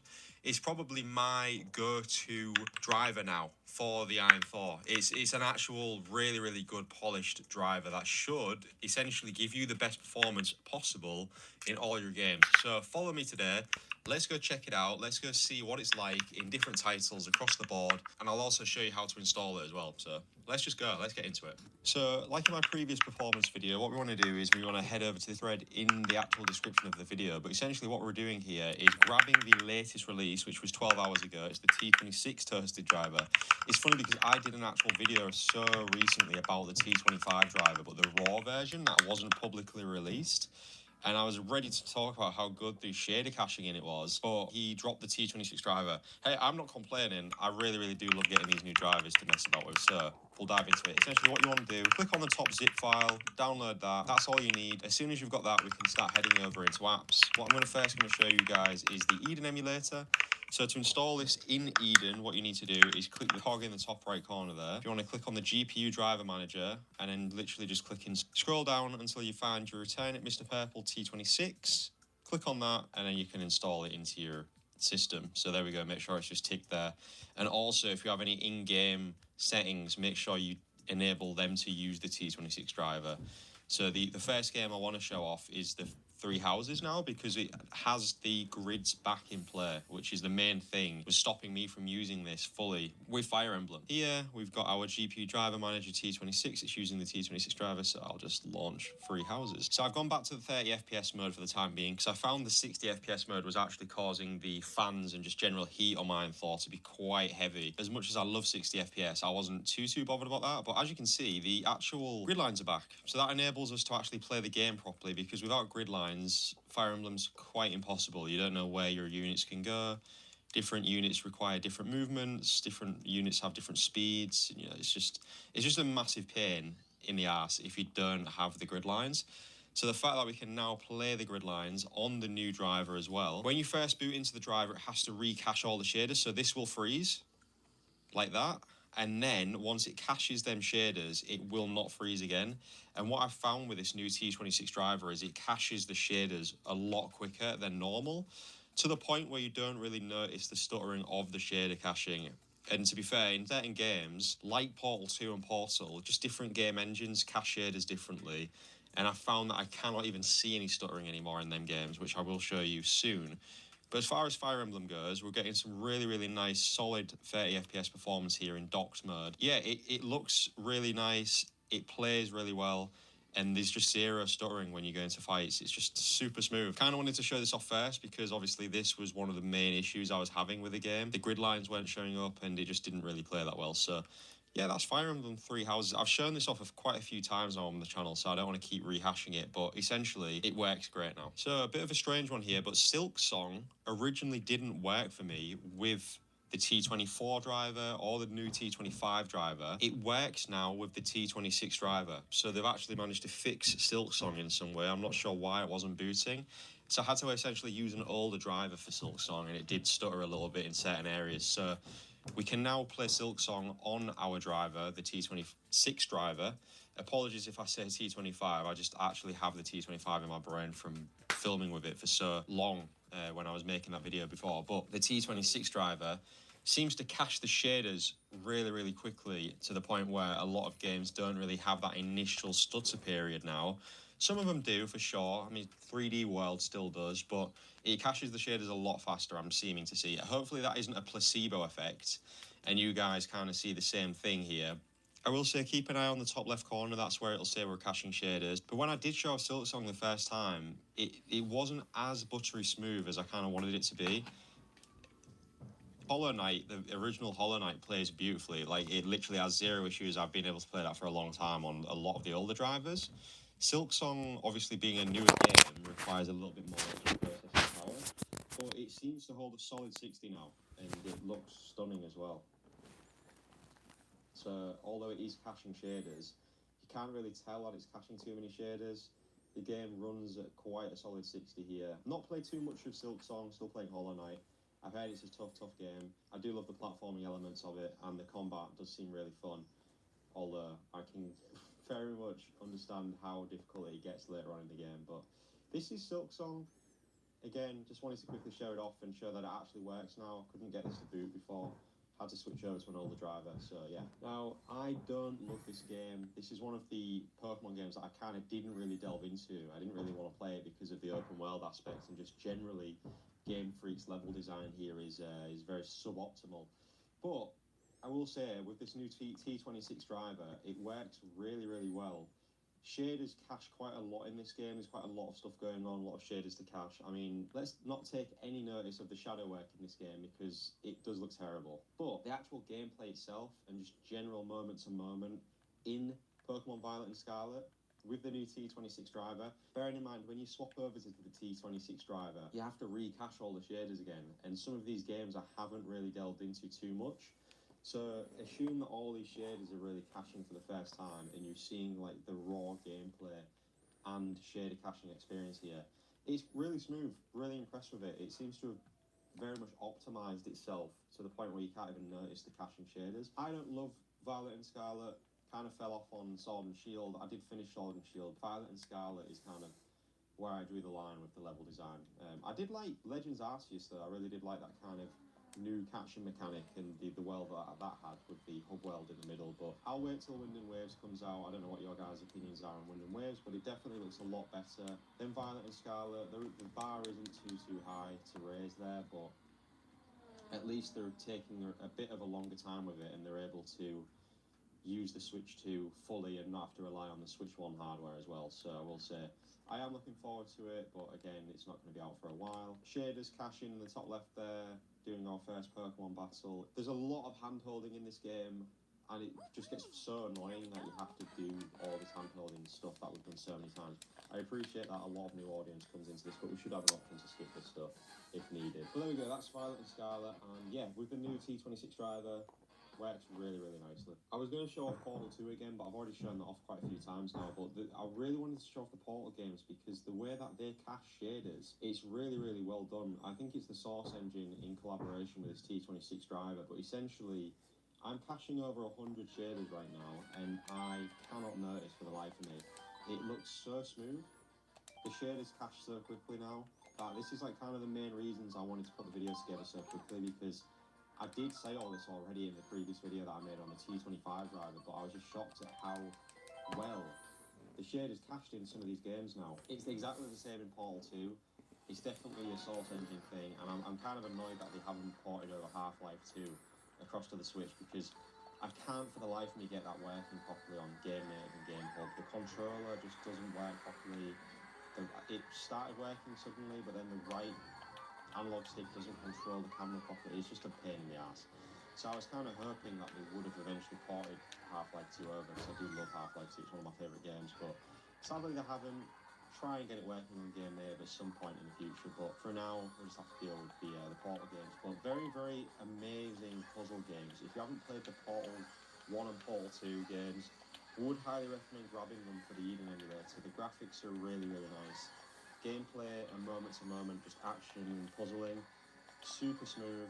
You won't get better performance here. I definitely would recommend running these over the Game Native and Game Hub Steam versions, but essentially, both of these games work absolutely flawlessly and cache shaders with zero stutter. I'm caching over 100 shaders again in this level. The only reason I was having issues I'm with just this testing out this driver. a lot of shaders every level, so there was a little bit of stutter every time I entered a new test chamber. But now I'm getting zero of that, and it just runs really efficiently too. I'm only pulling about 6 watt here. Excuse the light on the screen. I'm only pulling about 5 to 6 watt here, and the temps are really, really decent for what I'm playing, so can't really ask for much more than that. But that is Portal 1, and essentially Portal 2 is exactly the same. So you join me now in the Azaha 3DS emulation stuff. So in order to actually apply the T26 driver into here, just click the 3 dots in the top left and click GPU Driver Manager, and just then do the same thing where you select in the zip file, and then you can start activating. You can't have pair game settings on here, sadly, so everything will now use that T26 driver. I will say across the board, the performance for me has been fantastic. We'll show off one of my favourite 3DS games of all time in Fire Emblem Awakening. So I'm in around chapter 10 right now on the actual story mode, but I just wanted to show off this because this is running now with absolute zero stuttering. Fire Emblem is known for having mega amounts of stutter when you're first loading in textures and just generally fighting people. So whenever you actually play the game, Fire Emblem, by the way, Frederick is an absolute legend in this game. It has mega stutter when you get into fights, and it happens all the time. But with this new T25 driver and the debug setting turned off, you have zero stutter whatsoever in Fire Emblem. And I've not ever played a Fire Emblem game where you've not had stutter like that on the 3DS. It always seems to have that stutter.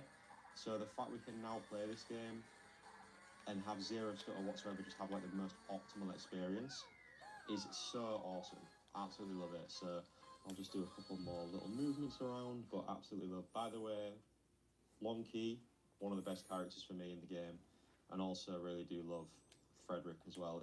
Frederick's the kind of guy in Fire Emblem that I can just put into any situation, and I can pretty much guarantee that he will survive it. So I kind of use him as a meat shield a lot of the time, just so you can tank a load of damage and basically just kill everything.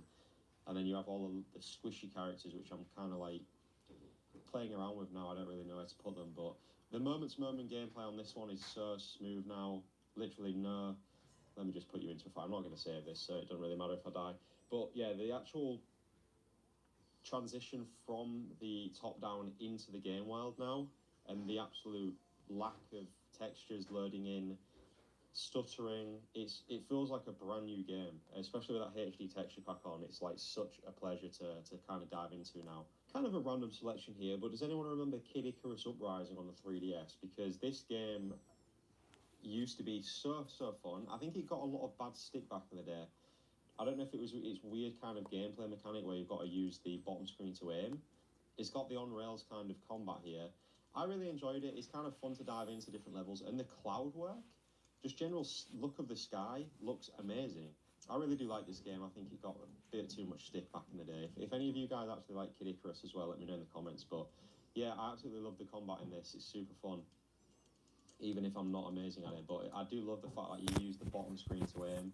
Kidney thrust uprising, absolutely zero issues as far as performance goes. I kind of wanted to show this off because the latency is a zero issue as well now. I don't know if you can see me moving my finger on the bottom screen, and the actual aiming on the top screen is pretty much perfect. You know, like there's no latency there whatsoever. So again, very playable, and the actual graphics of the game look super nice. And yeah, Kid Icarus Uprising, just thought I'd throw this random 3DS gem into the mix. It came out literally when the 3DS came out, so quite a decently old game now.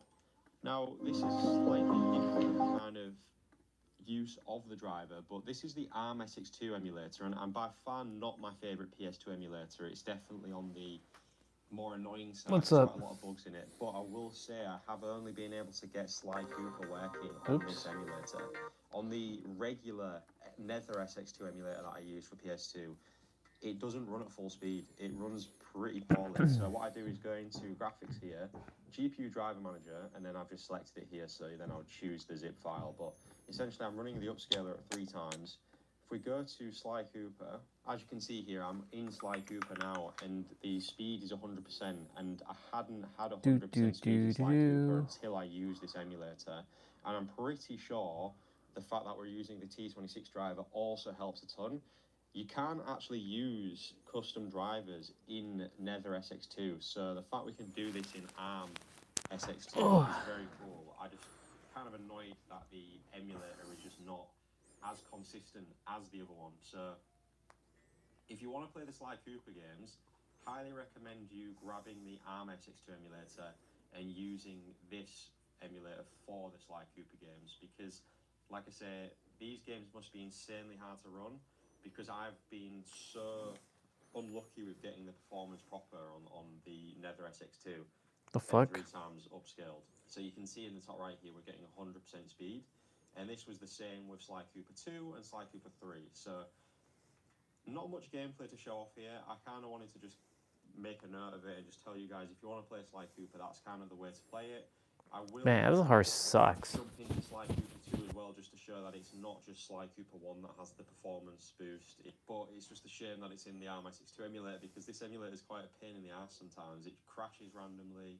I don't have the best luck with changing settings in it. It kind of has a mind of its own sometimes, but when you get it working, you get it set up, it is actually a really good emulator. Azahar sucks. Work, sadly. But yeah, this is Sly Cooper 2, and we're running at 100% speed here.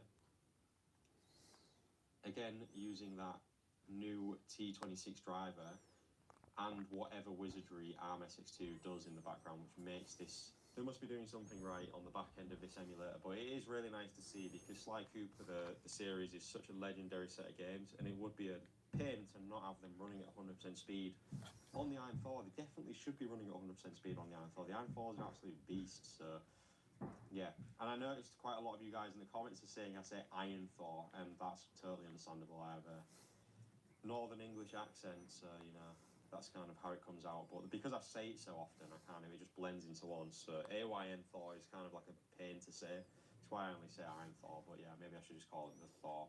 Finally, just thought I'd head over to Cemu, because this does support custom graphics drivers as well. So what we do is we go to graphics settings and then click custom drivers, and then just add your driver here. So Turnip driver T26,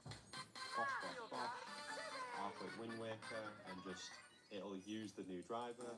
Now, these two games ran really well for me anyway, but we can't really hurt things. We can only make things better by using the newer driver. So I'll just stick the new driver on anyway, and hope that we get better performance in some elements, even if it's not massive new performance improvements. Because to be fair, this game did run really well anyway. I don't get why Azahar doesn't If work. you're wondering That's how I managed to stupid. get the touchpad on the bottom screen, I've got a video out on the channel, so feel free to check that out. Again, not played much of this at all, but you can see the pipelines caching in the top left, and just the general gameplay is uber smooth. Got about all these async shaders caching at the minute in the top left, and it's just doing it effortlessly. It's super smooth gameplay. Not got much else to say about Wind Waker. I did like a full deep dive into these two on my Wii U video, but generally really happy with the performance here. And Twilight Princess does run exactly the same as this. Really, really nice 1080p upscaled resolutions. Last game I wanted to show off again today is just the short hype on the game native side of things. Now this is running off Steam. I set it to tiny and sharp just to show off because this is looking amazing. It's at the best settings and it's at 1080p. Now if we go to continue here and dive straight into the game, not only does it look phenomenal for an Oh my indie god. game, the I performance missed him. is literally second to none. Like I do this test, and I did this test in the previous video that I made. But essentially what you do is you jump off the top of here and glide, and it's just to show off how smooth the gameplay is. Now there's a lot of stuff that it can load in here, a lot of textures to load in. The game is really fun. It's a little indie game, quite cutesy, just about you going into this office mart and meeting people. I got caught in that blast. You That's get crazy. ideas from people and you get the ability to do different things with these items, but the moment-to-moment gameplay in this is pretty chill. It's quite a fun, cozy style game that you can finish in a few hours. But now with this T26 driver, we get really, really smooth performance here at 1080p, locked at 60. You can see that in the top left, that's my frame graph, and just generally smooth as butter. Like there's no movement in that, it's just really, really smooth. And if there was any movement, it would be now when I'm doing these big dives off the top here and into the small areas. It's having to learn a lot of stuff here, so I thought this was quite a good test of just showing off the shader caching and just generally performance on the T26 driver now. Use the T26 driver, I think this is probably the most optimal driver you can get now. I personally haven't run into any issues with it, haven't had a game crash or it not work properly from using this driver, so would recommend you just using this as like kind of a go-to driver now on all of your systems that support it. So that's a short hype. Really, really fun indie game, but I just wanted to show it off the actual locked 60 FPS at 1080p. Hopefully that shows off some of the capabilities of the T26 driver. Now, I could just sit here and play games on and show you guys all the games I've got loaded. That would be a long video, and that would also take a lot of time to edit. Just as like getting this out there and showing you guys what the new T26 driver is capable of, and that it's very much worth using. 100% go and grab it today, stick it in your emulators. Why are these games? If there's any massive performance changes in games that you've been playing, and yeah, what a time to be alive. I make a video on the T25 and then the T26 comes out instantly. Can't really complain. We're getting some epic performance, and yeah, just generally games cashied is super quick now. They look amazing. I mean, what a time to be alive, guys. The Iron Thor is an absolute beast. Always praise it on my channel. I seem to be the Iron Thor guy, and yeah, I apologize for posting so many videos about it, but I just absolutely love this handheld. New stuff is happening so often with it that I don't want to leave you guys in the dark. I want to update you guys, hence why I'm making videos quite regularly on it. So yeah, if you like that, feel free to subscribe. I'm nearly at 10k, and that is just an absolutely insane amount of people subscribe to me. I can't believe that many people actually enjoy me talking about things, and it's just, yeah, it's just awesome to see. So I appreciate it a lot, guys. And yeah, lots of really good content coming. So if that sounds good to you and you haven't subscribed yet, feel free to subscribe, and I'll catch you guys in the next video.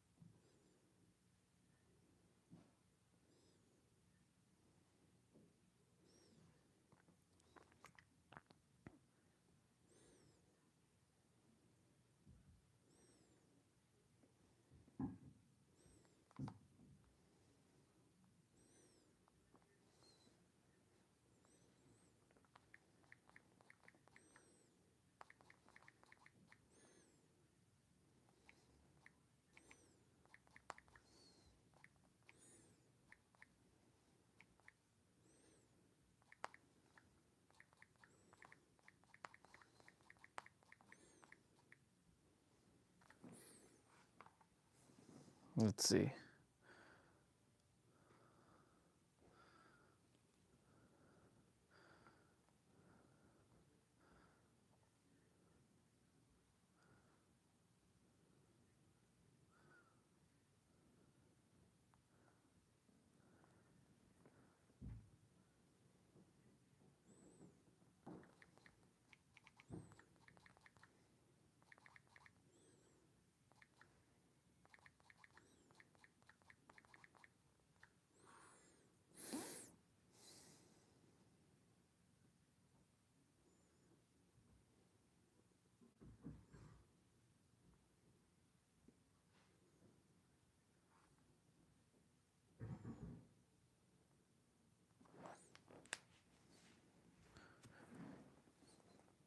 Isn't unencrypted the same as just decrypted? That makes no sense.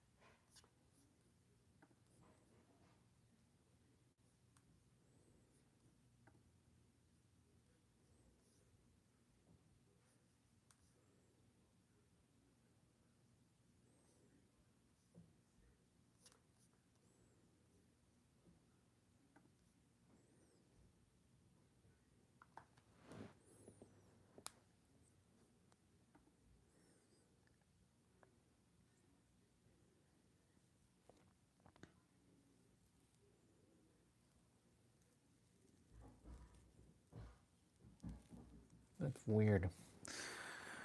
All right.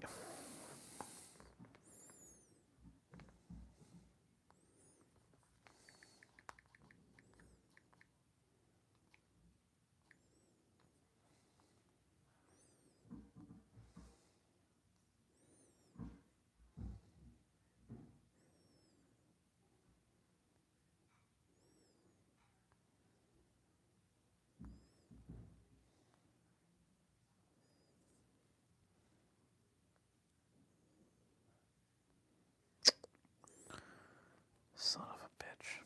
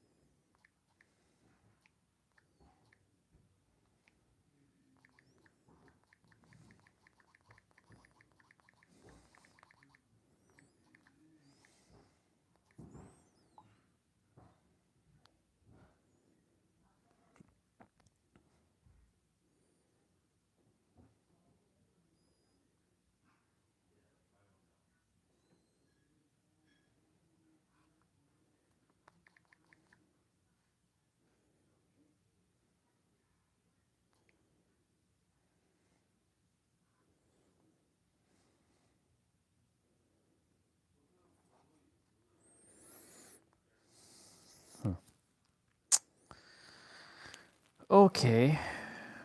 So we're gonna have to uninstall Azahar. Because it doesn't fucking work. It's stupid.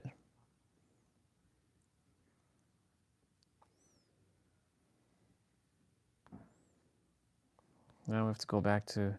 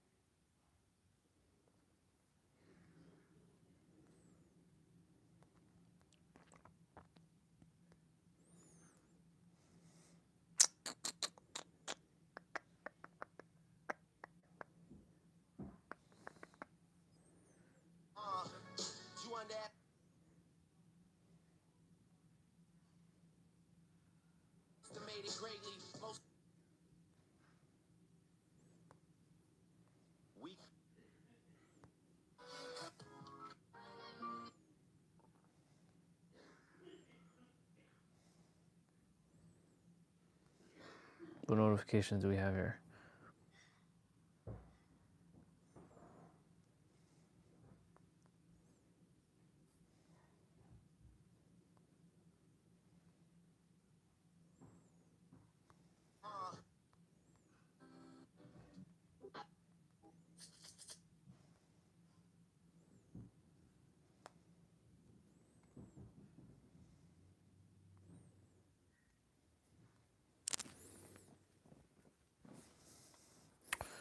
All right, let's get this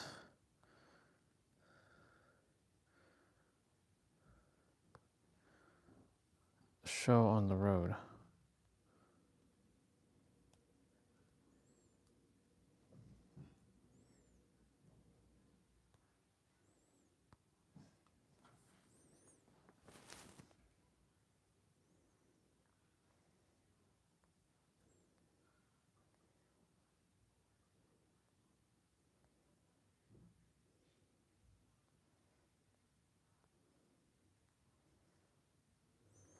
So select the user folder.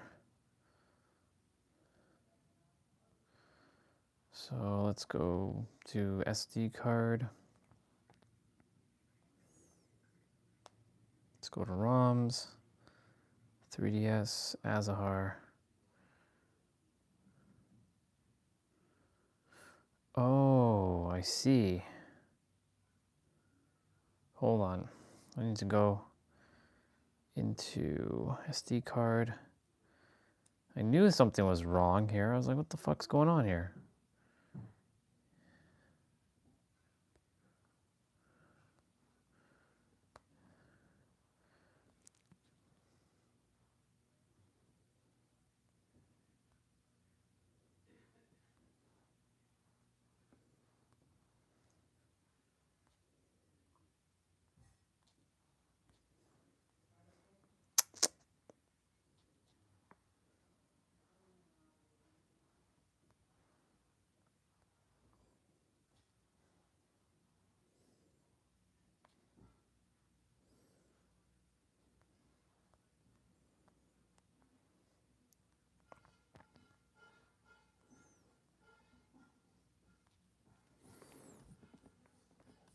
What is this?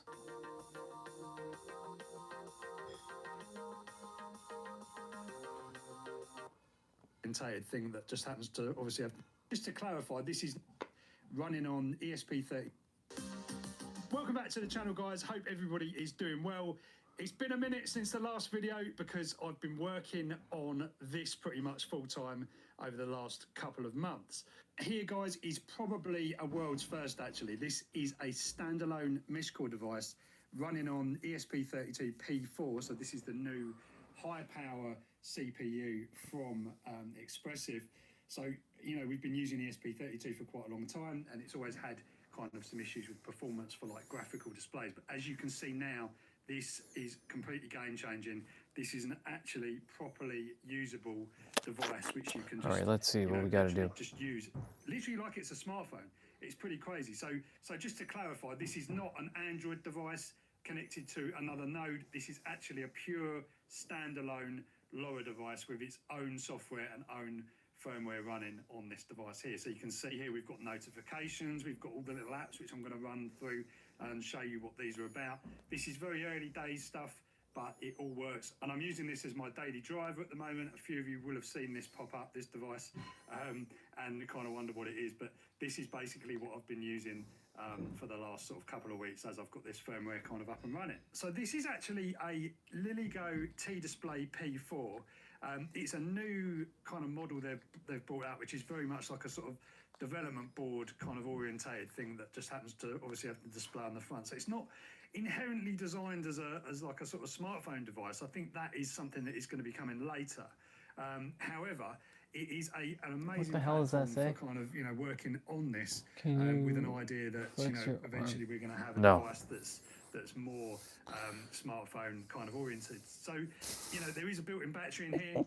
It's kind of got These this, stupid like humans, rubber back. honestly, There's who even keep a coming camera on this the back as stream. well. You can see, obviously, there's a camera app down there as well. But what I really like about this is the fact So that it's got stupid. an amazing OLED display. So this is Well, like it's not just even the very humans, it's phone-like, their and dumbass just- minds. everything just looks absolutely lovely. It's hilarious.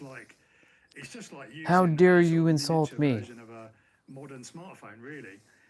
But however, we can do loads of clever stuff with this that obviously you can't do with a smartphone necessarily, because everything is actually kind of embedded in here, and you haven't got Google, you haven't got all the rubbish on here, you know, running other notifications and, you know, potentially AI watching what you're doing and everything else. So this is something where I see, you know, things going in terms of, you know, some hardware for kind of people that want very specific kind of device usage, like having a mesh based radio system running on these little handsets.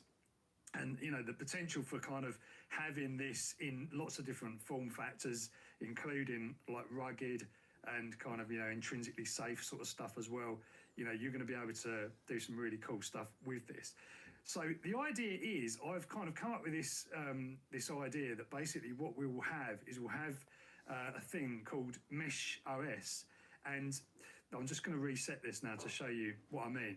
So basically, it will just start up as a mesh device that can be used for lots of different things, and this software could be customized for various different use cases. This is kind of more of the like consumer end facing one, where basically MeshCore, we have a MeshCore app built in. So we've got Nismo is well on it today. I've built a MeshCore app on top of this, and basically at the moment what it does is it allows you to kind of do, you know, basic channel messaging and that sort of thing. So, you know, you can actually change the settings up here as well. See, some parts of this, the screen's a little bit not quite as sensitive as it could be. It's all kind of work in progress. So we've got like radio settings here. This device actually has an RF switch in it, which is quite interesting. So at the moment, we're actually running on an internal antenna, not that antenna that I've just pulled off. And obviously, LilyGo have chosen to use MMCX connectors for this particular device rather than SMR, I suppose, to keep the size down. But you can basically switch between these two antenna outputs, which is really cool. Now, RF1 I've got here is actually connected to an internal antenna. So, you know, like we had with the T-Deck, you can, you know, many people kind of disconnect the internal antenna of the T-Deck and then, you know, connect an SMA. And of course that is great, but it makes it not really any longer pocketable. So this is really cool, the fact you can switch between an internal and an external antenna just in software. So you can see here I've got all the other radio settings here that have just been set up for UK narrow, and I'm using the internal antenna. So I've made a few menu options here. There's going to be more coming, and if we go back out of here as well, you can do this sort of side swipe, and then we can go into our public channel, and you can see here we've got Nismo's message there showing.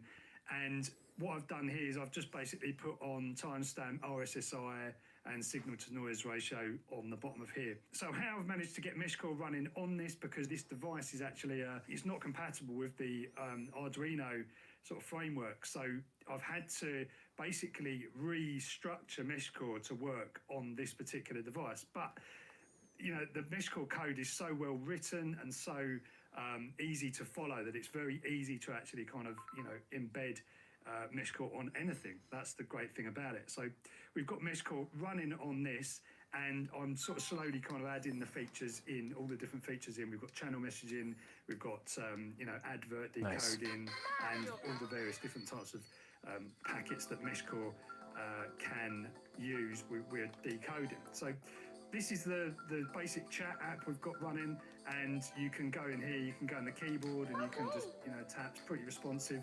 It could do with a little bit of a wider screen here, just to, you know, be able to, you know, two-hand double finger typing. that would be pretty good if Liligo could come up with a device, have a bit of a wider screen. That would be good. I've implemented emojis to this as well, because everybody loves an emoji, and that is one of the biggest bugbears with any of the standalone stuff. You can't do emojis. So I've put emojis in there. That was actually one of the hardest things to get working, believe it or not. The emoji side of things, it's crazy. But anyway, you can do like replies, just single tap replies like that. And yeah, you can just reply and do all sorts of things. So we've got the channel list here as well, so you can add new channels, remove them from there. So we've got all of our channels, all the notification badges, you know, just all work seamlessly. There's also badges on the front screen as well, so the home screen. So when messages come in, I think you probably saw that at the beginning of the video. When messages come in, you get a little badge on the top there that shows that the new messages come in, like that there. We've got notification pop-ups, which are done throughout. So this is kind of a free RTOS system where everything's running as its own task. So it's kind of fully multitasking, and it allows you to, you know, use multiple apps at the same time. So if we look at the terminal app here I've got set up, this, you see that there was a slight delay there because we've got quite a bit of history going on. You know, I'm still refining how this all works, but basically that's super small. And it looks really cool in all the different colours though. So you can see all of the packets coming in, and this is raw, like as raw as it gets. You'll see adverts multiple times on here as they get repeated through your repeater. So you can really see what's going on, and you can even use this as like as your check to see, you know, what's heard. And it's, you know, I actually quite like having a full-blown terminal output just in the background so that you can really see what's going on. And you know, so that is that. The ability to run commands in the terminal is something I'm going to add as well to this, because I have that working on the T deck, which I'm going to show you at some point as well. You know, proper management over a terminal using the T deck is really cool. So that's the terminal side of things. Well, I got Azahar to work. You might have noticed we've got like signal bars up the top here as well. So this is like mesh signal. So what it will do is it will just, any packet, whatever packet it is, it will just listen to that, and then it will create a, you know, it will give you signal bars based on that SNR that it's just received. But this is working really well, and I find it really useful just to have a glance down. You know, you just fire the device up and just see, am I in range? Yeah. Okay, I've got some signal there. Of course, it doesn't necessarily mean that you're going to be able to get into the mesh, but you know. So the other thing I've been working on here, a little applet, which is map. Nismo's getting a lot of airtime in this video. So we've got map as well. If you tap on the map, I've basically got this kind of like full-size UK map at the moment, which I quite like. It kind of shows all the nodes that it's received in green there, and it just dots up. So you leave this running a little while. Obviously, we've just rebooted. So you see like loads of green dots up the country, which is super cool. So this is the style of the map that I'm going to be going for, and then we'll have obviously some tiles to get closer in and stuff like that. But to be honest, you know, I just like to see at a glance where people are. I'm not bothered about seeing what road they're in or anything else, despite what some of you might think, that I stalk people and drive around and find nodes, but I think those days are gone actually, because we've got so many users now. It's not so exciting when a new one pops up. No, I'm only kidding. Now, the other thing we've got is the Discover list, and that opens up, and you can see here we've got, you know, a few repeaters that have been picked up so far. We've actually got, what I've done here is I've got the ID of the repeater there, you can see, or the first byte ID, but I've also got a little VIA on there as well. So that will show you, if you hear it from more than one source, you can actually you'll get a list of nodes. So if you're in a high place, okay, so that's kind of weird. A big area outside or something like that, you'll see via, you know, all the repeaters that you've actually picked that up from, which is quite cool, because when you're out and about, it's interesting to know what repeaters could be around, and you can do that by seeing, you see that there's DA there, another one's been picked up via DA. So that is the Discover list. So obviously I mentioned the camera as well. So we've got a camera app, which I've kind of just built out. It's not bad. It would actually be probably okay for scanning QR codes. And then I've kind of built on this this shutter system here. It will save the image to the SD card. Potentially, we could send that over Laura if we put it on, not over the mesh, of course, but put it over a very high speed mode or something, just like 0 hop. So if you've got another one of these devices, you could send pictures maybe backwards and forwards, but it's probably not really fast enough, Laura, for that. Of course, though, this is an SX1262 in here, and my radio manager that I've built for this can support all the other modes, not just LoRa, so you can do lots of different things. Exactly like what RadioLib does, but you could switch to a real high-speed FSK mode to send pictures from one person to another, obviously at short range. Or use ESP now, maybe. That's another way of doing it. So, you know, there's lots of possibilities with this this device. We've got like a system set in here, which is based on Leligo's stock system, which they've got, you know, for testing the various things. If you've ever installed one of their factory firmwares, you'll see that there. But obviously the ESP32, if we go into, go back out of that, if we go into battery health, we can see here, anyone wondering about power consumption, the highest power consumption with this screen running is 362 milliamps. So it's quite a lot. The lowest at the moment is 202 milliamps. I've seen that down to about 170, and I've added this little graph here to track. But we're not really doing any power saving stuff on this at the moment. I'm just getting things running, and then power saving will come later. And I reckon we'll be able to get this down very low with the sort of like light sleep. So it will still be sleeping in the background, but you know, LoRa packets will be able to wake this up. It does have the LoRa. I don't think the SX1262 is connected directly to the CPU in this. It goes via another like sort of bus, but it's not a problem. You can still kind of work around that. This does have sound as well. It's headphone socket, so you could make a little MP3 player out of this as well, or have an app that can do that. There's also a speaker here in the bottom. So notification sounds, no problem. That works. Obviously, you've got an SD card in there as well, so you can store sound files on there as well. Proper hardware on-off switch on the side as well, so that's really nice. And then, you know, you've got user buttons up there, 2 user buttons there, up and down. Then you've got a reset button and the boot button, which currently is doing my kind of power off and saving. I've actually got this kind of all day or always on display thing. So if you go to the home screen and we go back out of that, and then you just hold this button down to take it down to 1 step, that just saves a lot of energy, but you can actually have your clock on. So it's quite nice when it's on charge at night. You can just have that sitting there, and it acts as a little kind of always-on display, just a bit like your phone does, or modern phones with OLED displays do that. So yeah, been super busy with this, absolutely loving getting back into the embedded computer stuff a bit more. Now I've had a bit more time to sort of do it and everything else. But yeah, MeshCore is going from strength to strength. Of course, in the background, we just kind of sailed past like 10,000 users on the map, and obviously there's probably more because not everybody adds themselves to the map. I love these notifications, the way they just kind of ping in. It's so cool.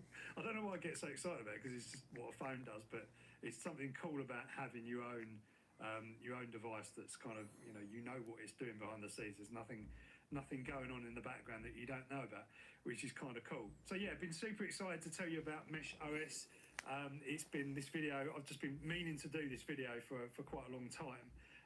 And yeah, I've just been... That's cool.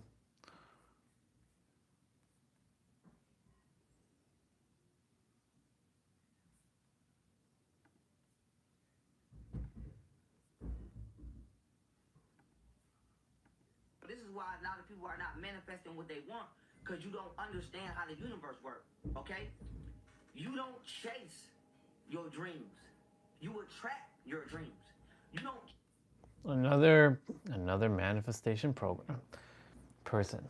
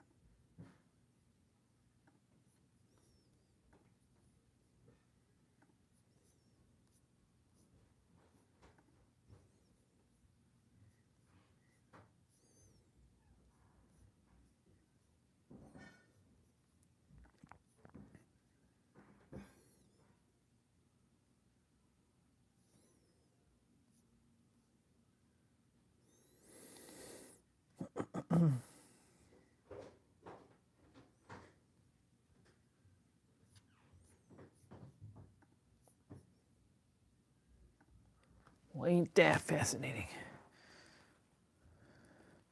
All right, so I got Azahar to work, finally. It took a while, but I got it to work. I think it's because I was not setting it up properly.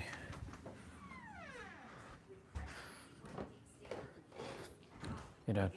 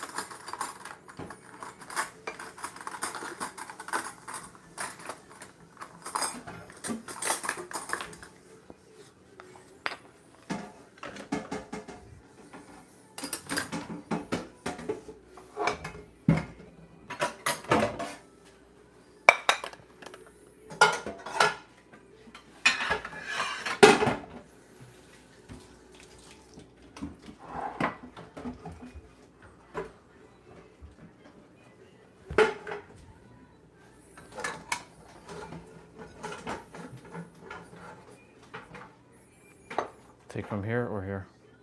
Take from the big one, the big one, the big one.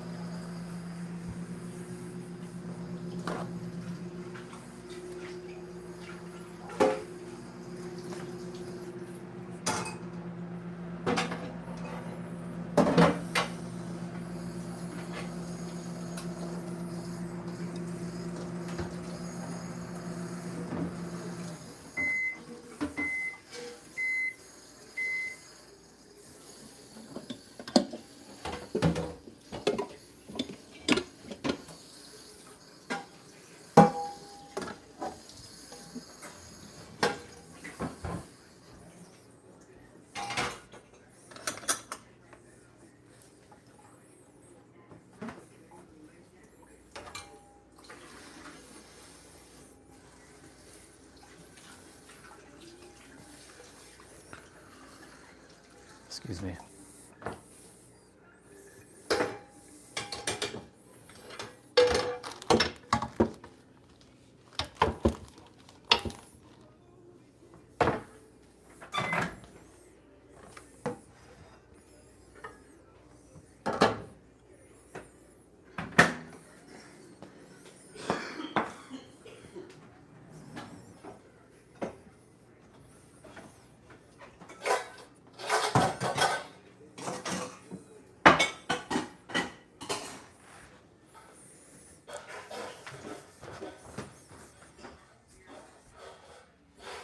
Do I have water downstairs?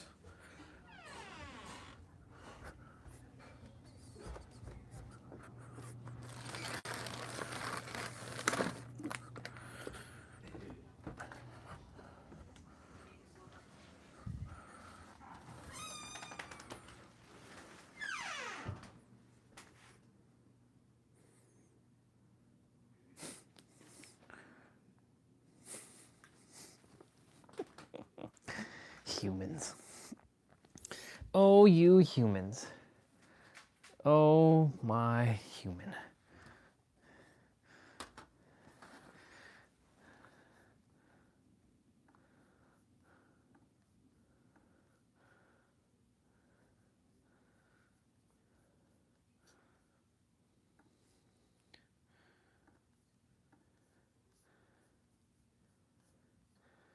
Awesome.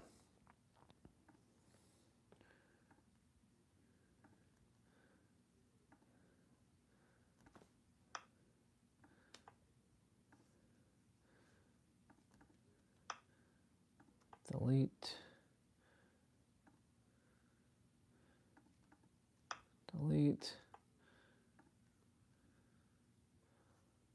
A link between worlds.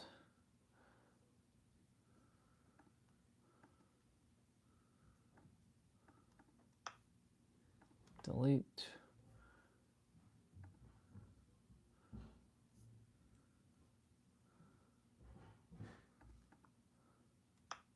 Delete. Delete. Delete.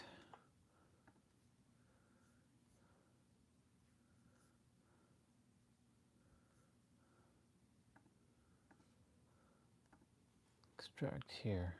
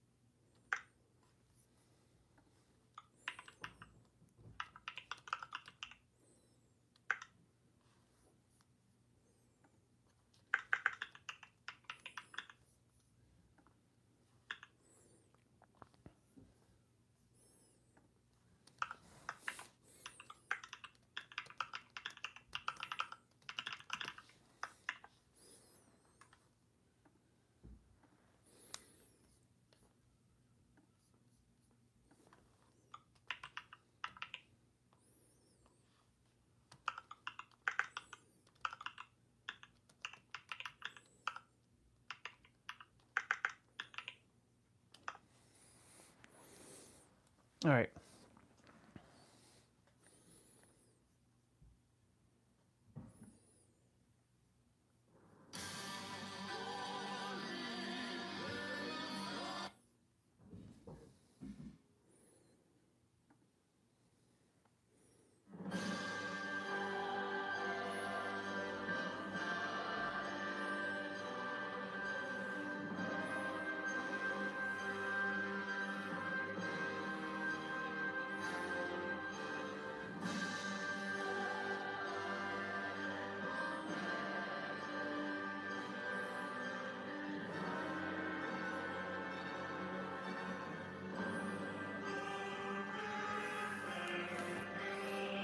Okay, I don't want to be sitting on the chair. Back is like killing me. You're getting old, man. No, the chair is just terrible to sit on.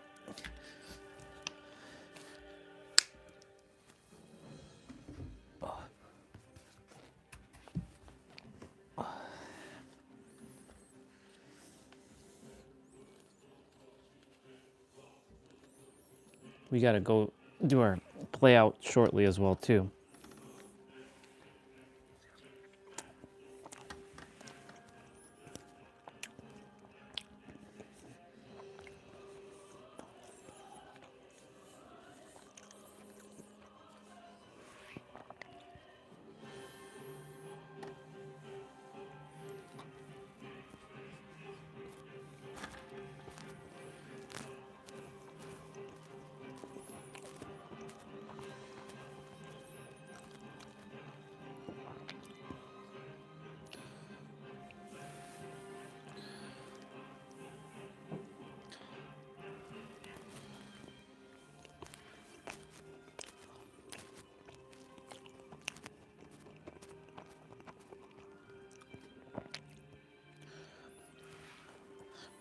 These human clowns on YouTube, it's funny.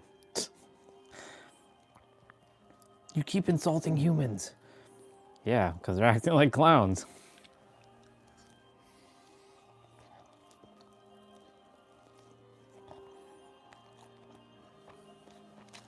Hilarious.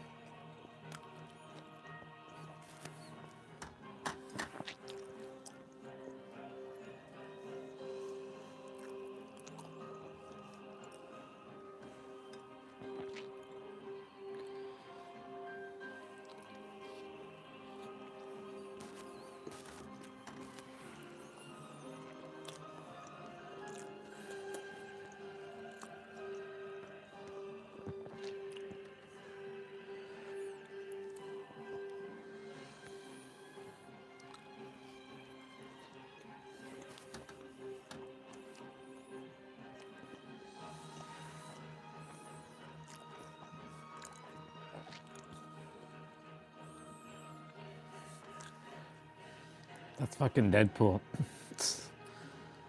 I think that's Deadpool on his other account.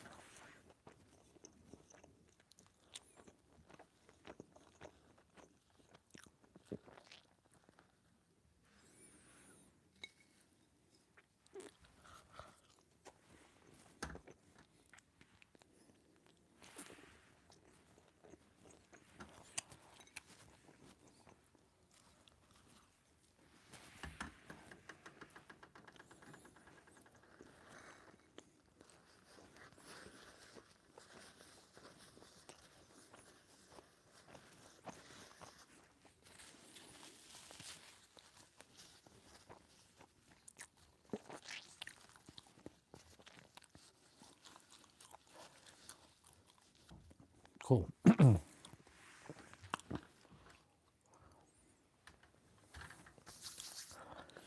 So new turnip dryers work great. But now I need to test.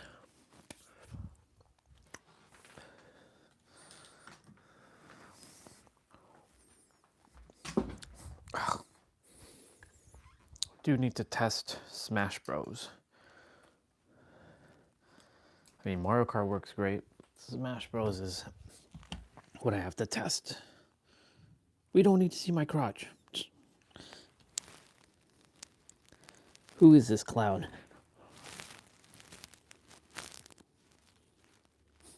It's the same Deadpool.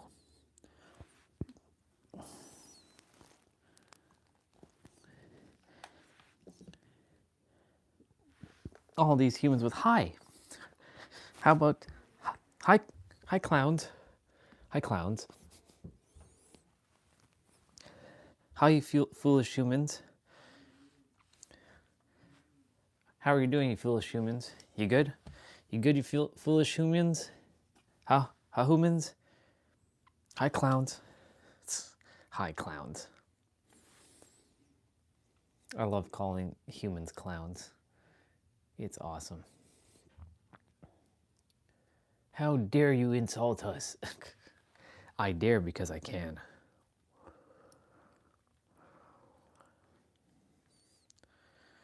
All right.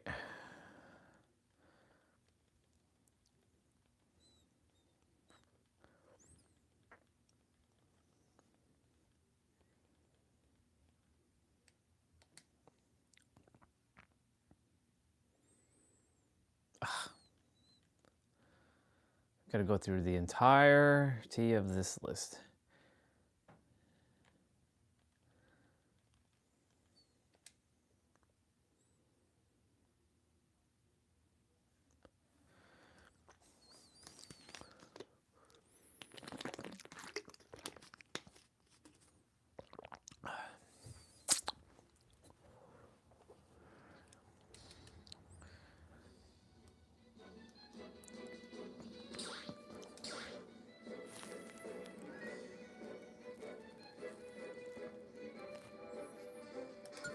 Are you responsible for it?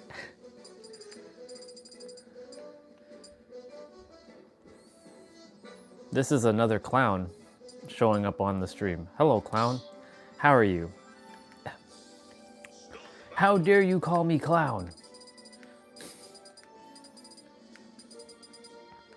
Stock battle. Sephiroth.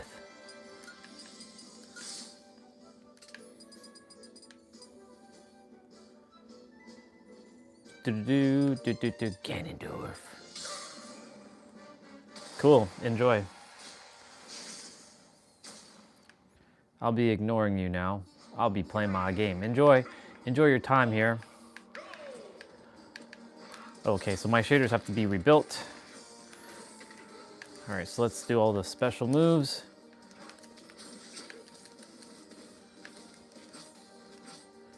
New graphic drivers installed.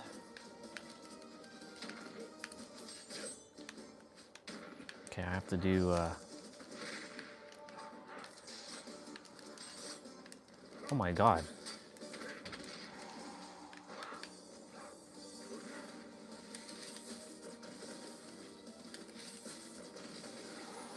Okay, cool, the shaders are being built.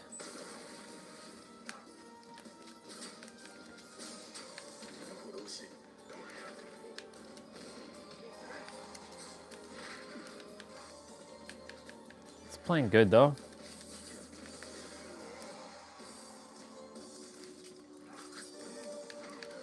Oh shit. Nope, I'm dead. I went flying down.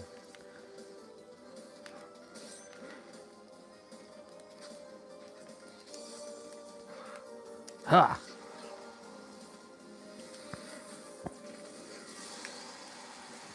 Get sent, boy.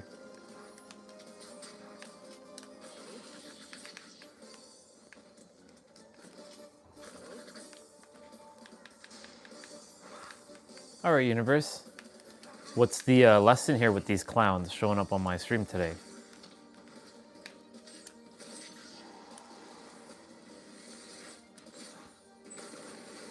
Holy moly, you got sent, boy.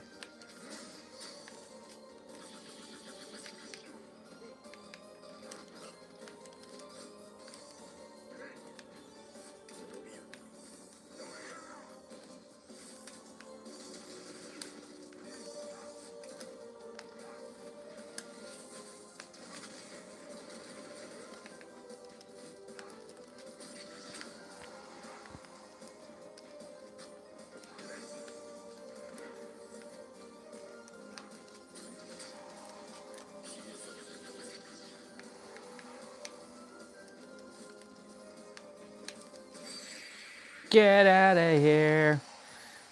Get out of here.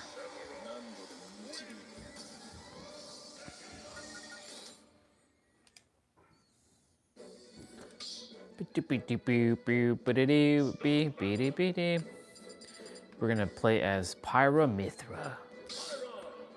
Pyramithra.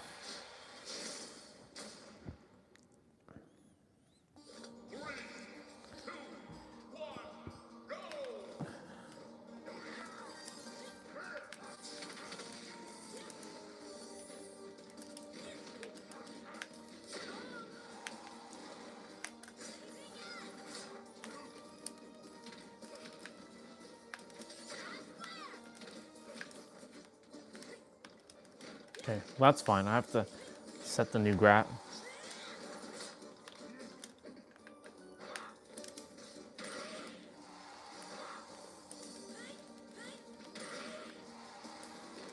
Whoa, this guy sent me. Whoa, okay, all right. Ganondorf is always a really good test.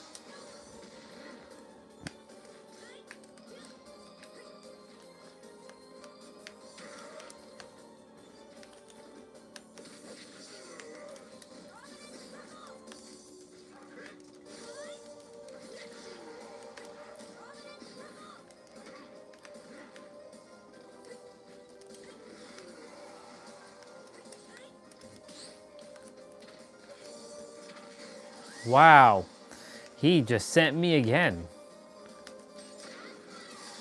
Okay, I'm gonna have to do my due diligence to not get hit.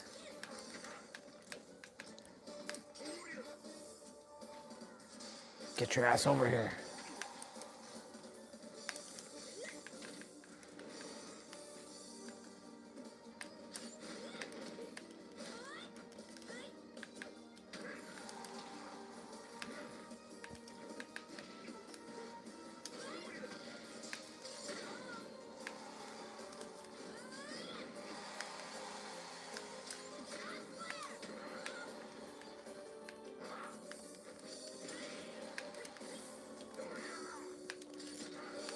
Damn, that would have sent me flying.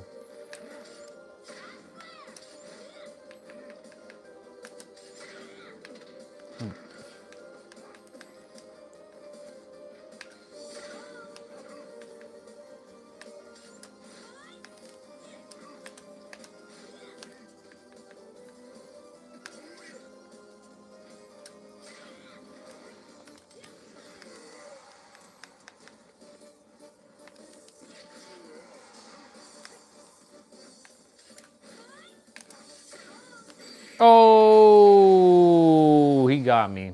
Congratulations, he got me, he got me.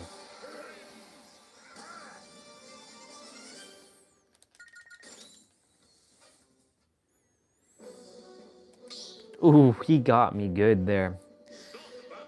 All right, let's use Kazuya. Wait, that's his gold outfit? Yeah. Kazuya.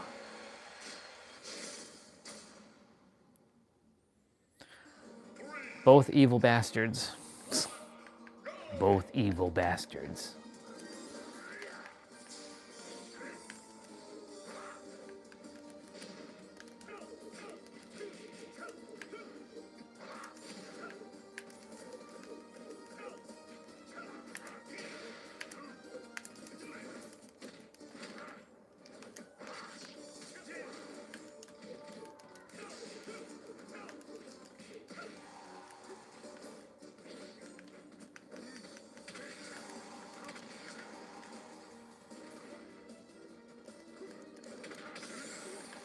Oh my.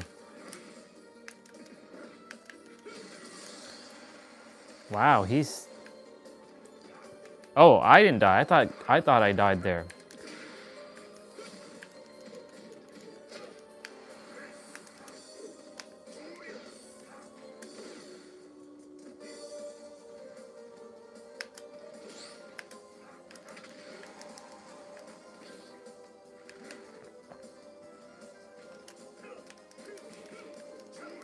I'm dead. Yep. Yeah, I saw that. The moment he went the other side.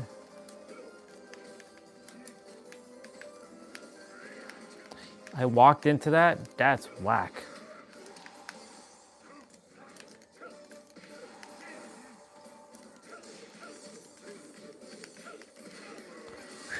Wow, look at the combo. That's wild.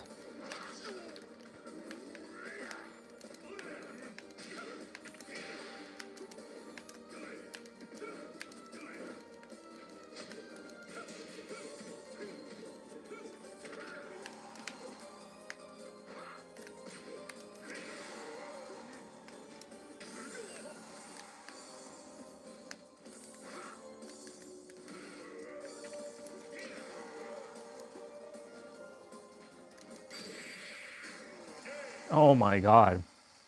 He got sent.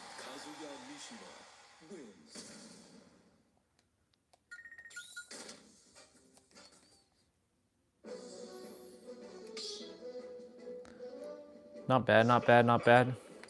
Stock battle. Stock battle. Cloud.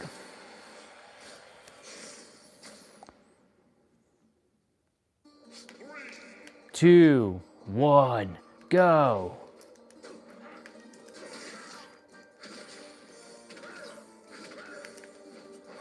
Damn, he already did that much damage to me?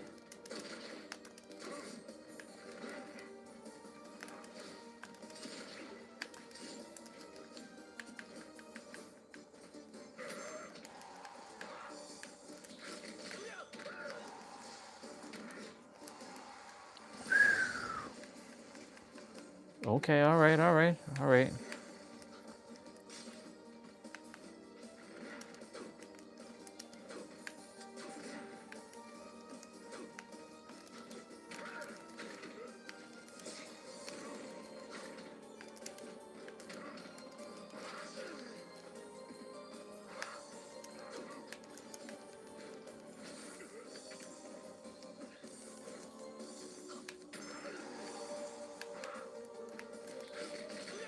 I missed again.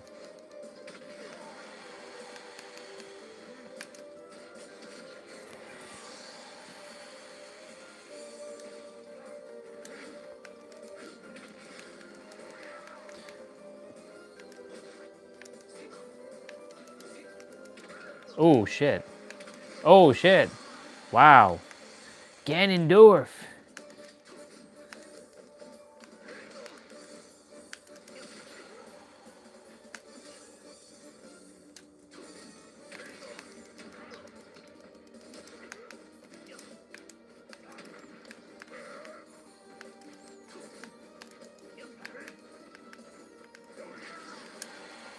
Oh my god, I think I'm gonna lose this one.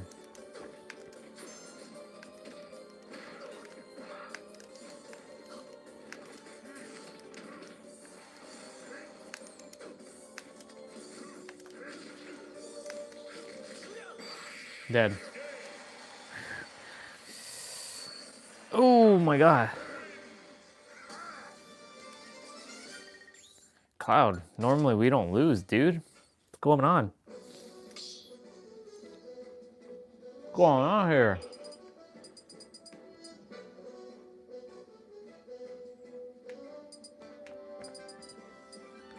We're gonna use a heavy hitter with a heavy hitter. Your sword versus my sword.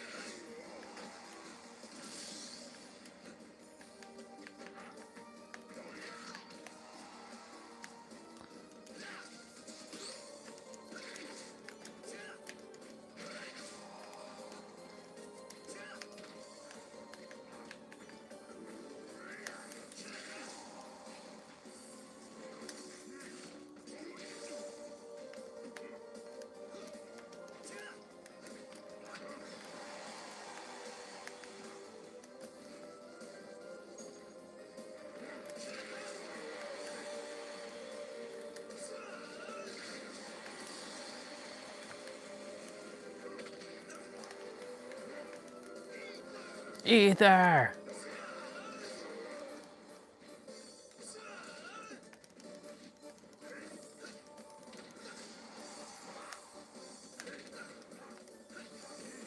Oh, nice. Good job. That was a nice combo you did there. Nice little Ether!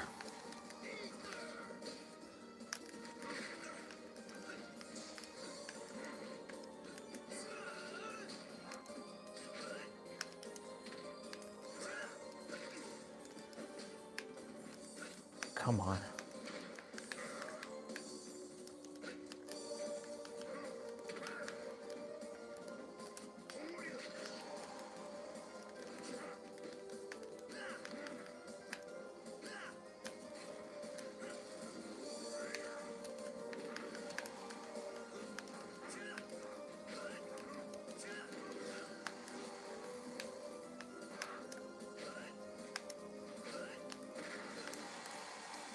Either.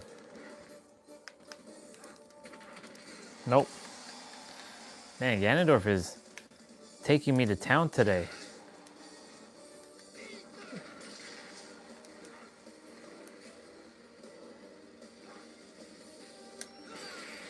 Bang!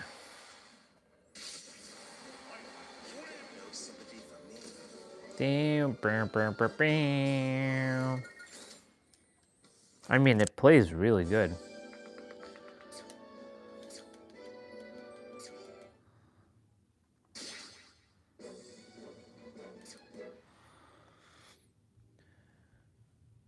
All right, let's see.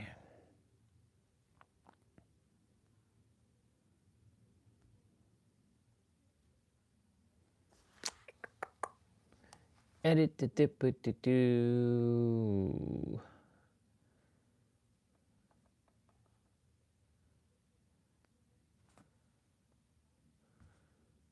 Do.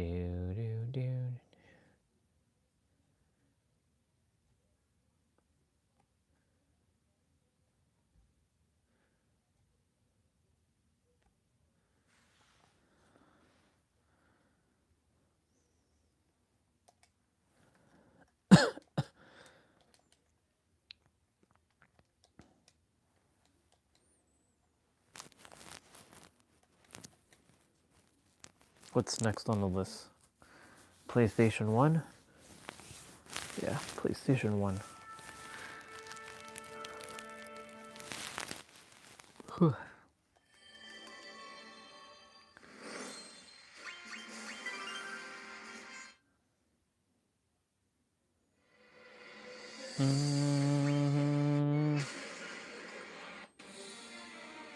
I mean, there is Final Fantasy 16. What the fuck?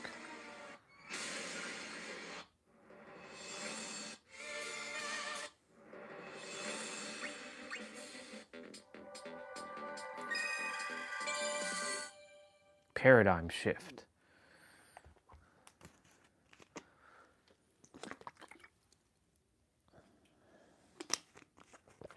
$45.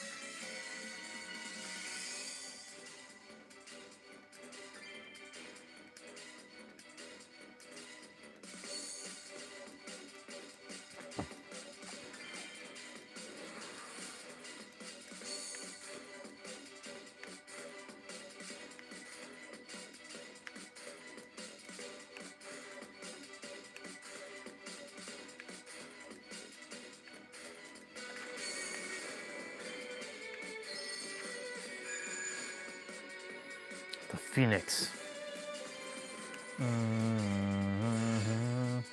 That's the perfect GF or summon.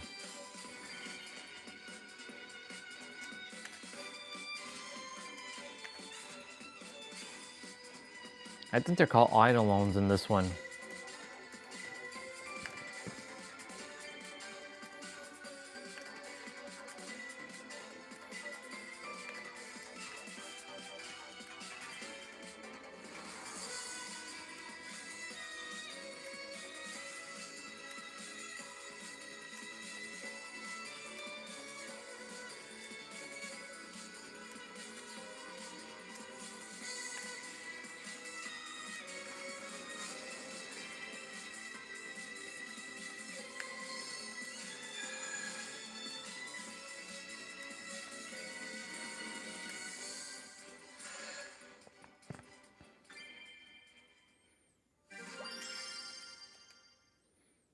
$222. Very nice.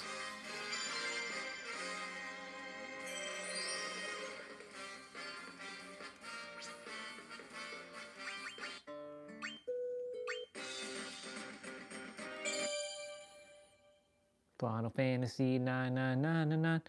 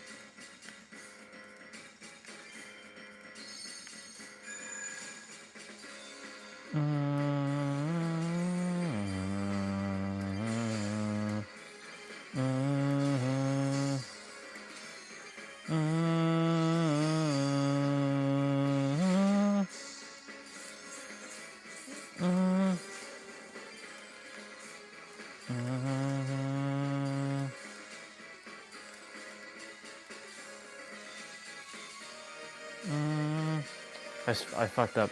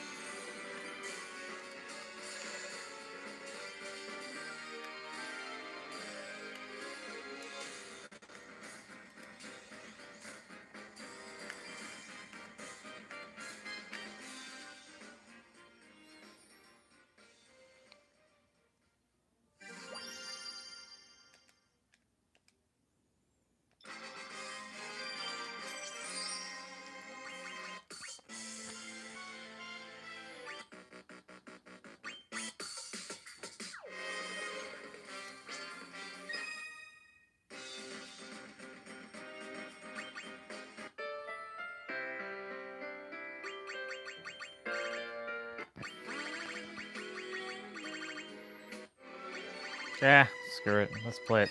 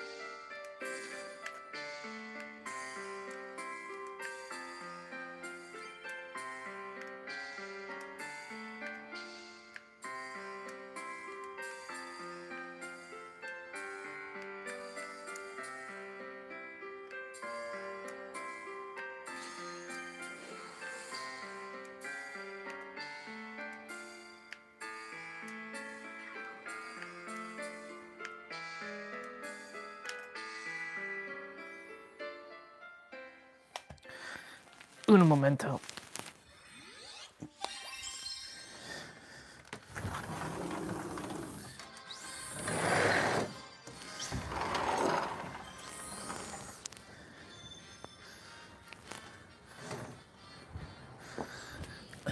Hello, leaves.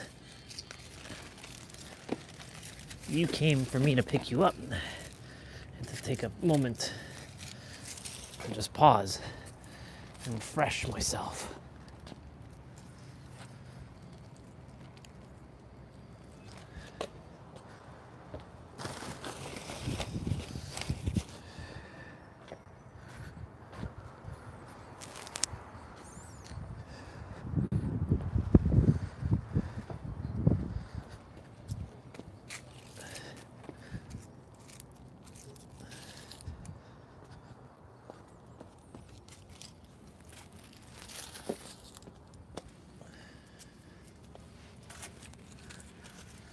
Picking up leaves outside.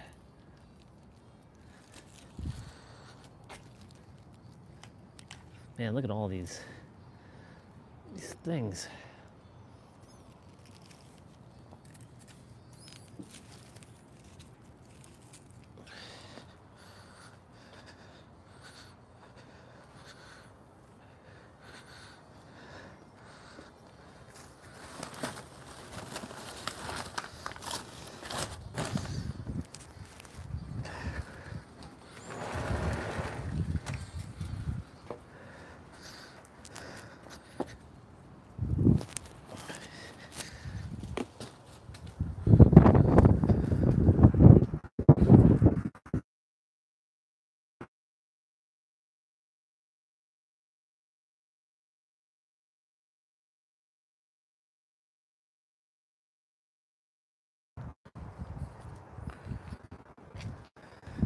Dad fall asleep outside?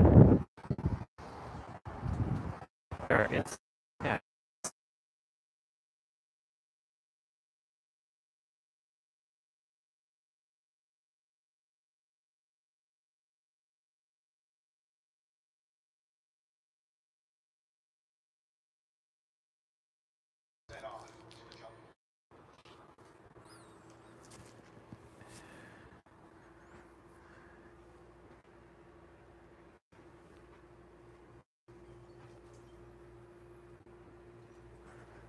I don't know how he stays in here.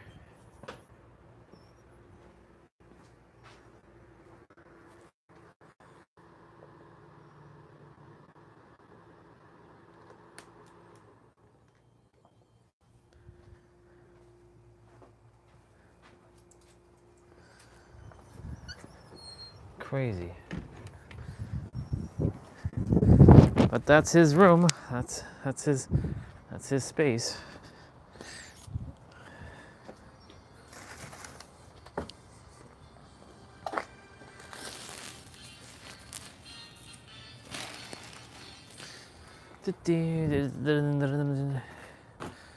All right, cool.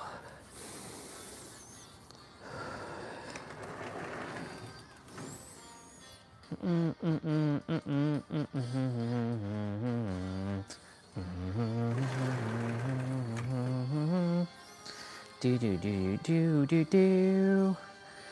Din din din din din do do do do do be do be be be do be do do do.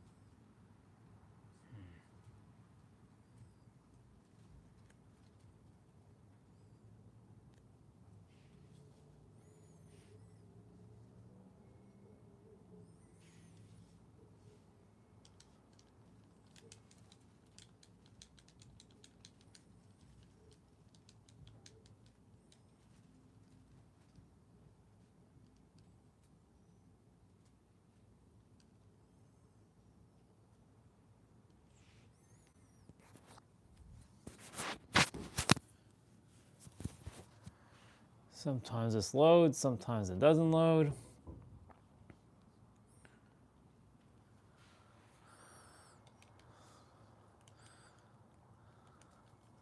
Anyway.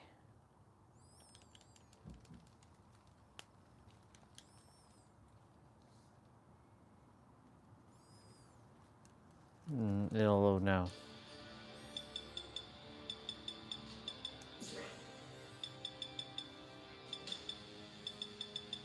It still doesn't have all the characters. What the fuck is going on here?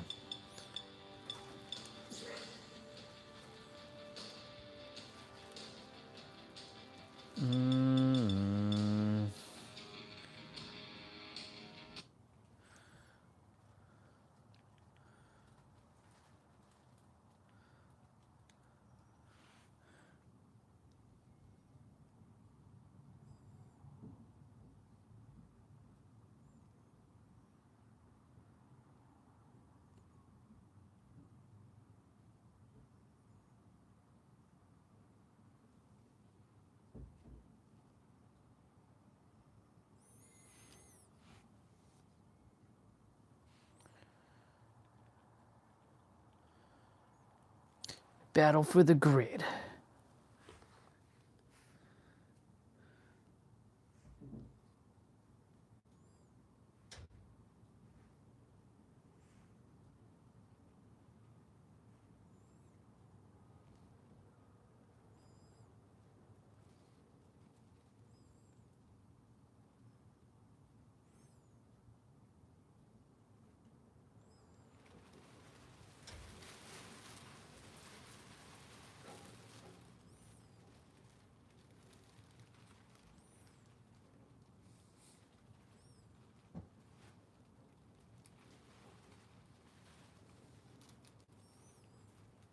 Holy moly.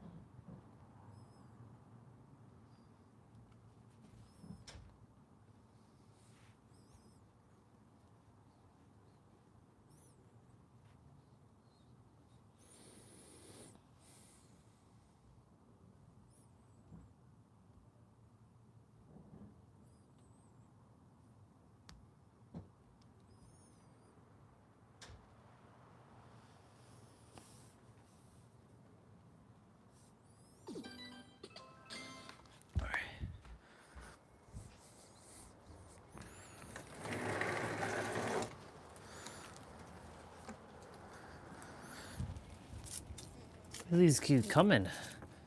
Bring them on, leaves. I will keep cleaning you up. Oh.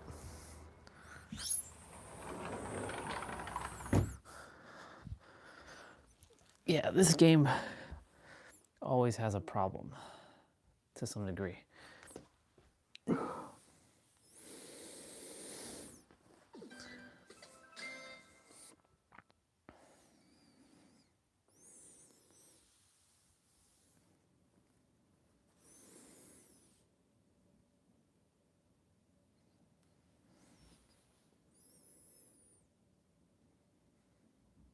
Nope.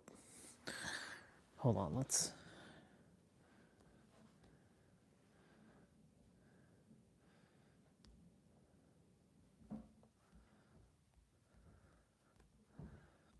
Scroll all the way to the end.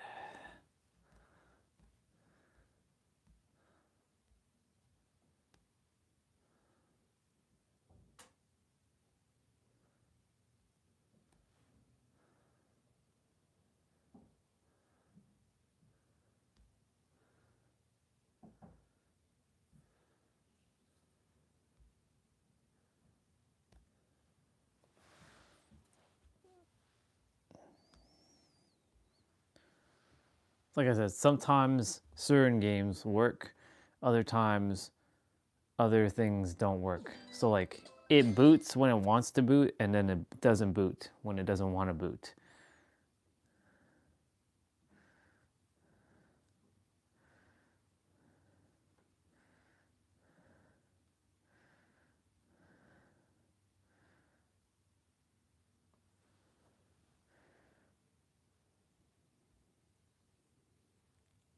This game just doesn't want to load. How awesome. This is why I actually have this game on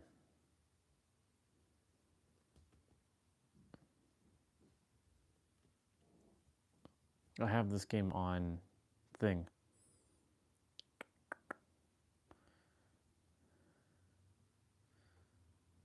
Nope. All right.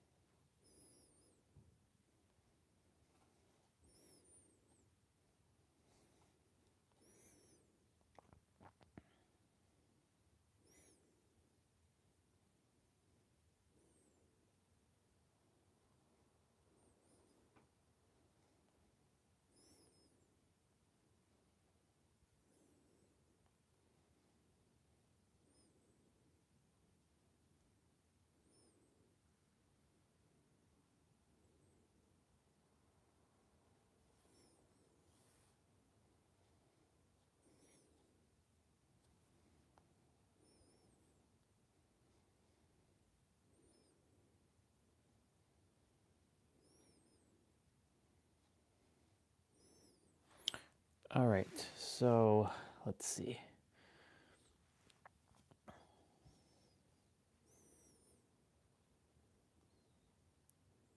Finally got Azahar to work.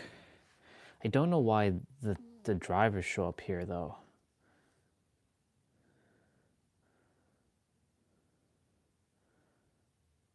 Can we like hide the fucking drivers?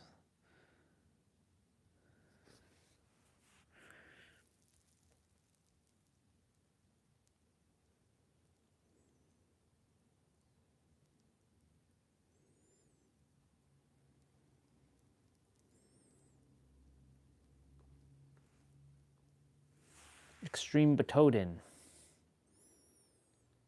So 3DS loads like this. There's a little touch screen here.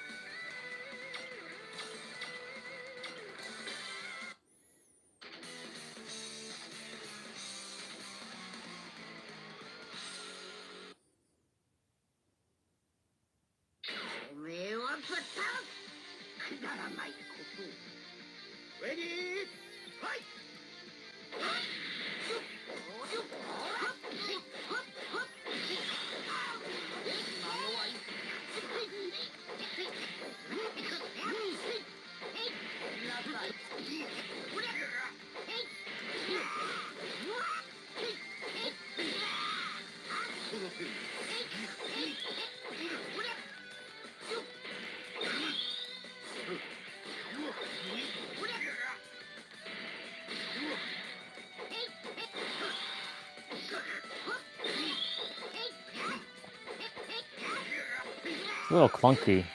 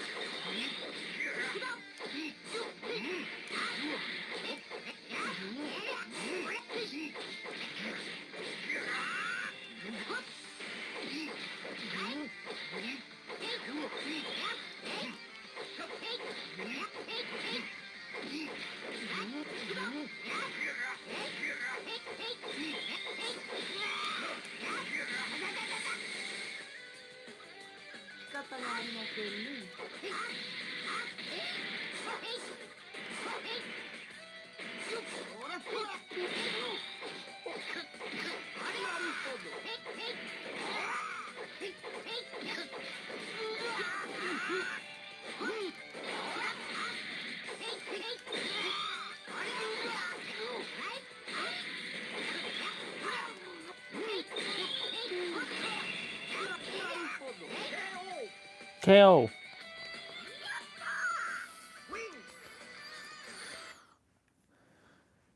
Okay. Last one.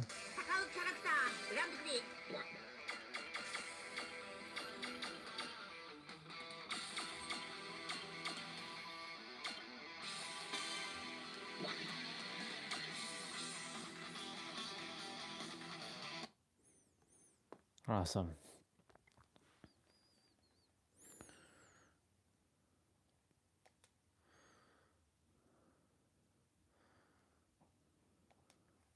Capcom.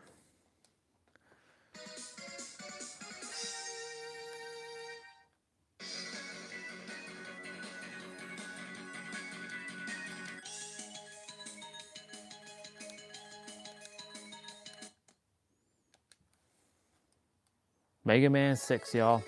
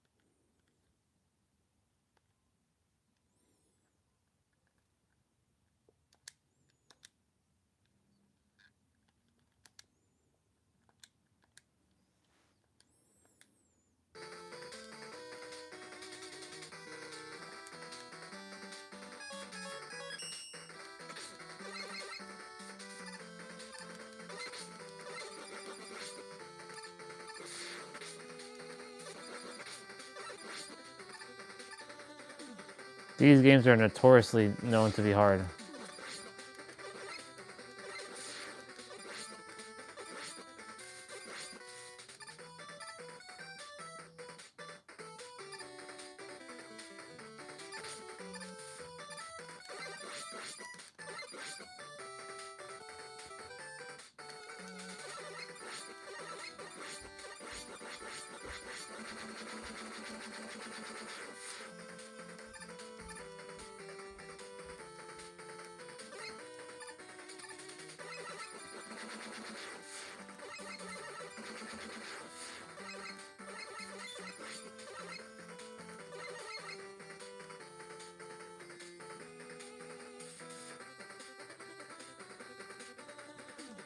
Oh, come on. You could have gave me something better than that.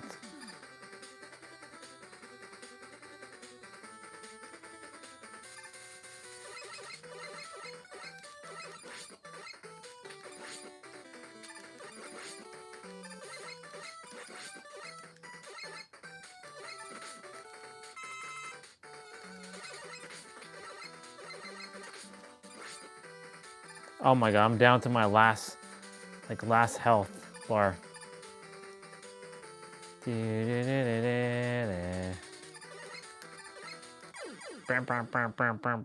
Yep. And you start from the beginning of the match. Oh no, actually, never mind. I thought you do.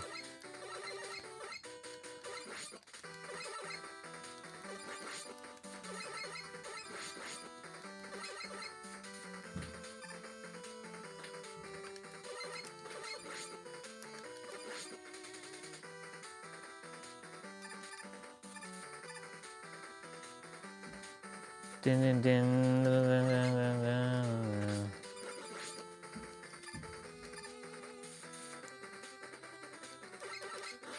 Oh, right.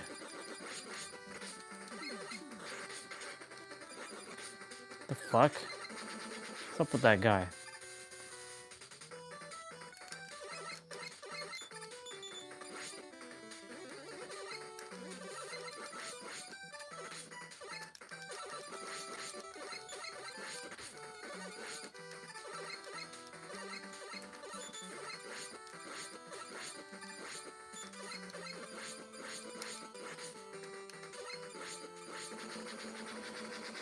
Holy moly.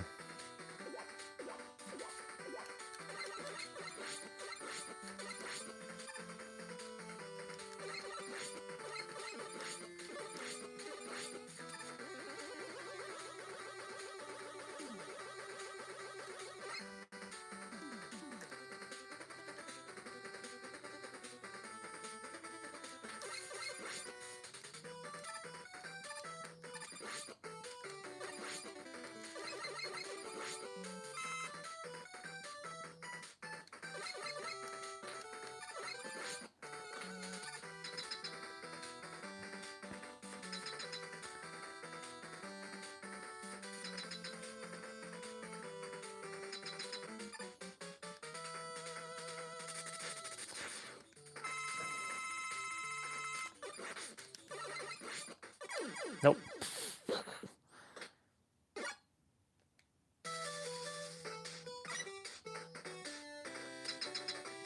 You need the powers of the others.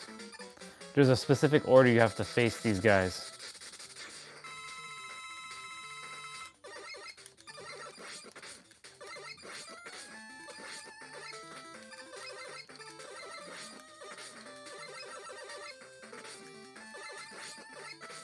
Oh my god.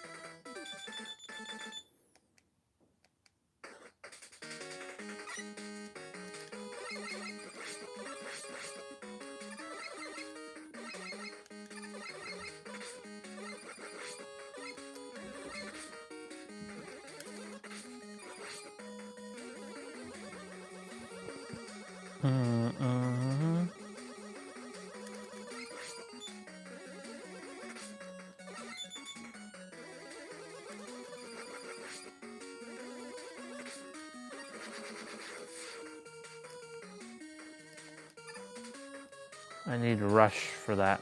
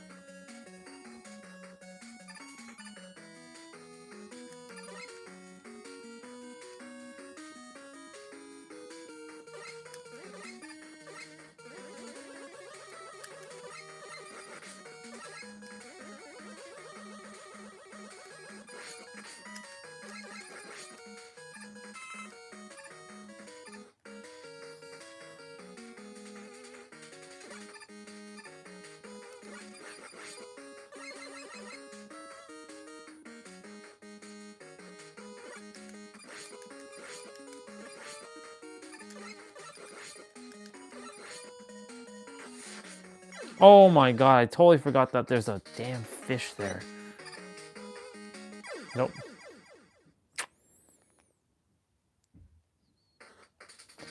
I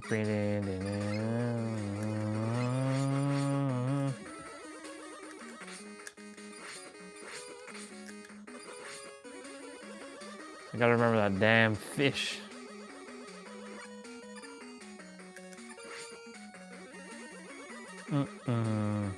That was crazy.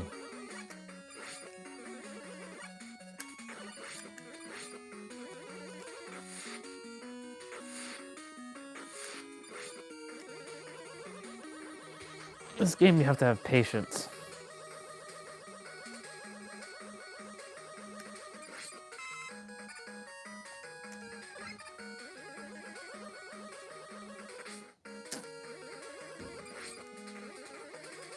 That's crazy.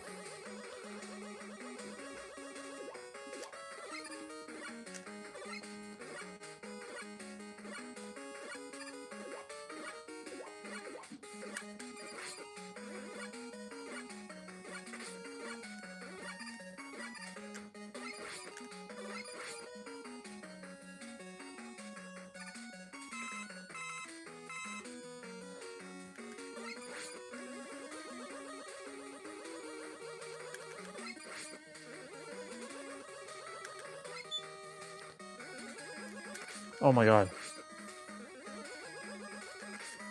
Damn. This guy's a pain in the ass. Alright, let me see what the boss is like. I forget which boss you have to face first in this game. I don't think he's the first boss I'm supposed to face.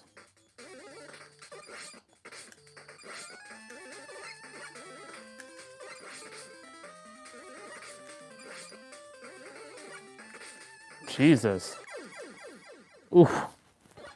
You need the special powers of the other bosses.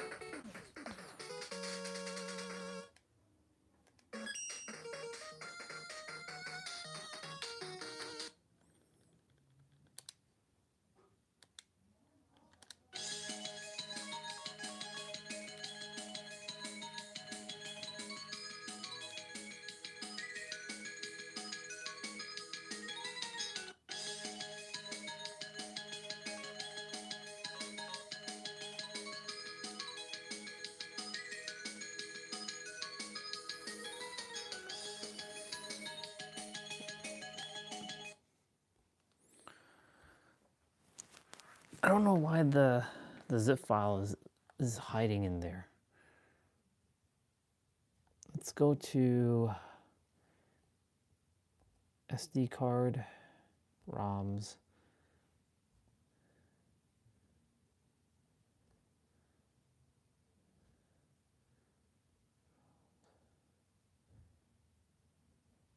.3DS,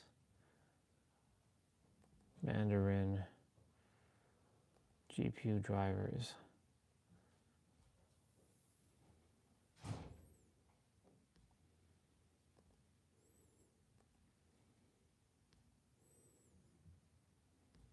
That's fine. I mean, it could stay there if it wants.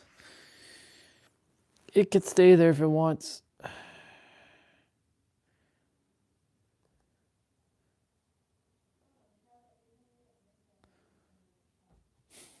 That's funny.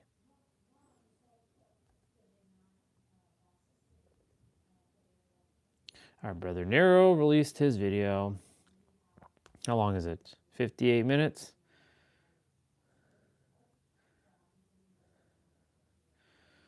All right, let me unmount. What the fuck is this? This natural teeth trick removes years of stain. I'll look at it at some other point. All right.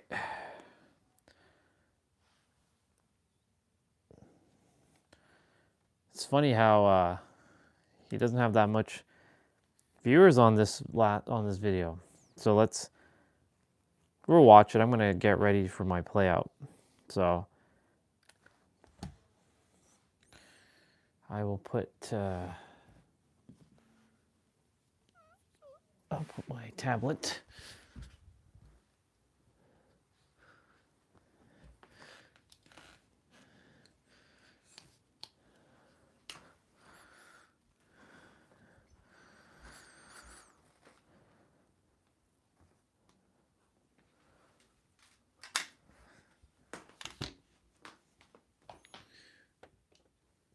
Enjoy.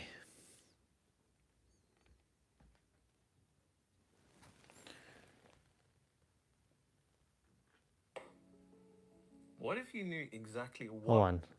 What if you knew exactly We gotta do what? we need to do the board tap. There we go. What if you knew exactly what moves, what steps, and what actions to take to get to your desired reality? You see, intuition is something that's ignored by 98% of people. Actually, I'd go as far as to say that 98% of people actually misuse intuition. Their intuition actually destroys them. But something that gives certain people this ability to just live in a completely different world, these people to just continuously be on this string of luck, to know exactly what to do, who to work with, what to create, what to apply for, so on and so forth, what to say in the right moments to lead to the materialization of their desired reality. What if most people actually have never ever tapped into that one word intuition? What if intuition in of itself was the recipe to get to your desired reality? And that's what we're going to be covering in this video today, because intuition is one of the most powerful things. Quite literally, intuition is so important that when I'm hired by 7 to 9 figure entrepreneurs, Hollywood actors and professional athletes, intuition is the one thing that I get them to continuously cultivate. Because if you can be intuitively guided to your desired reality, then it's going to be the easiest thing for you. But most of us have an inability to use our intuition, so we struggle. And as you can see, like our good boy over here, the universe is trying to talk to him, but he's... Please check that the manual switch is turned on. You get me? He's... Powering is online. The universe, you know what I'm saying? Gave him a clean shape up, you know, with an afro, because we're inclusive. And then you can see, you know, the cosmos. But yeah, this is you to some degree.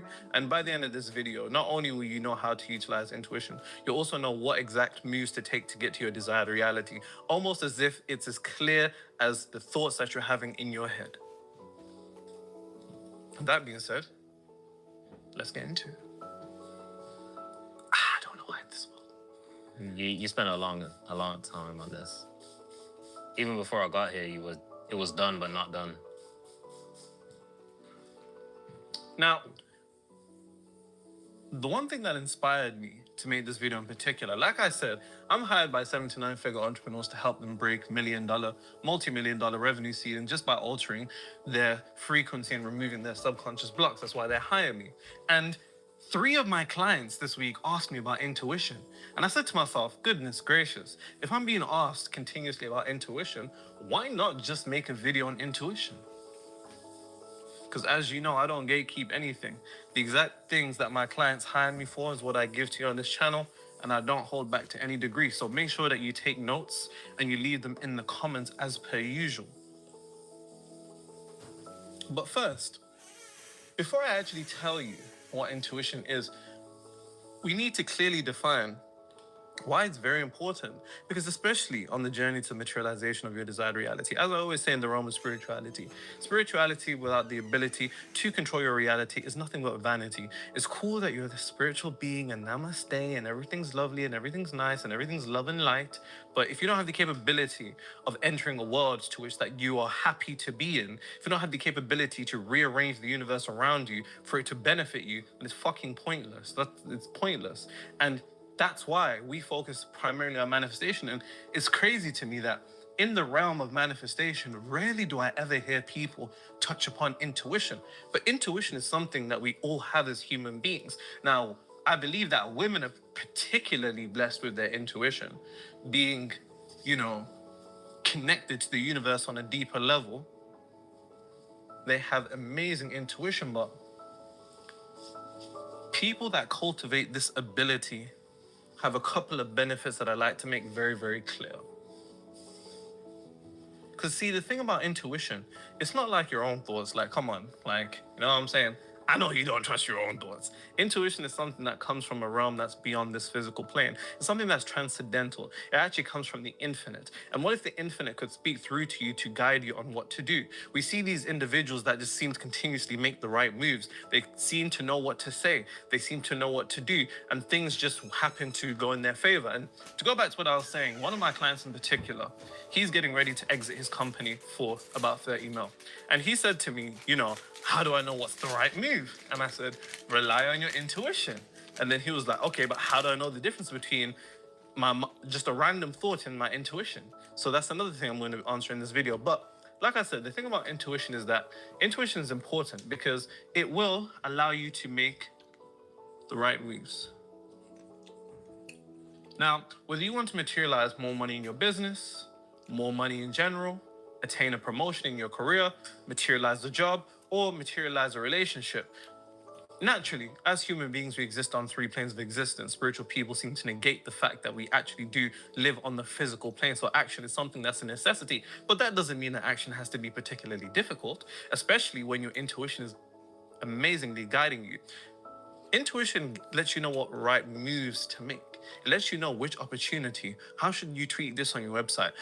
How should you structure this deal? How to correctly arrange yourself or present yourself? Where to go? What to say? It allows you to be an individual that seems to make the right moves. It also allows you to say the right things. Because naturally, it'll almost just be like you're flowing. You ever had one of those instances, whether it's for a job interview or a meeting, or you're trying to chat to a ting and you're just flowing? It's just straight cash money, you're just flowing. More often than not, that's us beginning to rely on our intuition. And the other thing about intuition is that it puts you in the flow.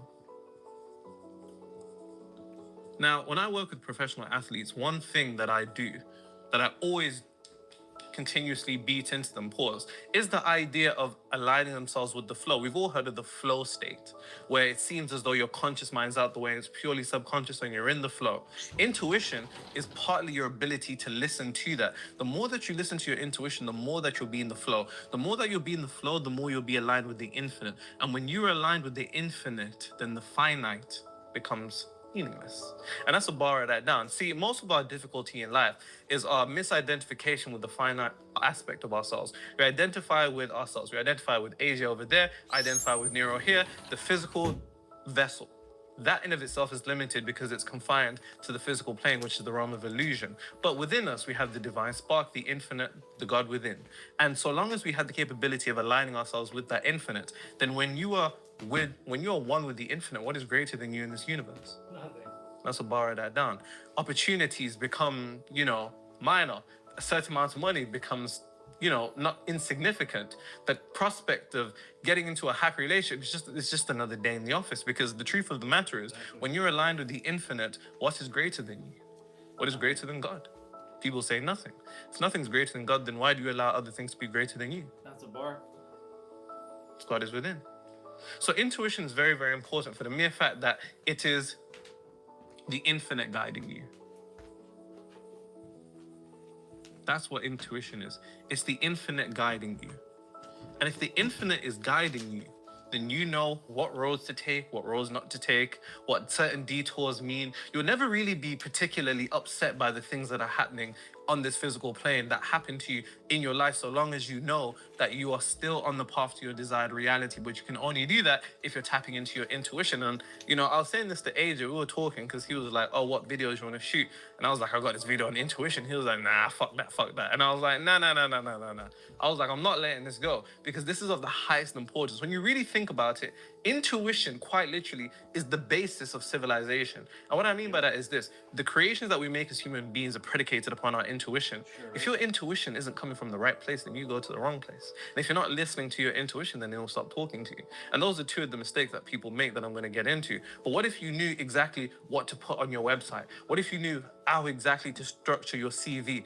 What if you knew exactly what to say to somebody? What if you knew exactly what not to say to somebody? What if you quite literally had a real life cheat code on how to navigate towards your desired reality? And that's what intuition is. Hence why very, very few people actually rely on their intuition. But like I said, that's a tranquilo. That's what we're going to be getting into very, very shortly. Tranquilo. Let's go, dude.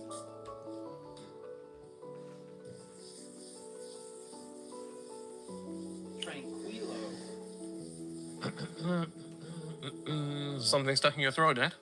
Whoa. Ain't nothing stuck in my throat. Nothing. He's saying it doesn't get stuck there. Okay. Just shut up.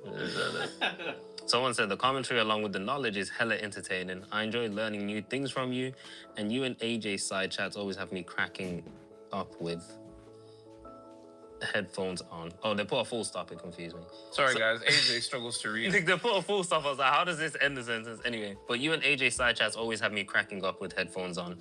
I probably look like... Oh, you look insane. Yeah.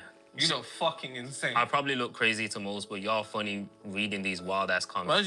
Imagine you just walking by, like someone's sat at a desk in like a cafe or something. Walking by, you just see some nigga on the screen in a vest and during. Someone's like, you're like, what the hell is going on there? It's a breath of fresh air to have this kind of info available in such a relatable way. It feels like you're hanging out with the sweetest homies. God bless you and thank you. I know what you mean by sweet. The sweetest homies. Nothing sweet about us. Oh, thank you. And I'm glad that's the vibe that we got going on over here. I like that. Cool. So, it's important to actually define what intuition is, because I feel like most people have an idea on what intuition is, but let's actually break it down. Because I think once you begin to break down the definition of intuition, then you quite literally begin to unravel exactly what I was alluding to earlier. So intuition. As you can see, intuition is comprised of two words. It's comprised of in and then tuition. In pertaining to the inner. See, when we're talking about the inner, this is what's referred to in Corinthians esoterically when it says that you are the spirit, the dwelling place of the Spirit of God. Spirit in that particular context can be referenced as consciousness. The consciousness of God dwells within you. That's what it says in Corinthians. I'll get AJ to put it up on screen, and that's our esoteric interpretation of that particular verse. You are the quite literal temple of God. Hence why it also says that the temple of God was not made with hands. And the unfortunate thing about the temple of God, as it says in another scripture, is that if the temple of God is defiled, then it will destroy itself. And how often do you destroy yourself internally? And if you destroy yourself internally, then you're destroying the temple of God. And if you're destroying the temple of God, unfortunately, God's going to have to deal with you, which is you really dealing with yourself, as your universe is an exact reflection of your consciousness. But when we say inner, we're pertaining to our frequency. When we say frequency, it's interchangeable with self-concept. It's also interchangeable with state of consciousness, mental attitude, so on and so forth. The inner pertains to the inner dimension. You have an inner dimension. Do you know how? Think about it. When you lay down to sleep and you dream, your eyes are closed, but you're still seeing something.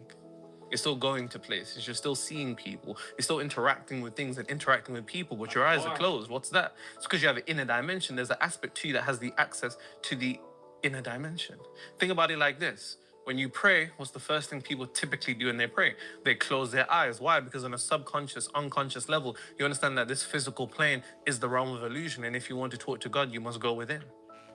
Very, very interesting concept. Even the idea when people pray, it's just really you talking to yourself. Let's be honest. If you're in a room praying, nigga, it's just you there. You're talking to God, but you're talking to yourself. The inner pertains to the inner dimension, within, as without, on earth as it is in heaven. Allah does not change the conditions of a people until they change what is within themselves. Tuition pertains to, as it says, teaching or guidance. So intuition is your inner guidance system. But see, the unfortunate thing is, most people's inner guidance systems are fucked up. And because they're fucked up, they're guided to the wrong places. They're continuously guided to the wrong places. And if you're being continuously guided to the wrong place, you're going to be upset as to why you keep arriving at the same destination, but you're not changing what's in your GPS. You're not changing what's in your sat-nav. So how else could you go somewhere else? Think about it like this. Think about a vessel as a self-driving car. When that GPS is set in, if it's set in the wrong place, you're going to continuously go there. So even if you want to materialize a relationship, if your GPS is set towards toxicity, terrible people, so on and so forth, you're going to continuously go there. You're not the one driving. You're the one that sets the system, right? In another example, if you want a particular promotion in your career, but your GPS is set to the opposite direction, even though you may have all the physical attributes, all the physical qualities and qualifications, so on and so forth, understand one thing: frequency defies rationality. And that's a bar that down. When I say frequency defies rationality, that's a fancy way of me saying your frequency will make shit that don't make sense make sense. For the good or the bad. And it's really dependent upon where you're set to. Now, understanding that your intuition is a form of inner guidance, you have to understand then in relation to manifestation. Now, my definition of manifestation, and I actually saw a lovely lady on TikTok saying, I don't know where I heard this definition of manifestation from, but I can assure you, darling, you heard it from me. Manifestation is internally shifting to a degree to which you're no longer emotionally dependent upon seeing reality change. When you're good with it and you're good without it. And I say that as a culmination of hundreds of books that I've studied and read, me being hired by 7 to 9 figure entrepreneurs, professional athletes, and Hollywood actors, and me also manifesting things in my life, such as this channel going from 4,000 to 100,000 subscribers in 4 weeks. Manifestation is internally shifting to a degree to which you're no longer emotionally dependent upon seeing reality change. Most people's definition of manifestation is about changing reality, bending reality. We don't give a fuck about that, because that's an illusion that will simply reflect after you have changed. But if you haven't changed, then reality won't change. The issue is most of us are waiting for the world to show us something else while we're still the same thing. It doesn't work like that. Once you become something else, the world around you becomes something else. Now, linking that to intuition, because as I said, manifestation is very, very important. Intuition in of itself, this is what you have to understand. And if you can remember this definition, then intuition begins to unravel itself to you. Intuition then, in the context of manifestation, is this.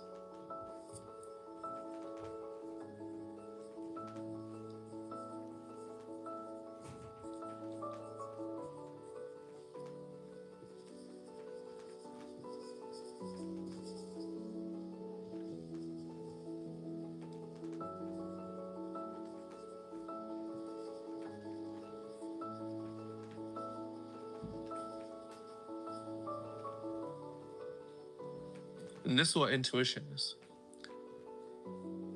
Intuition, before I actually explain the definition, you have to understand one thing in particular.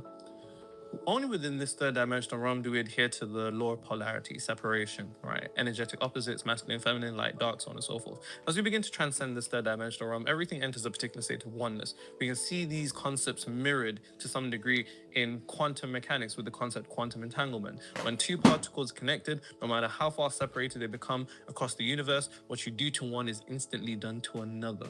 And I have my own theory on quantum entanglement in relation to spirituality, and I've began to write on it. This is something for me. But regardless, you have to understand one thing. The infinite being the infinite, as it says in the Hermetic philosophy, the all has already created everything. The all, every dimension, every particular reality. We can see these theories in the theories such as the multiverse, parallel universes, so on and so forth, that the concurrent universe is taking place is infinite, meaning that you in every particular potentiality. The version of you that is a billionaire, a millionaire, happy relationship, terrible relationship, lots of kids, no kids, under a bridge, chef, teacher, walker, dog walker, whatever. Every particular potentiality exists in these infinite across many different parallel universes, meaning that you have to understand that the version of you that you seek to become already exists. So you're not creating anything. It's actually the idea that we create a reality that shoots us in the foot before we even begin to run. And the reason for that is because most of us actually don't trust ourselves, our ability to create anything. So when I say to you, you need to create a reality, you're like, me? Create reality? I'm not sure about that. But when I say you just choose realities in a manner, imagine you enter a wardrobe full of a multitude of different jackets. And I say to you, pick a jacket. That's what we do with consciousness. That's what we do with our frequency, our self-concept, state of consciousness. We quite literally select the jackets that we put on and then we carry that and then that essence unravels itself into our universe. So intuition, then, in the context of manifestation, is nothing more than the version of you that already exists, reminding you how you got there in the first place. That's all intuition is. Intuition is nothing more than the version of you that already exists, reminding you, giving you a blueprint on how you got to that reality in the first place. But see, that definition is predicated upon one thing, and that's you being in the right place. Now, as I said to you at the start of the video, about 98% of people actually have their intuition put in a completely wrong direction. And if you're not tuning into the frequency, state of consciousness, self-concept, embodying the energy of the version of you that you want to be, then that version can't talk to you. The only version that talks to you is the version of you that you're connected to. My question to you is, who are you connected to? That's a bar.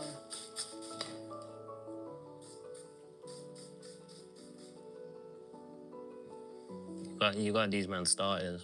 Someone said, I'm manifesting a polygamous relationship. So I see that one comment was made by someone as confirmation that my desired reality is rapidly materializing. The world is trying to be on my side. That's what you took from that. They're talking about the comment that we had from the polygamous girl, innit? That's what I'm saying. But see, You've triggered something. See, if you're a spiritual nigga, you can just run around and say anything. Because spiritual niggas just run around and say anything. Because you can just spiritualize everything. So typically what they'll do to mask a particular degree of a lack of sexual discipline, they'll come and be like, yeah, so like, this is how the ancestors used to live. You know what I'm saying? Like, this Western civilization, it's made everyone possessive, and this is how the ancestors live. So in this polygamous relationship, this is us embodying our divine masculine. If you say the words divine masculine and feminine, common sense goes out the window. All of a sudden it's believable. You know what I'm saying?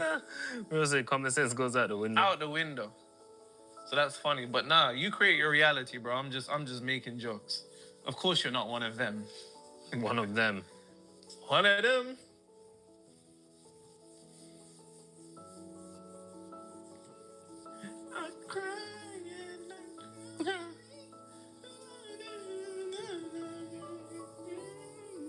Someone else said, you've helped me a lot, Nero. I just remembered when I first got into your channel, I was kind of testing stuff out, and I live in a residential group.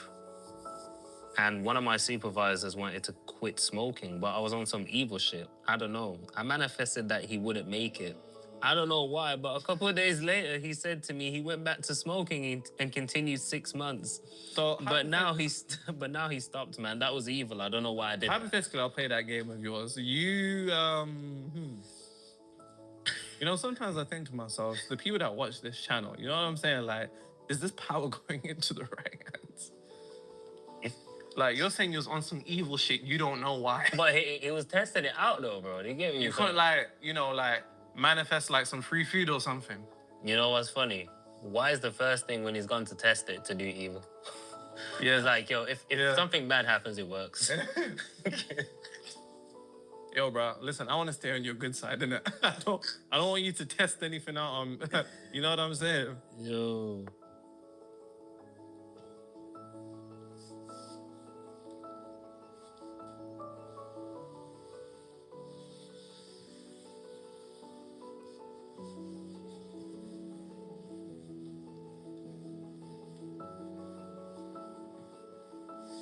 can't remember if I read this in the previous video, but they said, I look forward to these videos so bad they make me happy. Even though I mastered a lot of these topics, I feel like I'll always go back and listen to them. And don't even trip, you guys. As this shit starts rolling in consistently, I have more than enough. I'm gonna start tricking on y'all so you can... Whoa! So I'm gonna start tricking on y'all so much, like reoccurring payments. Just Wow. Wow.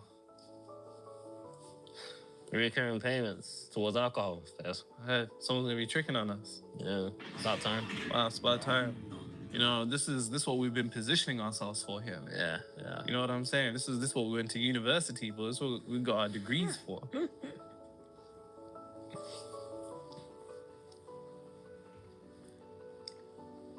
Cool.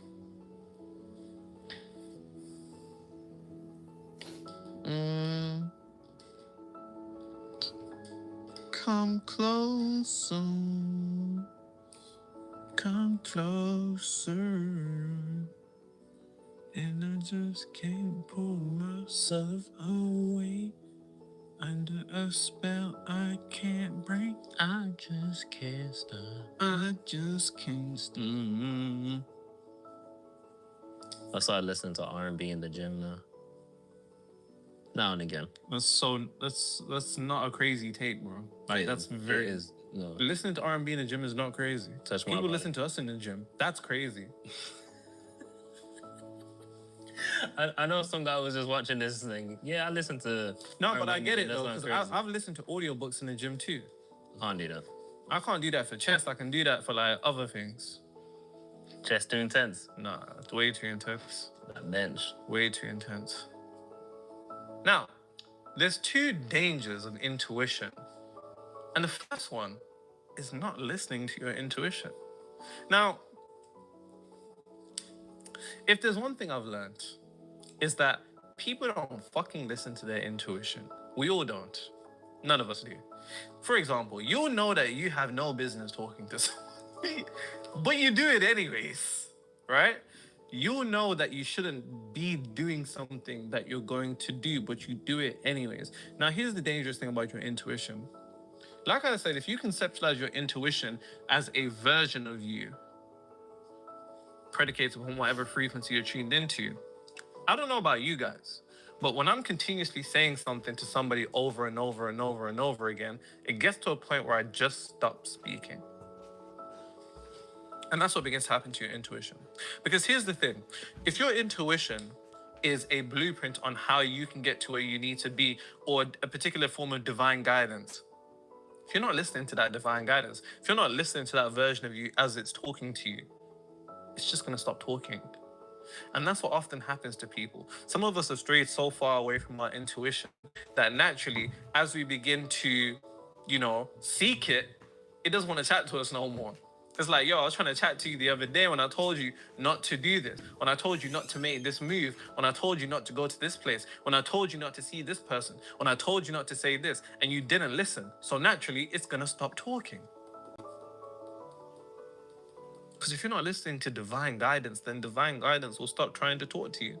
And that's the truth of the matter. And that's what often happens to us again and again and again. So another question in your head is popping up, like, well, how do I know what is my intuition? Wipe your mouth, relax, you're gonna get some. Just wipe your, it'll be all right. Just chill, we're gonna get there.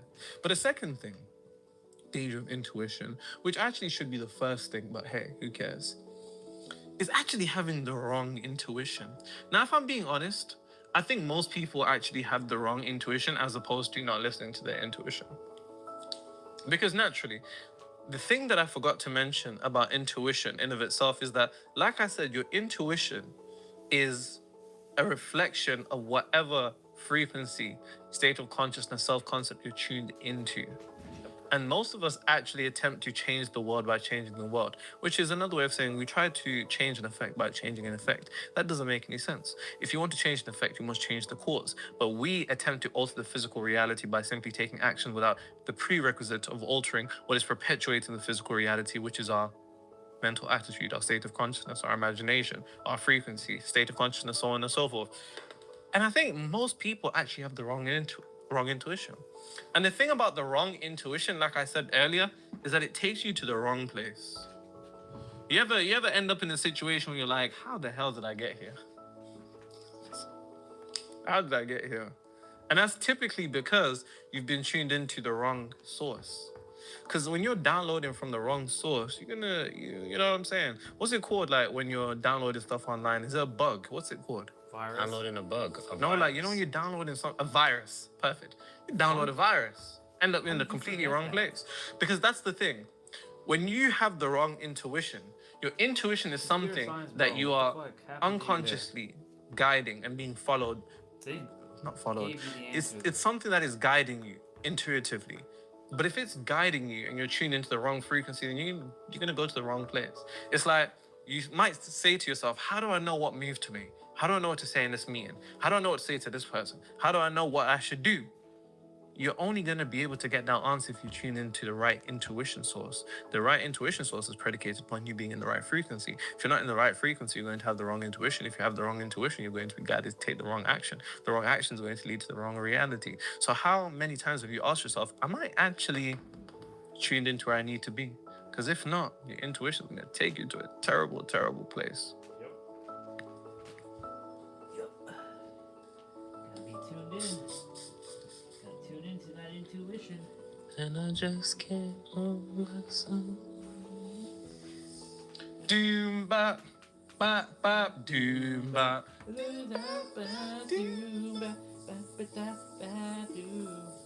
Whoa. That's a song. Bro asked me what's like, you see, computer science degree for what, man? Bro was like, what's that thing that you download and it's a virus? Bro, oh, okay, so because I forgot what a virus called. Like, you see, this is what I don't like about niggas. I remember one time, this was one first year of uni, so I was living at home, first year of uni. And the Wi-Fi must have went out. And my mom was like, oh, can you fix the Wi-Fi? I was like, yeah, I'll try, you know. Yeah. I mean, I just turned it off, turned it on. Didn't work. She was like, you study computer science. Guys. It's not like that. And it's so funny because, yes, I have a degree in computer science, but do you know what's so funny? My dissertation that I wrote, actually, I think I was the only person that wrote dissertation with no code because I cannot code at all. I can't code. My dissertation was written on IoT, integration. Huh? What's that? Internet of Things is just the technology that allows the... Yeah. But anyways, it was an agriculture comparison of European agriculture versus African agriculture with the integration of IoT technology. It was amazing. That dissertation, it was amazing. And I was the only person that wrote my dissertation didn't have code, because if I wrote code, I would have been cooked.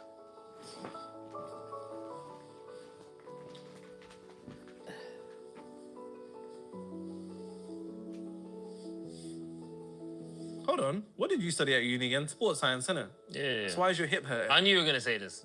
Just shush. I think everyone said that to me. I'm like, yo, I'm injured. I can't. Like sports scientist, but your hips hurt. What's going on? Didn't you study sports science? Yeah. Why you injured, bro? Don't you stretch? Chill out, man. You know, I had a crazy dream. I was actually recovered. My hip wasn't hurting, and I was just back to normal. What I want to know is, what were you doing for your hip to be hurting?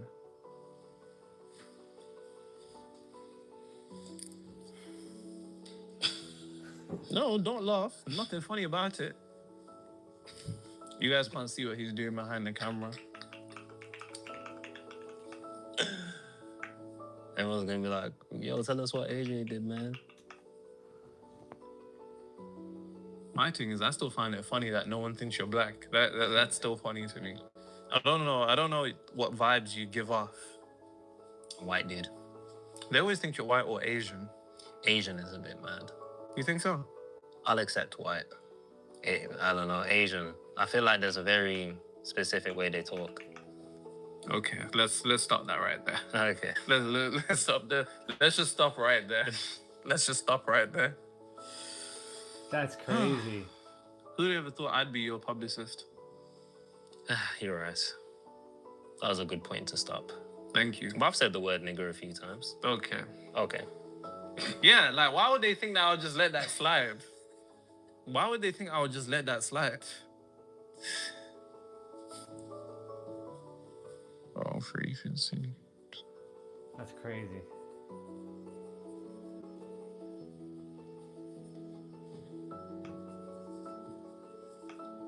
Cool.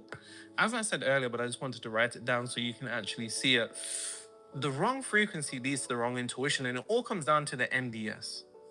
Now, AJ, could you pass me the Oh, the bestseller. Yes, please. Of course. Thank you very much. I speak about this quite frequently in Multidimensional Outsmarting sequence. Reality. Amazon bestseller for 24 weeks straight in all 3 categories, with over 4.9 rated reviews, 1,000 reviews on Amazon, and link in the description.